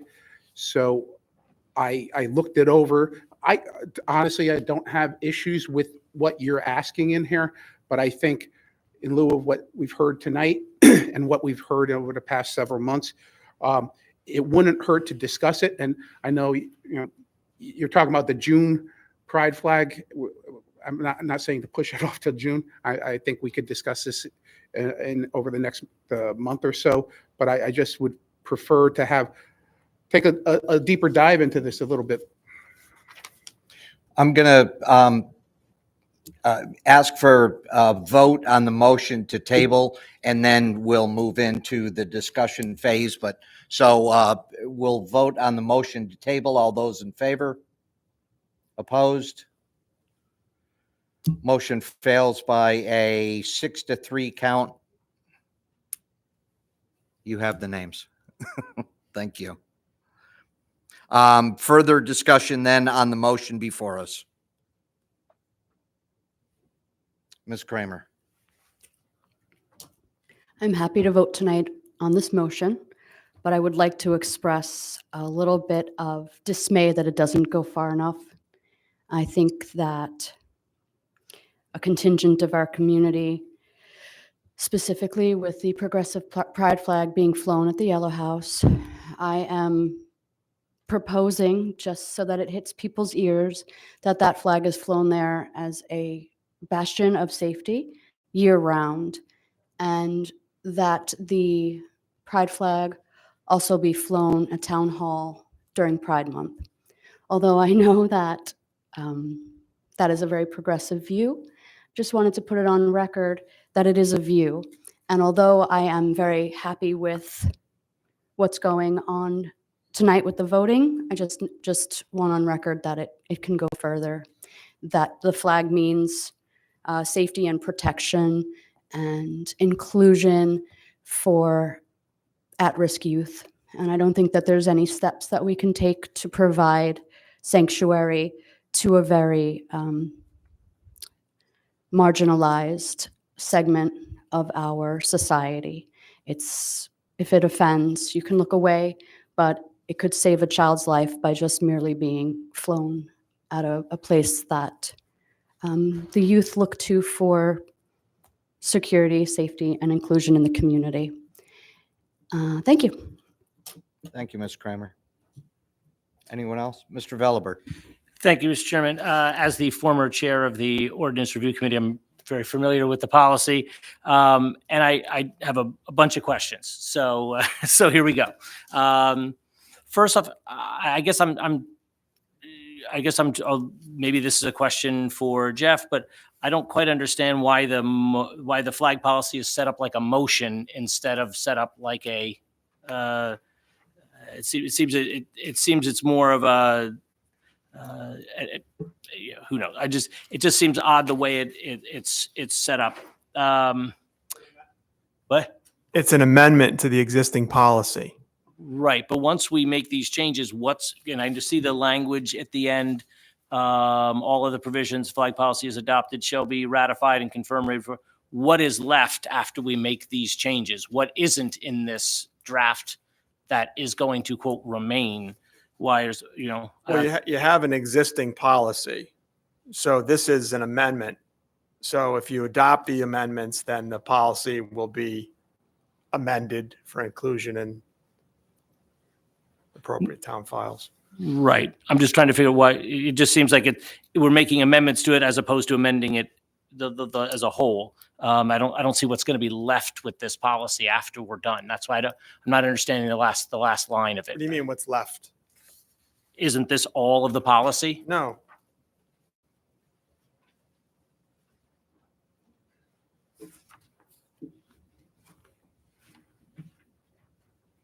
No, there's a very important part of the policy that's not being touched. The top part? Last paragraph. The one that makes it government speech, which is the whole purpose of doing the policy. The one about in adopting this policy? Yes. That's struck in this amendment. No. That was my second question. Why is that language struck? That can't go. That's why I'm asking the question. I don't understand why that's gotta struck. stay. No, that's not going anywhere. Okay, but it is in this draft, so that's why I'm raising that question. So, in theory, the language in adopting this policy, the Cheshire Town Council declares the flagpoles owned and maintained by the town of Cheshire are not intended to serve as a form of free speech. I think That part's in. If I'm recalling the last time this was talked about this was talked about once at an ordinance committee meeting, if I recall. Not all of these amendments, but the potential of amending the policy. And there was discussion about having that language added, all other provisions as adopted are hereby ratified and confirmed. And I think it was you that maybe said to me in a call, if we have that in here, why do we need the rest of it? Right. So if it's confusing, we'll fix it. But Okay, that last paragraph's not going anywhere. Okay, that's on my list. Okay, good. So It can't. Otherwise, the policy's not a policy. Okay, perfect. That's what I was thinking, because that's really the statement that we're really putting out there, that this is not government speech, right? It's absolutely critical. Right. It's absolutely critical. For it to be government speech, there has to be a declaration of intent. That's what the Supreme Court said last year. Right.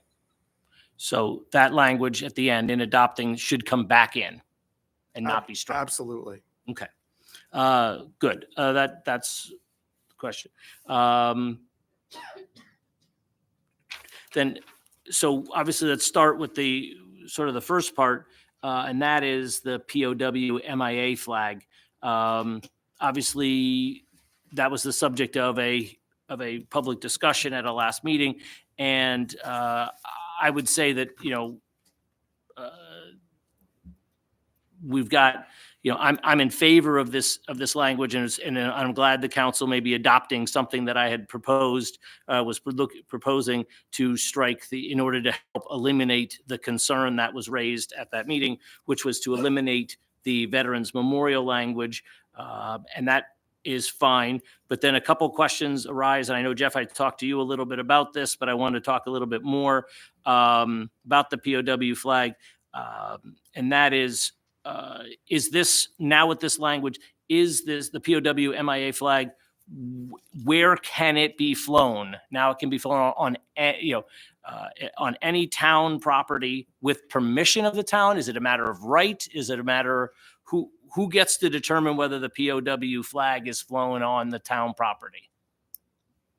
This policy is a town policy for government speech on town property.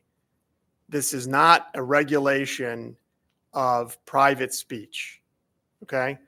So just as the town decides on which flagpoles it flies, the US flag, the state of Connecticut flag, under this policy, the town will decide which flagpoles the POW flag flies on.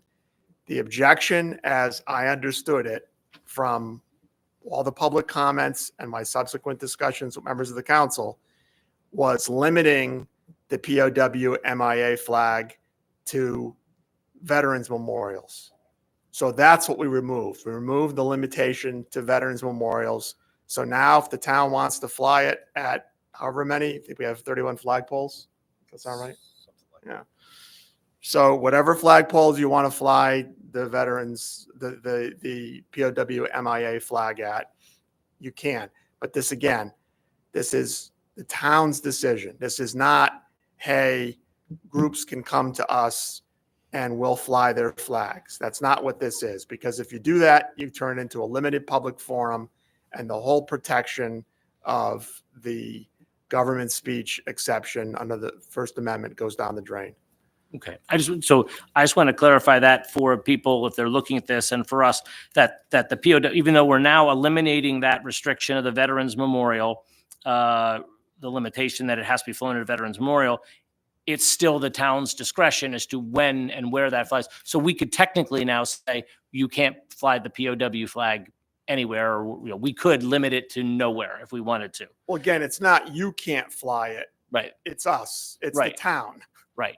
So they just- can't. They could. the We could town say the we don't town want it. may fly the U.S. flag, the state of Connecticut flag, if there's ever a town of Cheshire flag, if there's a blue ribbon school flag, POW MIA flag, and under this, the pride flag during the month of June at the Yellow House. So that's the town's not obligated, because under the government speech doctrine, the town is not obligated to speak.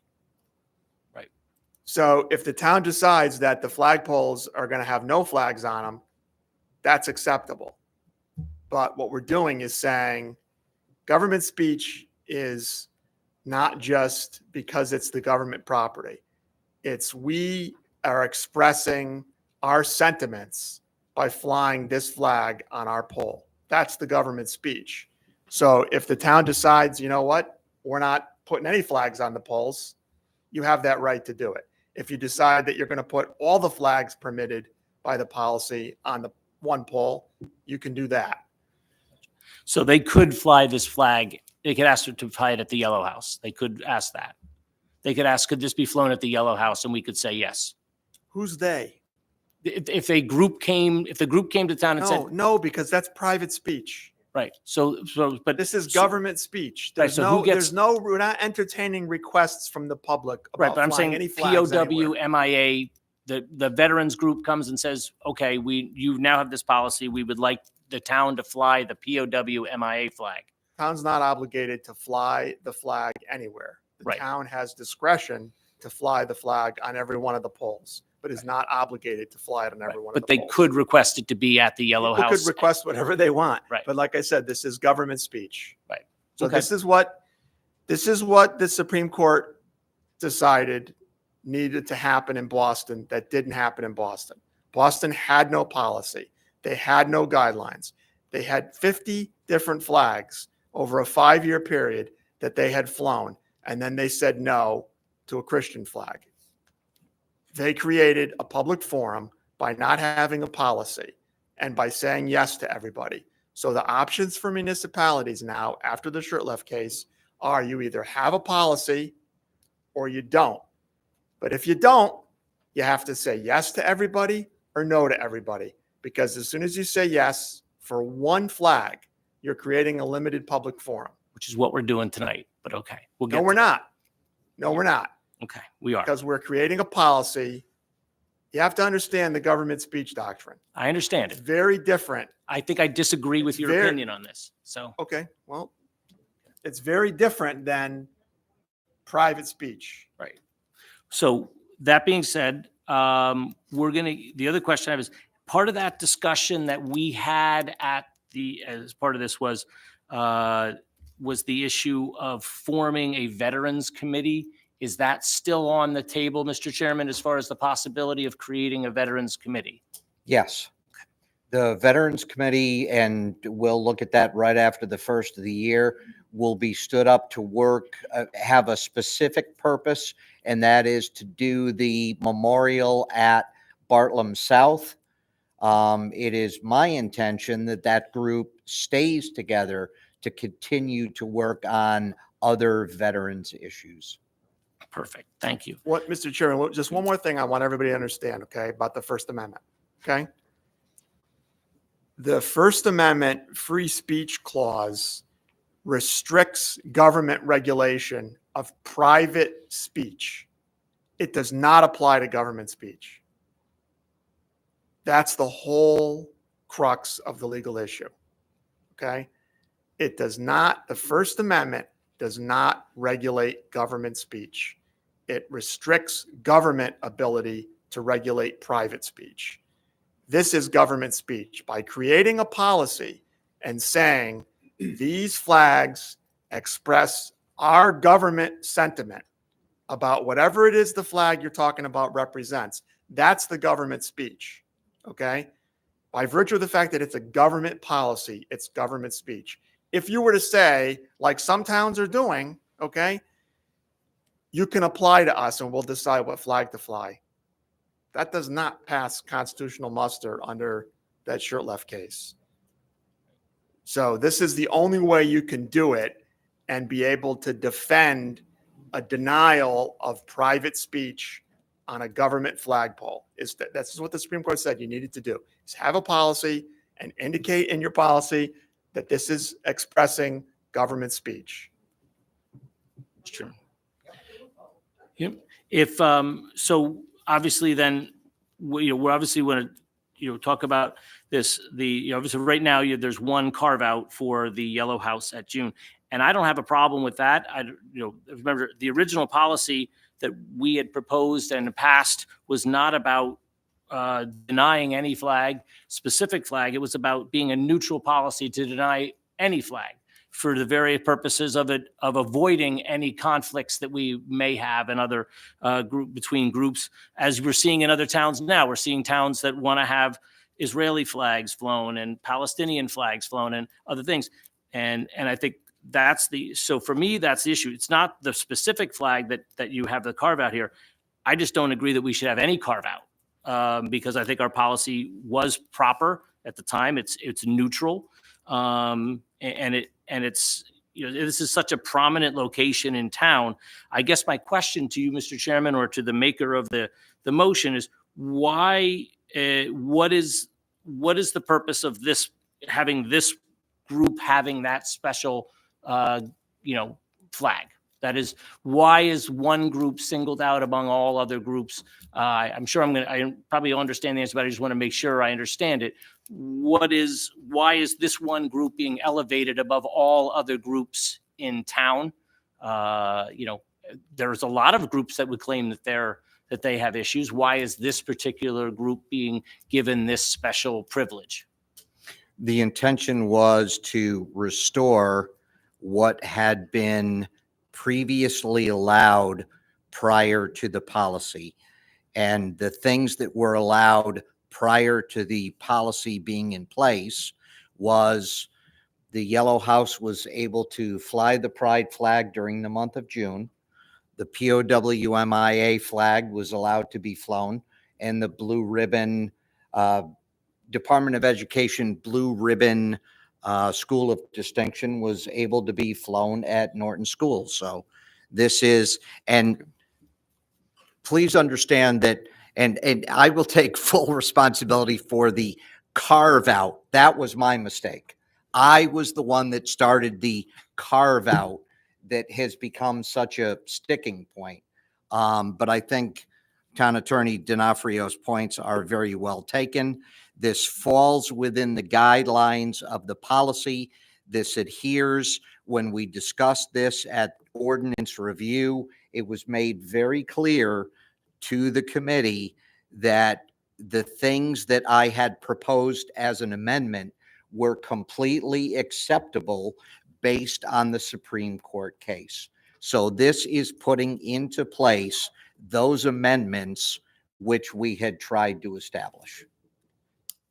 Thank you, Mr. Chairman. So I guess my other question would be, I mean, there must be other groups who would like this privilege and the honor of having the ability to use town property to fly their flags.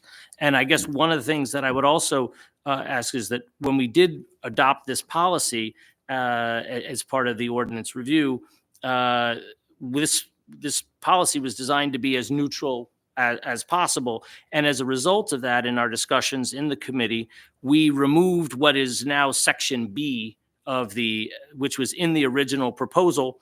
And I think the issue would be if we can agree that we can add at least one group. I think that I would like to add that we should probably be looking to honor our police and fire department as well, and giving them the honor of potentially being able to fly flags on their property. And with that, I would make a motion to amend this policy to reinstate section B of this proposal to allow for the police and fire department to be able to fly first responder flags at their relevant station, whether it's the police station or the fire department. I'll second that. Yep. Just a point of order. So if at some point the police or fire department wanted to develop their own flag, then we could consider adding it to this policy at a future date. Correct? You can amend the policy. Right. You can amend the policy whenever you want. Right. So we can pass the policy as it stands, and if and when the police department or fire department chooses to have a flag. They do have this would be decided as a first responder flag, which currently is perceived as the blue line flag or the red line flag, or this would also include emergency medical technicians and paramedics. So they have their own first responder flags as well. So there are dedicated first responder flags for that. And so I would hope that this council would support our police and fire department and allow them that opportunity to be able to do that. I kind of feel that it's a slap in the face to them to not be able to fly that flag at the police station and or their fire department. But I will, leave that to you in the sense that if we're going to add one group, I think that there may be, as I said, I think a group that we can at least agree on, I think, good faith and relatively harmless additions to that group. The only thing I would say, Mr. Veliber, before we ask our other colleagues for discussion points, to that point, it's not adding an additional. I think I mentioned in my points when you asked your original question that we're restoring what had been undone by the policy. The things that were undone by the policy when it was first delivered was POWMIA, pride flag, and the blue ribbon flag at Norton School. Right. But the So police department, we're restoring those things. Right. We're not adding. You use the term adding. We're not adding anything. We're restoring what was in place prior to the policy. so And my it's- motion is asking believe you me, to add This council does not disrespect in any way, shape, or form our police, fire, or first responders. I would think not. Any other discussion? Yeah. Question. It's probably a question for the town attorney. It has to do with public testimony that was pretty strenuous regarding the MIA flag. And that conversation, people advocating for that, and the council, myself especially, acknowledging the mistake there that was made, stated that that flag by law can be anywhere. So can the public now demand us and instruct us to put that flag on 31 flagpoles because that's the law? I think this was asked and answered by Mr. Law that was being Attorney referred to D'Onofrio. was federal buildings. Federal buildings. Yeah. Okay. that I did not There's recall. federal law that requires the POW MIA flag to be flown at specific federal buildings, not all federal buildings, not by a long shot. Okay. That's very specific federal buildings that have some association or special affiliation with veterans and military organizations, Okay. armed forces. Well, thank you for that. I think whatever we should do with that issue has to be resolved. I do think keeping the, having a committee formed of veterans. So if they want to suitably identify some other public sites in town that they want a memorial, the council could consider it. It should be something that's either provided for with an amendment and/or the council envisions having to answer these questions instead of, thinking they won't get any. But anyway, that's just a comment, probably more than a comment. Mr. Walsh. Yeah, thank you. Correct me if I'm wrong, but I think, Sean, the Ukrainian flag also flew at the Yellow House, correct? Yes, that's correct. Okay. So, are we going to correct that one too? Or do we allow that if they want to fly the flag? The Ukrainian people who they handmade a flag, correct? They presented to the town council. And which they handmade, and they wanted it flown, and we decided to fly it at the Yellow House. So if we're going back to what was done before, do we add that one back in because of that? So, I think this is why I brought up my motion to, maybe we need further discussion. And maybe even if we pass this, we, in an ordinance, have them discuss it a little further. Trish came up with an idea that she wants. There's the addition that we still have a motion on the floor that we have to vote on from Mr. Velaber that to talk about that. So I think there's a lot, and part of the thing that came out was transparency and public input, and I don't think we're doing either of those right now. I think we need to have some more public input on this. We had some tonight, but I think we can have further discussions on this. Like I said, I have no issues with the additions of the amendments in here. That doesn't bother me, but I do get concerned about other groups that may want to do that, because once they see one, they say, well, how come I can't? And I know our attorney said, I think what you guys were saying was we can't be sued, but he said it's not. I think what you told me was you can't guarantee we can't be sued. Well, look, the question isn't whether you can be sued. Right. Okay. Anybody can file suit against anybody for anything. The question is whether or not the policy is unconstitutional. Right. In other words, you're asking me to predict whether an adjudicative process would result in the policy being declared unconstitutional. And what I'm saying is, based on the Shurtleff case, no. But, the First Amendment's been around for more than a year. And there's other Supreme Court cases that have, the law continues to evolve on signage and flags. Okay. And I think you told me that the It more you turns- add, the it- more. it turns on the facts of every individual case. So, if you want to, you can't say, oh, are we going to get sued under this policy? I don't know what somebody's going to ask you to fly on a pole and what you're going to tell them. What I do know is that if you want to add flags to the policy, it needs to come from this body. It can't be a process where if somebody comes to you and says, I want to fly the flag, then you amend the policy because somebody asked you to do it. Because then all you're doing is creating a limited public forum and branding it government speech. And then ain't going to pass constitutional muster because it's not government speech if you don't come up with it, but somebody comes to you and says, I want to fly this flag, so then you amend the policy. Then what you're doing is you're showing viewpoint discrimination, right? Because if you're not going to do that for everybody, then you can't do it for anybody. That's viewpoint discrimination, is when you do it for someone and you don't do it for someone else.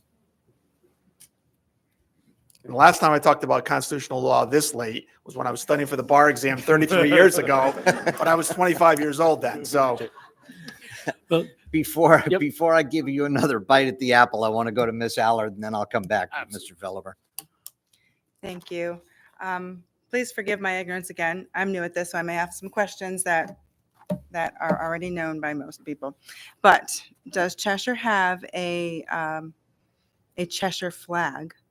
If I'm understanding this last line here, all other provisions of the town of Cheshire flag flying policy, is that holding open the opportunity for a Cheshire flag to be flown? I think it's generally accepted that the Cheshire flag is the seal on that white flag. Right. Okay, is that within this? It is within this. it's in the original policy. Okay, okay. I suppose unless one was to be developed and replace that one, I suppose. Okay. So then my other question with respect to section B, it states, it is crossed out, but it states the official departmental flags of the police department and the fire department.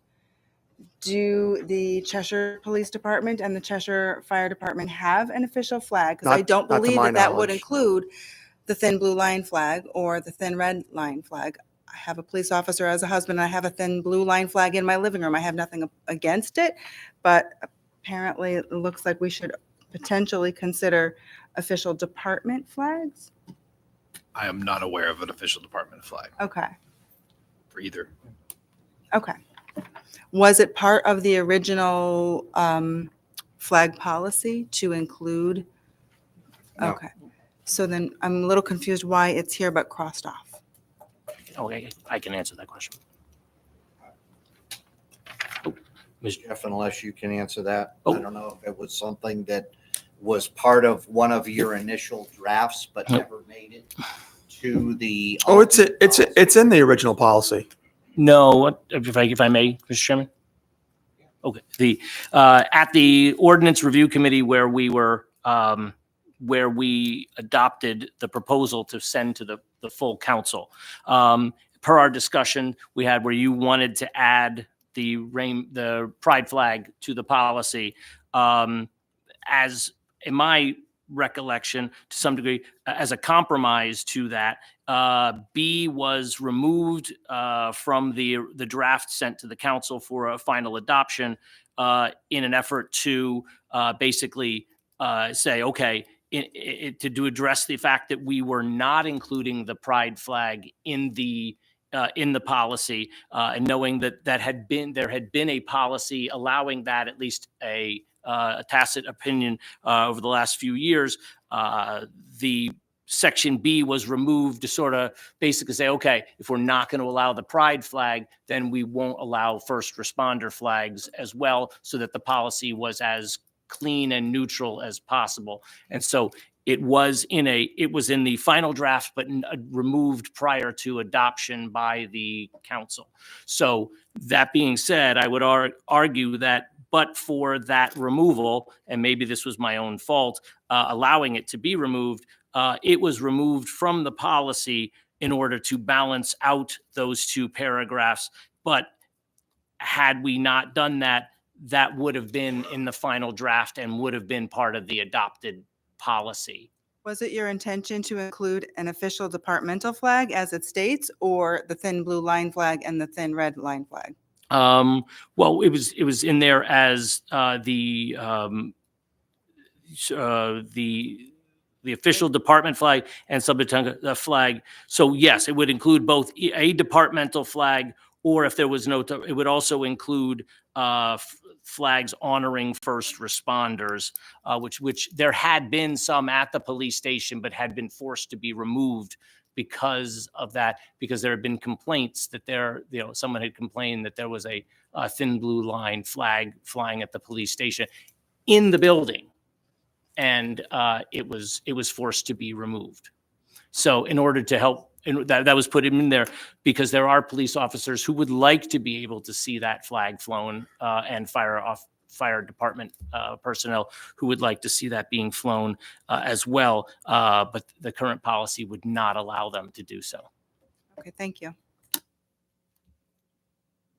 which is why I'm asking it to be reinstated or input it to balance these two out. So are you adding that to your amended motion? No, I'm just, the amendment is to add back in language of paragraph B.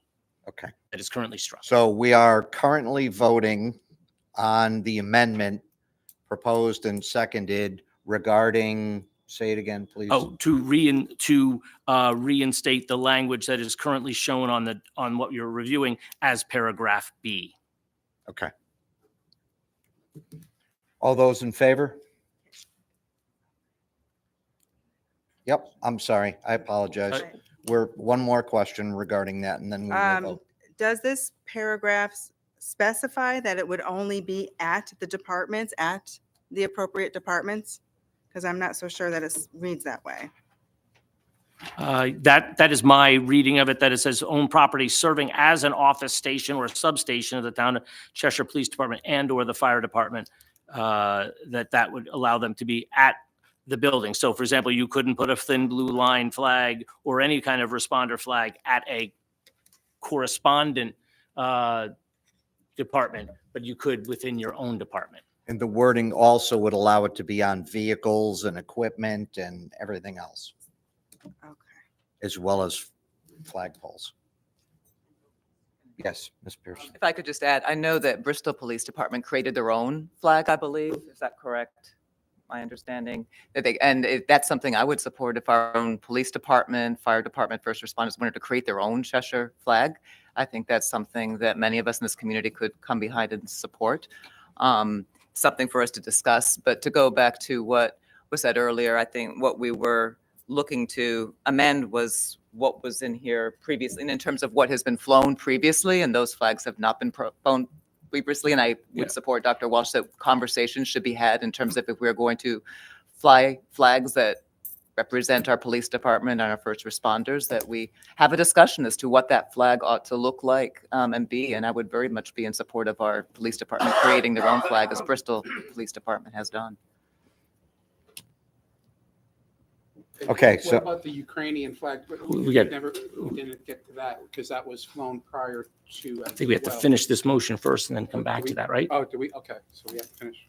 Then we yeah, already so voted. we're voting on the amendment proposed by Mr. Veliber to add back in section B. All those in favor?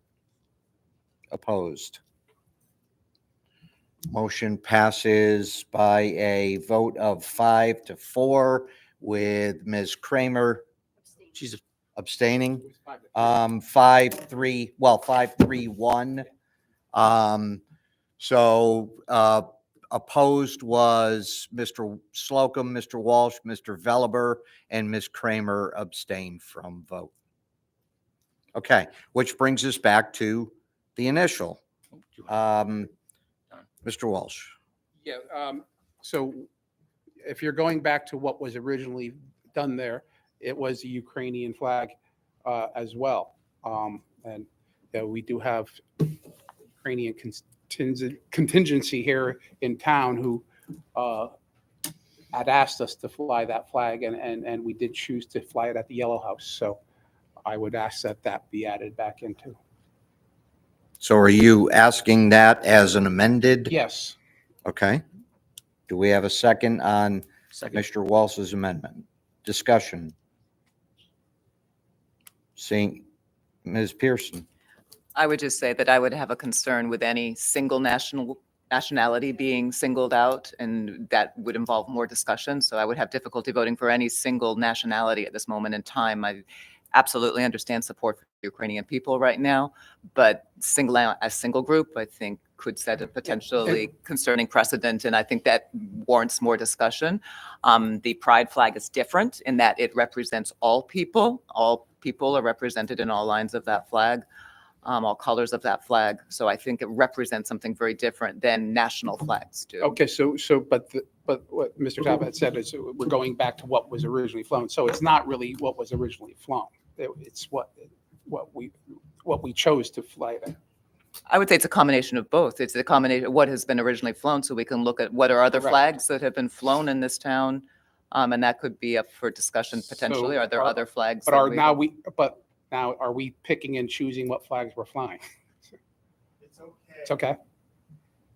It's okay for the government to pick and choose as part of a policy. It's not okay without a policy to pick and choose.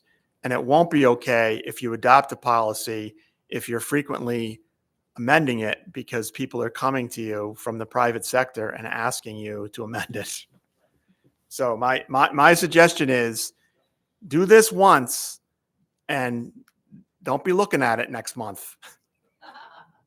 Right. Because again, the whole idea behind government speech is it really is government speech. It's not private speech hiding behind a policy. All right, we have a second amendment on the table. It's been seconded. Ms. Allard. I apologize. That's okay. I apologize. I know it's late. I'm ready to turn into a pumpkin myself. Can it be amended to include if the town of Cheshire were to create a fire department and a police department official flag, that can be flown at their respective properties? At the present time, my preference would be to say the policy that was presented this evening is the policy that's being presented. It's, again, even though our town attorney doesn't want us looking at this at every meeting and amending it, if that were to come down the road, I don't see why we couldn't take that under consideration. Okay. That being said, we have the second amendment that's on the table, and we will vote on that now. All in favor? All opposed?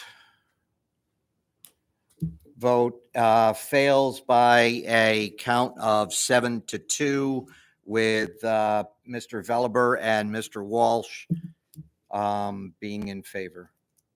Mr. Veliber. Mr. Chairman, thank you very much. My concern is, as the town attorney has said, that in theory, if we pass this policy, his recommendation is that we don't touch it again. And as a result of that, there will be many groups who will be excluded and shut out from this process once we adopt this policy. I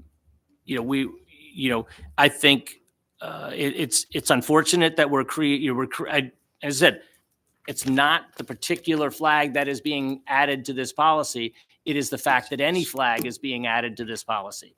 There should be a neutral policy, and the town should stay out of their making this type of opportunity and consciously and deliberately excluding all other groups in this town who would like to take advantage of this privilege that we are granting to one specific group. And so that's my concern with this, is that, ultimately, once we adopt this policy, we are probably not going to be revisiting it again. And there will be a bunch of groups that will not have an opportunity to do that. I understand the idea of trying to reinstate the policy before what was done, but I think there's many other groups. And as Donna mentioned, I think this really should go to ordinance before it's adopted and have that discussion. One of the things we were accused of while we in the campaign was we moved too fast. You didn't think about everything. You just put it on paper and ran with it. And that's what we're doing here right tonight. So I think the issue is, to me, I kind of feel it's a little ironic that, in an effort to make really, this decision in order to provide a flag on town property to recognize the group that's perceived as being discriminated against, you're really discriminating against every other group who would want the same opportunity. And that's, that to me is kind of unfortunate here. You're choosing winners and losers, and you're choosing one winner and a whole lot of losers. And that's what I find is wrong with this policy. And the current policy, as I said, I keep going back to this, but this was a neutral policy in an effort to avoid conflicts and not embroil the town and town staff who are going to have to deal with this issue and requests in picking who can and can't have access to fly flags on town property. I mean, there's been recent decisions that are happening. North Attleboro, Massachusetts, they're in a big fight over Israeli and Palestinian flags, and because they didn't really have a policy. So what do? They adopted a policy. What was their policy? Federal, state, local flag. That was it. So I feel like the past council was sort of ahead of the curve, getting this done and creating and avoiding this issue before we had an opportunity to potentially have a problem. And so creating this exception, while a worthwhile cause, opens the town to claims and complaints. I know perhaps I may not have the same interpretation, and I respect the town attorney's opinion on this, and maybe I'm wrong. But I feel the biggest problem is going to be whether we're right or wrong. When we adopt this policy, every other town and every other group can come to the town and say, why did you pick them and not us? Why can't we do that? And that's what I'm worried about. I mean, we see some of these flags out here. We've already talked about the Ukrainian flag. I believe the Marine flag is included in the policy. I believe the banana flag would be an awesome addition to the town policy. But right now we're in the middle of a massive conflict in Israel. I would think it would be nice for Jewish students to feel they're welcome and that they're supported, and yet we're not going to adopt the ability for the Israeli flag to be flown. Although I will. Or, for example, the Gadsden flag is a former U.S. flag. I mean, that is a former flag of the United States and should be allowed to be flown on town property. One of the other things, that's important here, is what other groups could be out there. We really should be looking at that. I mean, I'll tell you, I think one of the most sort of repressed groups at the high school is the high school Republicans. They go through they go to class every day, and they're sort of tormented by their teachers and by other students, and they're sort of forced to keep their opinions down, or they risk retribution from their teachers. Don't they deserve a flag to be flown at the Yellow House?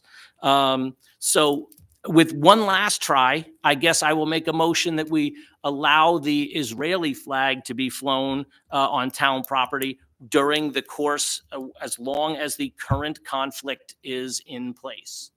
Until that conflict is over, we should be supporting our Jewish brethren and the Jewish students of this town to make them feel that they are, in fact, supported by this town. So I will make a motion to adopt and add the ability to fly the Israeli flag as long as the current conflict is deemed to be still in effect.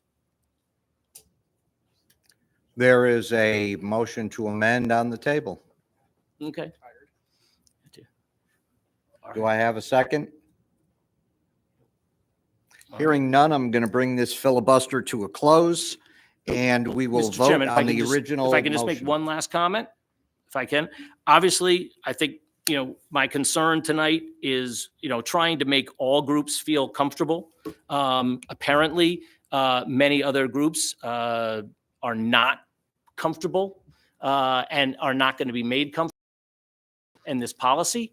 And as a result of that, in light of and to hope to try to continue this discussion for I would recommend that there are any groups out there and any residents who this policy is unfair need to submit a direct request to the town of Cheshire and require a denial from this town as to why their request is being denied. And and I hope that we get a lot of them, because there are a lot of groups out there who would love the opportunity that this one group, as worthy as they may be, is being given the privilege that other groups are being specifically excluded and denied. Thank you. Thank you, Mr. Veliver. All those in favor? Opposed? I think you wanted to probably vote the other way. Well, Mr. Chairman, unfortunately, because the POW policy is intertwined with this, although I would love to see this policy changed, I think it's more important that we make sure that the POW MIA flag policy is adopted. So The motion passes 7-2 with Mr. Walsh and Mr. Slocum opposed. Moving on to item L, Ms. Pearson. Be it resolved, the Town Council of 1223-11, be it resolved, the Town Council accepts and appropriates a $200,000 pass-through grant to Bartlam South Arts and $400,000 to be used for economic development purposes from the fiscal year 24-25 state budget via Department of Economic and Community Development funding, and be it further resolved that the Economic Development Commission shall develop a recommendation for the expenditure of the $400,000 for community-based economic development initiatives for review by the Town Council. Thank you, Ms. Pearson. Thank you, Mr. Walsh, for the second. Mr. Martelli, Mr. Chairman. as we approach tomorrow. Mr. Chairman, should I recuse myself from this? Do I need to do that now or after? You can just abstain from the vote. Mr. Chairman, I have 22 amendments when he's done. I will. We're only I will hearing be 3. brief. That's it. That's your max. So before you this evening or this morning, about 7 more minutes, is in the state budget, the 24-25 state budget, there was $600,000 in economic development funding for the town of Cheshire. Of that funding, $200,000 will be a direct pass. Continue their mission-driven items over there, and for economic development purposes. Of that $400,000, I'd like to bring that to the Economic Development Commission to take a look to see where that might best be allocated, then come back to this council with the recommendation for those expenditures. I have some ideas, but I'd like to really rely on the Economic Development Commission to help to drive those decisions and then come forward with you guys to act on that. Thank you, Mr. Martelli. We are certainly not in the business of turning down free money. So, question for Mr. Martelli. Seeing none, all in favor? Motion passes unanimously, 8 in favor with Mr. Wolf abstaining. Just not to be a nitpicker at midnight, but he recused. Recusing. I'm sorry. So the vote was 8-0. So it was unanimous by those voting. Item M, the acceptance and appropriation of fiscal year 24 supporting arts grant awarded at the Town of Cheshire Arts Place by the Connecticut Office of the Arts in the amount of $5,449. Mr. Wolf. Be it resolved that the Town Council approves resolution number 121223-12. Be it resolved that the Town Council accepts and appropriates the fiscal year 2024 supporting arts grant from the State of Connecticut Office of the Arts in the amount of $5,449 to be utilized for programming and other operational costs at Arts Place. And be it further resolved that the Town Council authorizes Town Manager Sean M. Kimball to execute any and all necessary documents associated with this grant. Mr. Jinks is seconded. Any discussion? Mr. Martelli. This is pretty straightforward. Back in August, Joanne Pilarczyk and I worked together to submit this grant application to the state. Based on the amount of applications received, that money was divided up and then awarded to different community-based arts programs across the state of Connecticut, and Cheshire's allocation is in the amount of $5,449. Joanne has several ideas. I have a laundry list here, but I will not go through it this evening, but the money will be well allocated towards specific programming at Arts Place. Any questions for Mr. Martelli? Seeing none, all in favor? Motion passes unanimously. I hold in my hand the last new resolution of the evening. Ms. Allard, the motion for acceptance and appropriation of $10,500 State of Connecticut early voting grant for expenses incurred by the registrars and town clerk offices to implement early. Thank you. Be it resolved that the town council approves resolution 1223-13.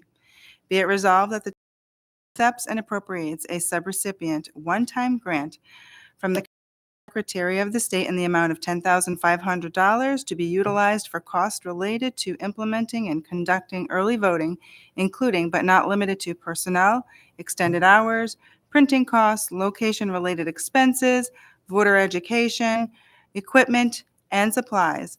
And be it further resolved that the town council authorizes town manager Sean M. Kimball to execute any and all necessary documents associated with this grant. We have a motion. Do we have a second? I'm sorry. Mr. Slocum. Ms. Talbot, if you would please. Certainly. This grant was authorized by the Secretary of State. It is going to all municipalities and to registrars in those municipalities to implement early voting. You can see the potential uses for the money. And the early voting implementation starts next month because it will be implemented for the April primary. And we actually do have a draft of the Secretary of State's guidelines on early voting, and I'd be happy to distribute that. I'll email that to all of you tomorrow if you're interested. And I'm happy to answer any questions. Mr. Veliver. Thank you. I'm on a roll today. This is great. Question: is $10,000? I mean, what are we anticipating the costs are going to be? Personally, I think this early voting is unfortunate because it's pretty much a mandate that's being posted to municipalities, and this may be the year we get money, but you know that the state will take that money away over the course of the next few years, and we will be stuck with this additional cost. But that being said, my question is $10,000 enough to cover what we're going to have? That's a good question. We have asked the registrars for a budget once they have had a chance to review the early voting manual, and we have asked them to come up with a budget projecting for the expected costs for this year to implement, and also for project the next couple of years going forward. So once we get that information from them, we'll provide that to you as well. Good. So are all municipalities getting the same amount? Okay, so I just heard Councilor Slocum say that, and I thought that's amazing that Cheshire is going to get the same amount as like a Bridgeport or a Waterbury is going to, is we're going to have. So, but that's true. That's true. They're getting caught. So, all right. Well, thank you very much. I said it's unfortunate that we even have to do this, but. Any other questions? Seeing none, all in favor? Opposed? Vote passes by an 8-1 count. Mr. Veliver opposed. Which brings us to Mr. Kimball. Oh, man. All right, I will be very quick. I feel like I say that all the time, but this time I really mean it. So before you and for all our new council members, for our future meetings, you'll have the town manager's report at your seats here as we begin the meeting. So, but it's also in addition to the police and the fire, and now you'll also see both library and economic development. A few other monthly reports will be interspersed in future reports going forward.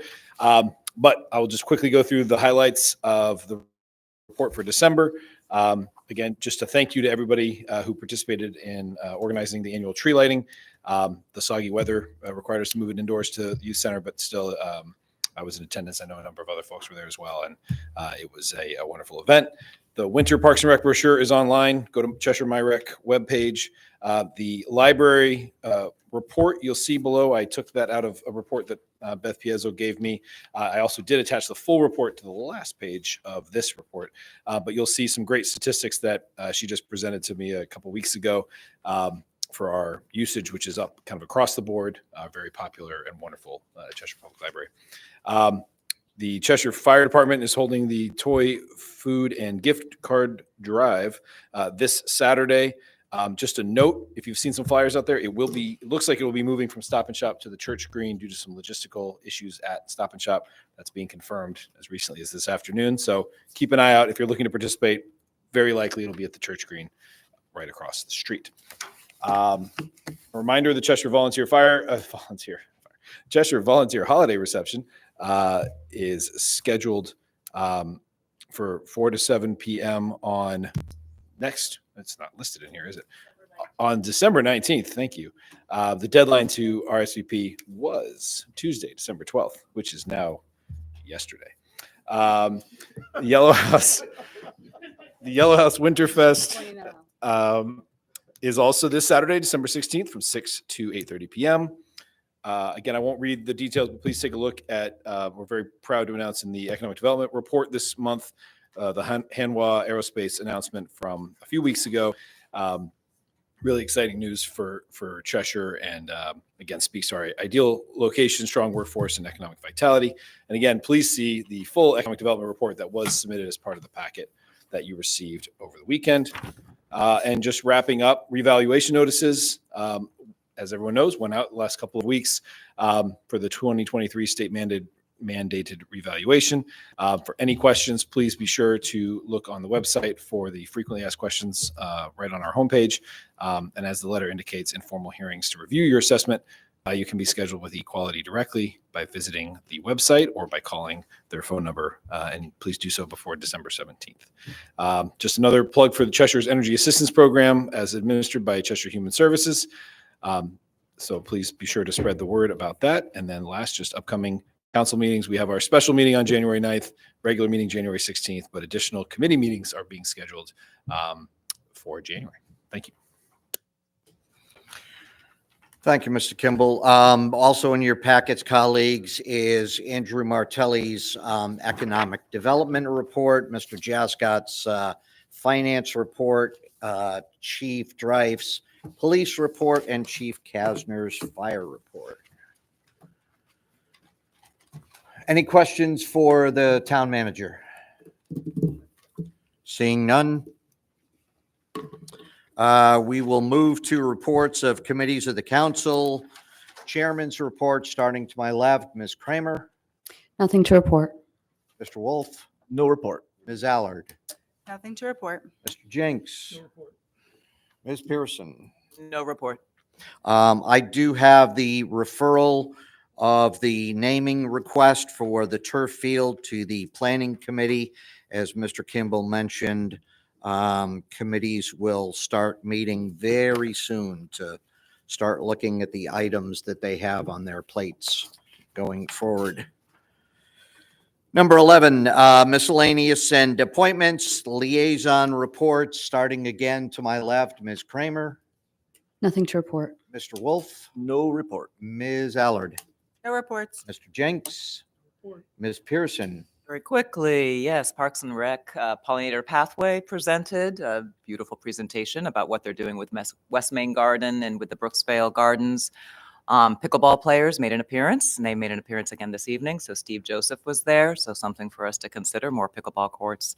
And cyclocross, concerns about cyclocross and the effects of Cheshire Park. So more to come on that likely. So there are questions about the public gathering permit. I know, Sean Kimball, you're working on that. And so that will assist us in addressing some of those issues in the future. That's all. Mr. Slocum. No report. Mr. Walsh. No report. Mr. Velber. Appointments to boards and commissions. I'll go back to you, Mr. Velber. Okay. You're good. Mr. Wolf is handling my old job of appointments. Nothing yet. Soon to come. More to come. See you after the first of the year. Mr. D'Onofrio, do you have a report for us this evening? No report, thank you. Thank you, sir. Council communication, letters to the council. There was a forwarded memo from the Energy Department, Energy Commission. Thank you for clarifying. Which is in your packets and will be part of the ultimate record. Miscellaneous, seeing none. Thankfully, we're not going into executive session. Mr. Veliver? Two things. I saw, sorry. I saw in the packet also at the back, very back, there was a letter from Harold Kramer thanking Sylvia Nichols for her role as the liaison to the, of course, I dropped the packet and now, of course, everything is completely. I have it right here. Yeah, but So the- it's I've from seen it Harold stuck on the Kramer. back, right? The Cheshire Public Advisory Board would like to thank Cheshire Town Councilor Sylvia Nichols for her assistance, guidance, and dedication during her term as the Cheshire Town and acted commendably as the board's liaison town council. In particular, we appreciated her advice and support of the library, valued her understanding the library's budget, programming, and services. Thank you again, Town Councilor Sylvia Nichols, for your service to our board. And we Thank you, hope Mr. to Chairman. have. Oh, those are good. I was going to say thank you. As the new library liaison, I wanted to at least pass that on. You're hoping you get a letter. And I was Can I gonna say, get a letter? you- Can someone just send me a It letter? appears, Mr. Veliver, you have some very big shoes to fill. Apparently so. so. And I do have one matter of small 30-second matter of privilege, if I could, because Sure. I managed. I know this is not going to be important to many of you, but it is to my daughters. So I thought I would mention it. I'd like to mention the passing of Chewy, who was the Dodd guinea pig mascot. He passed. Oh. And so it may not be important to you, but apparently he was well loved by the 7th and 8th graders of Dodd. And so unfortunately, poor Chewy has met his maker. But I thought I would at least mention that, and my condolences. Very good. And on that sad note, motion to adjourn. Mr. Veliver, second.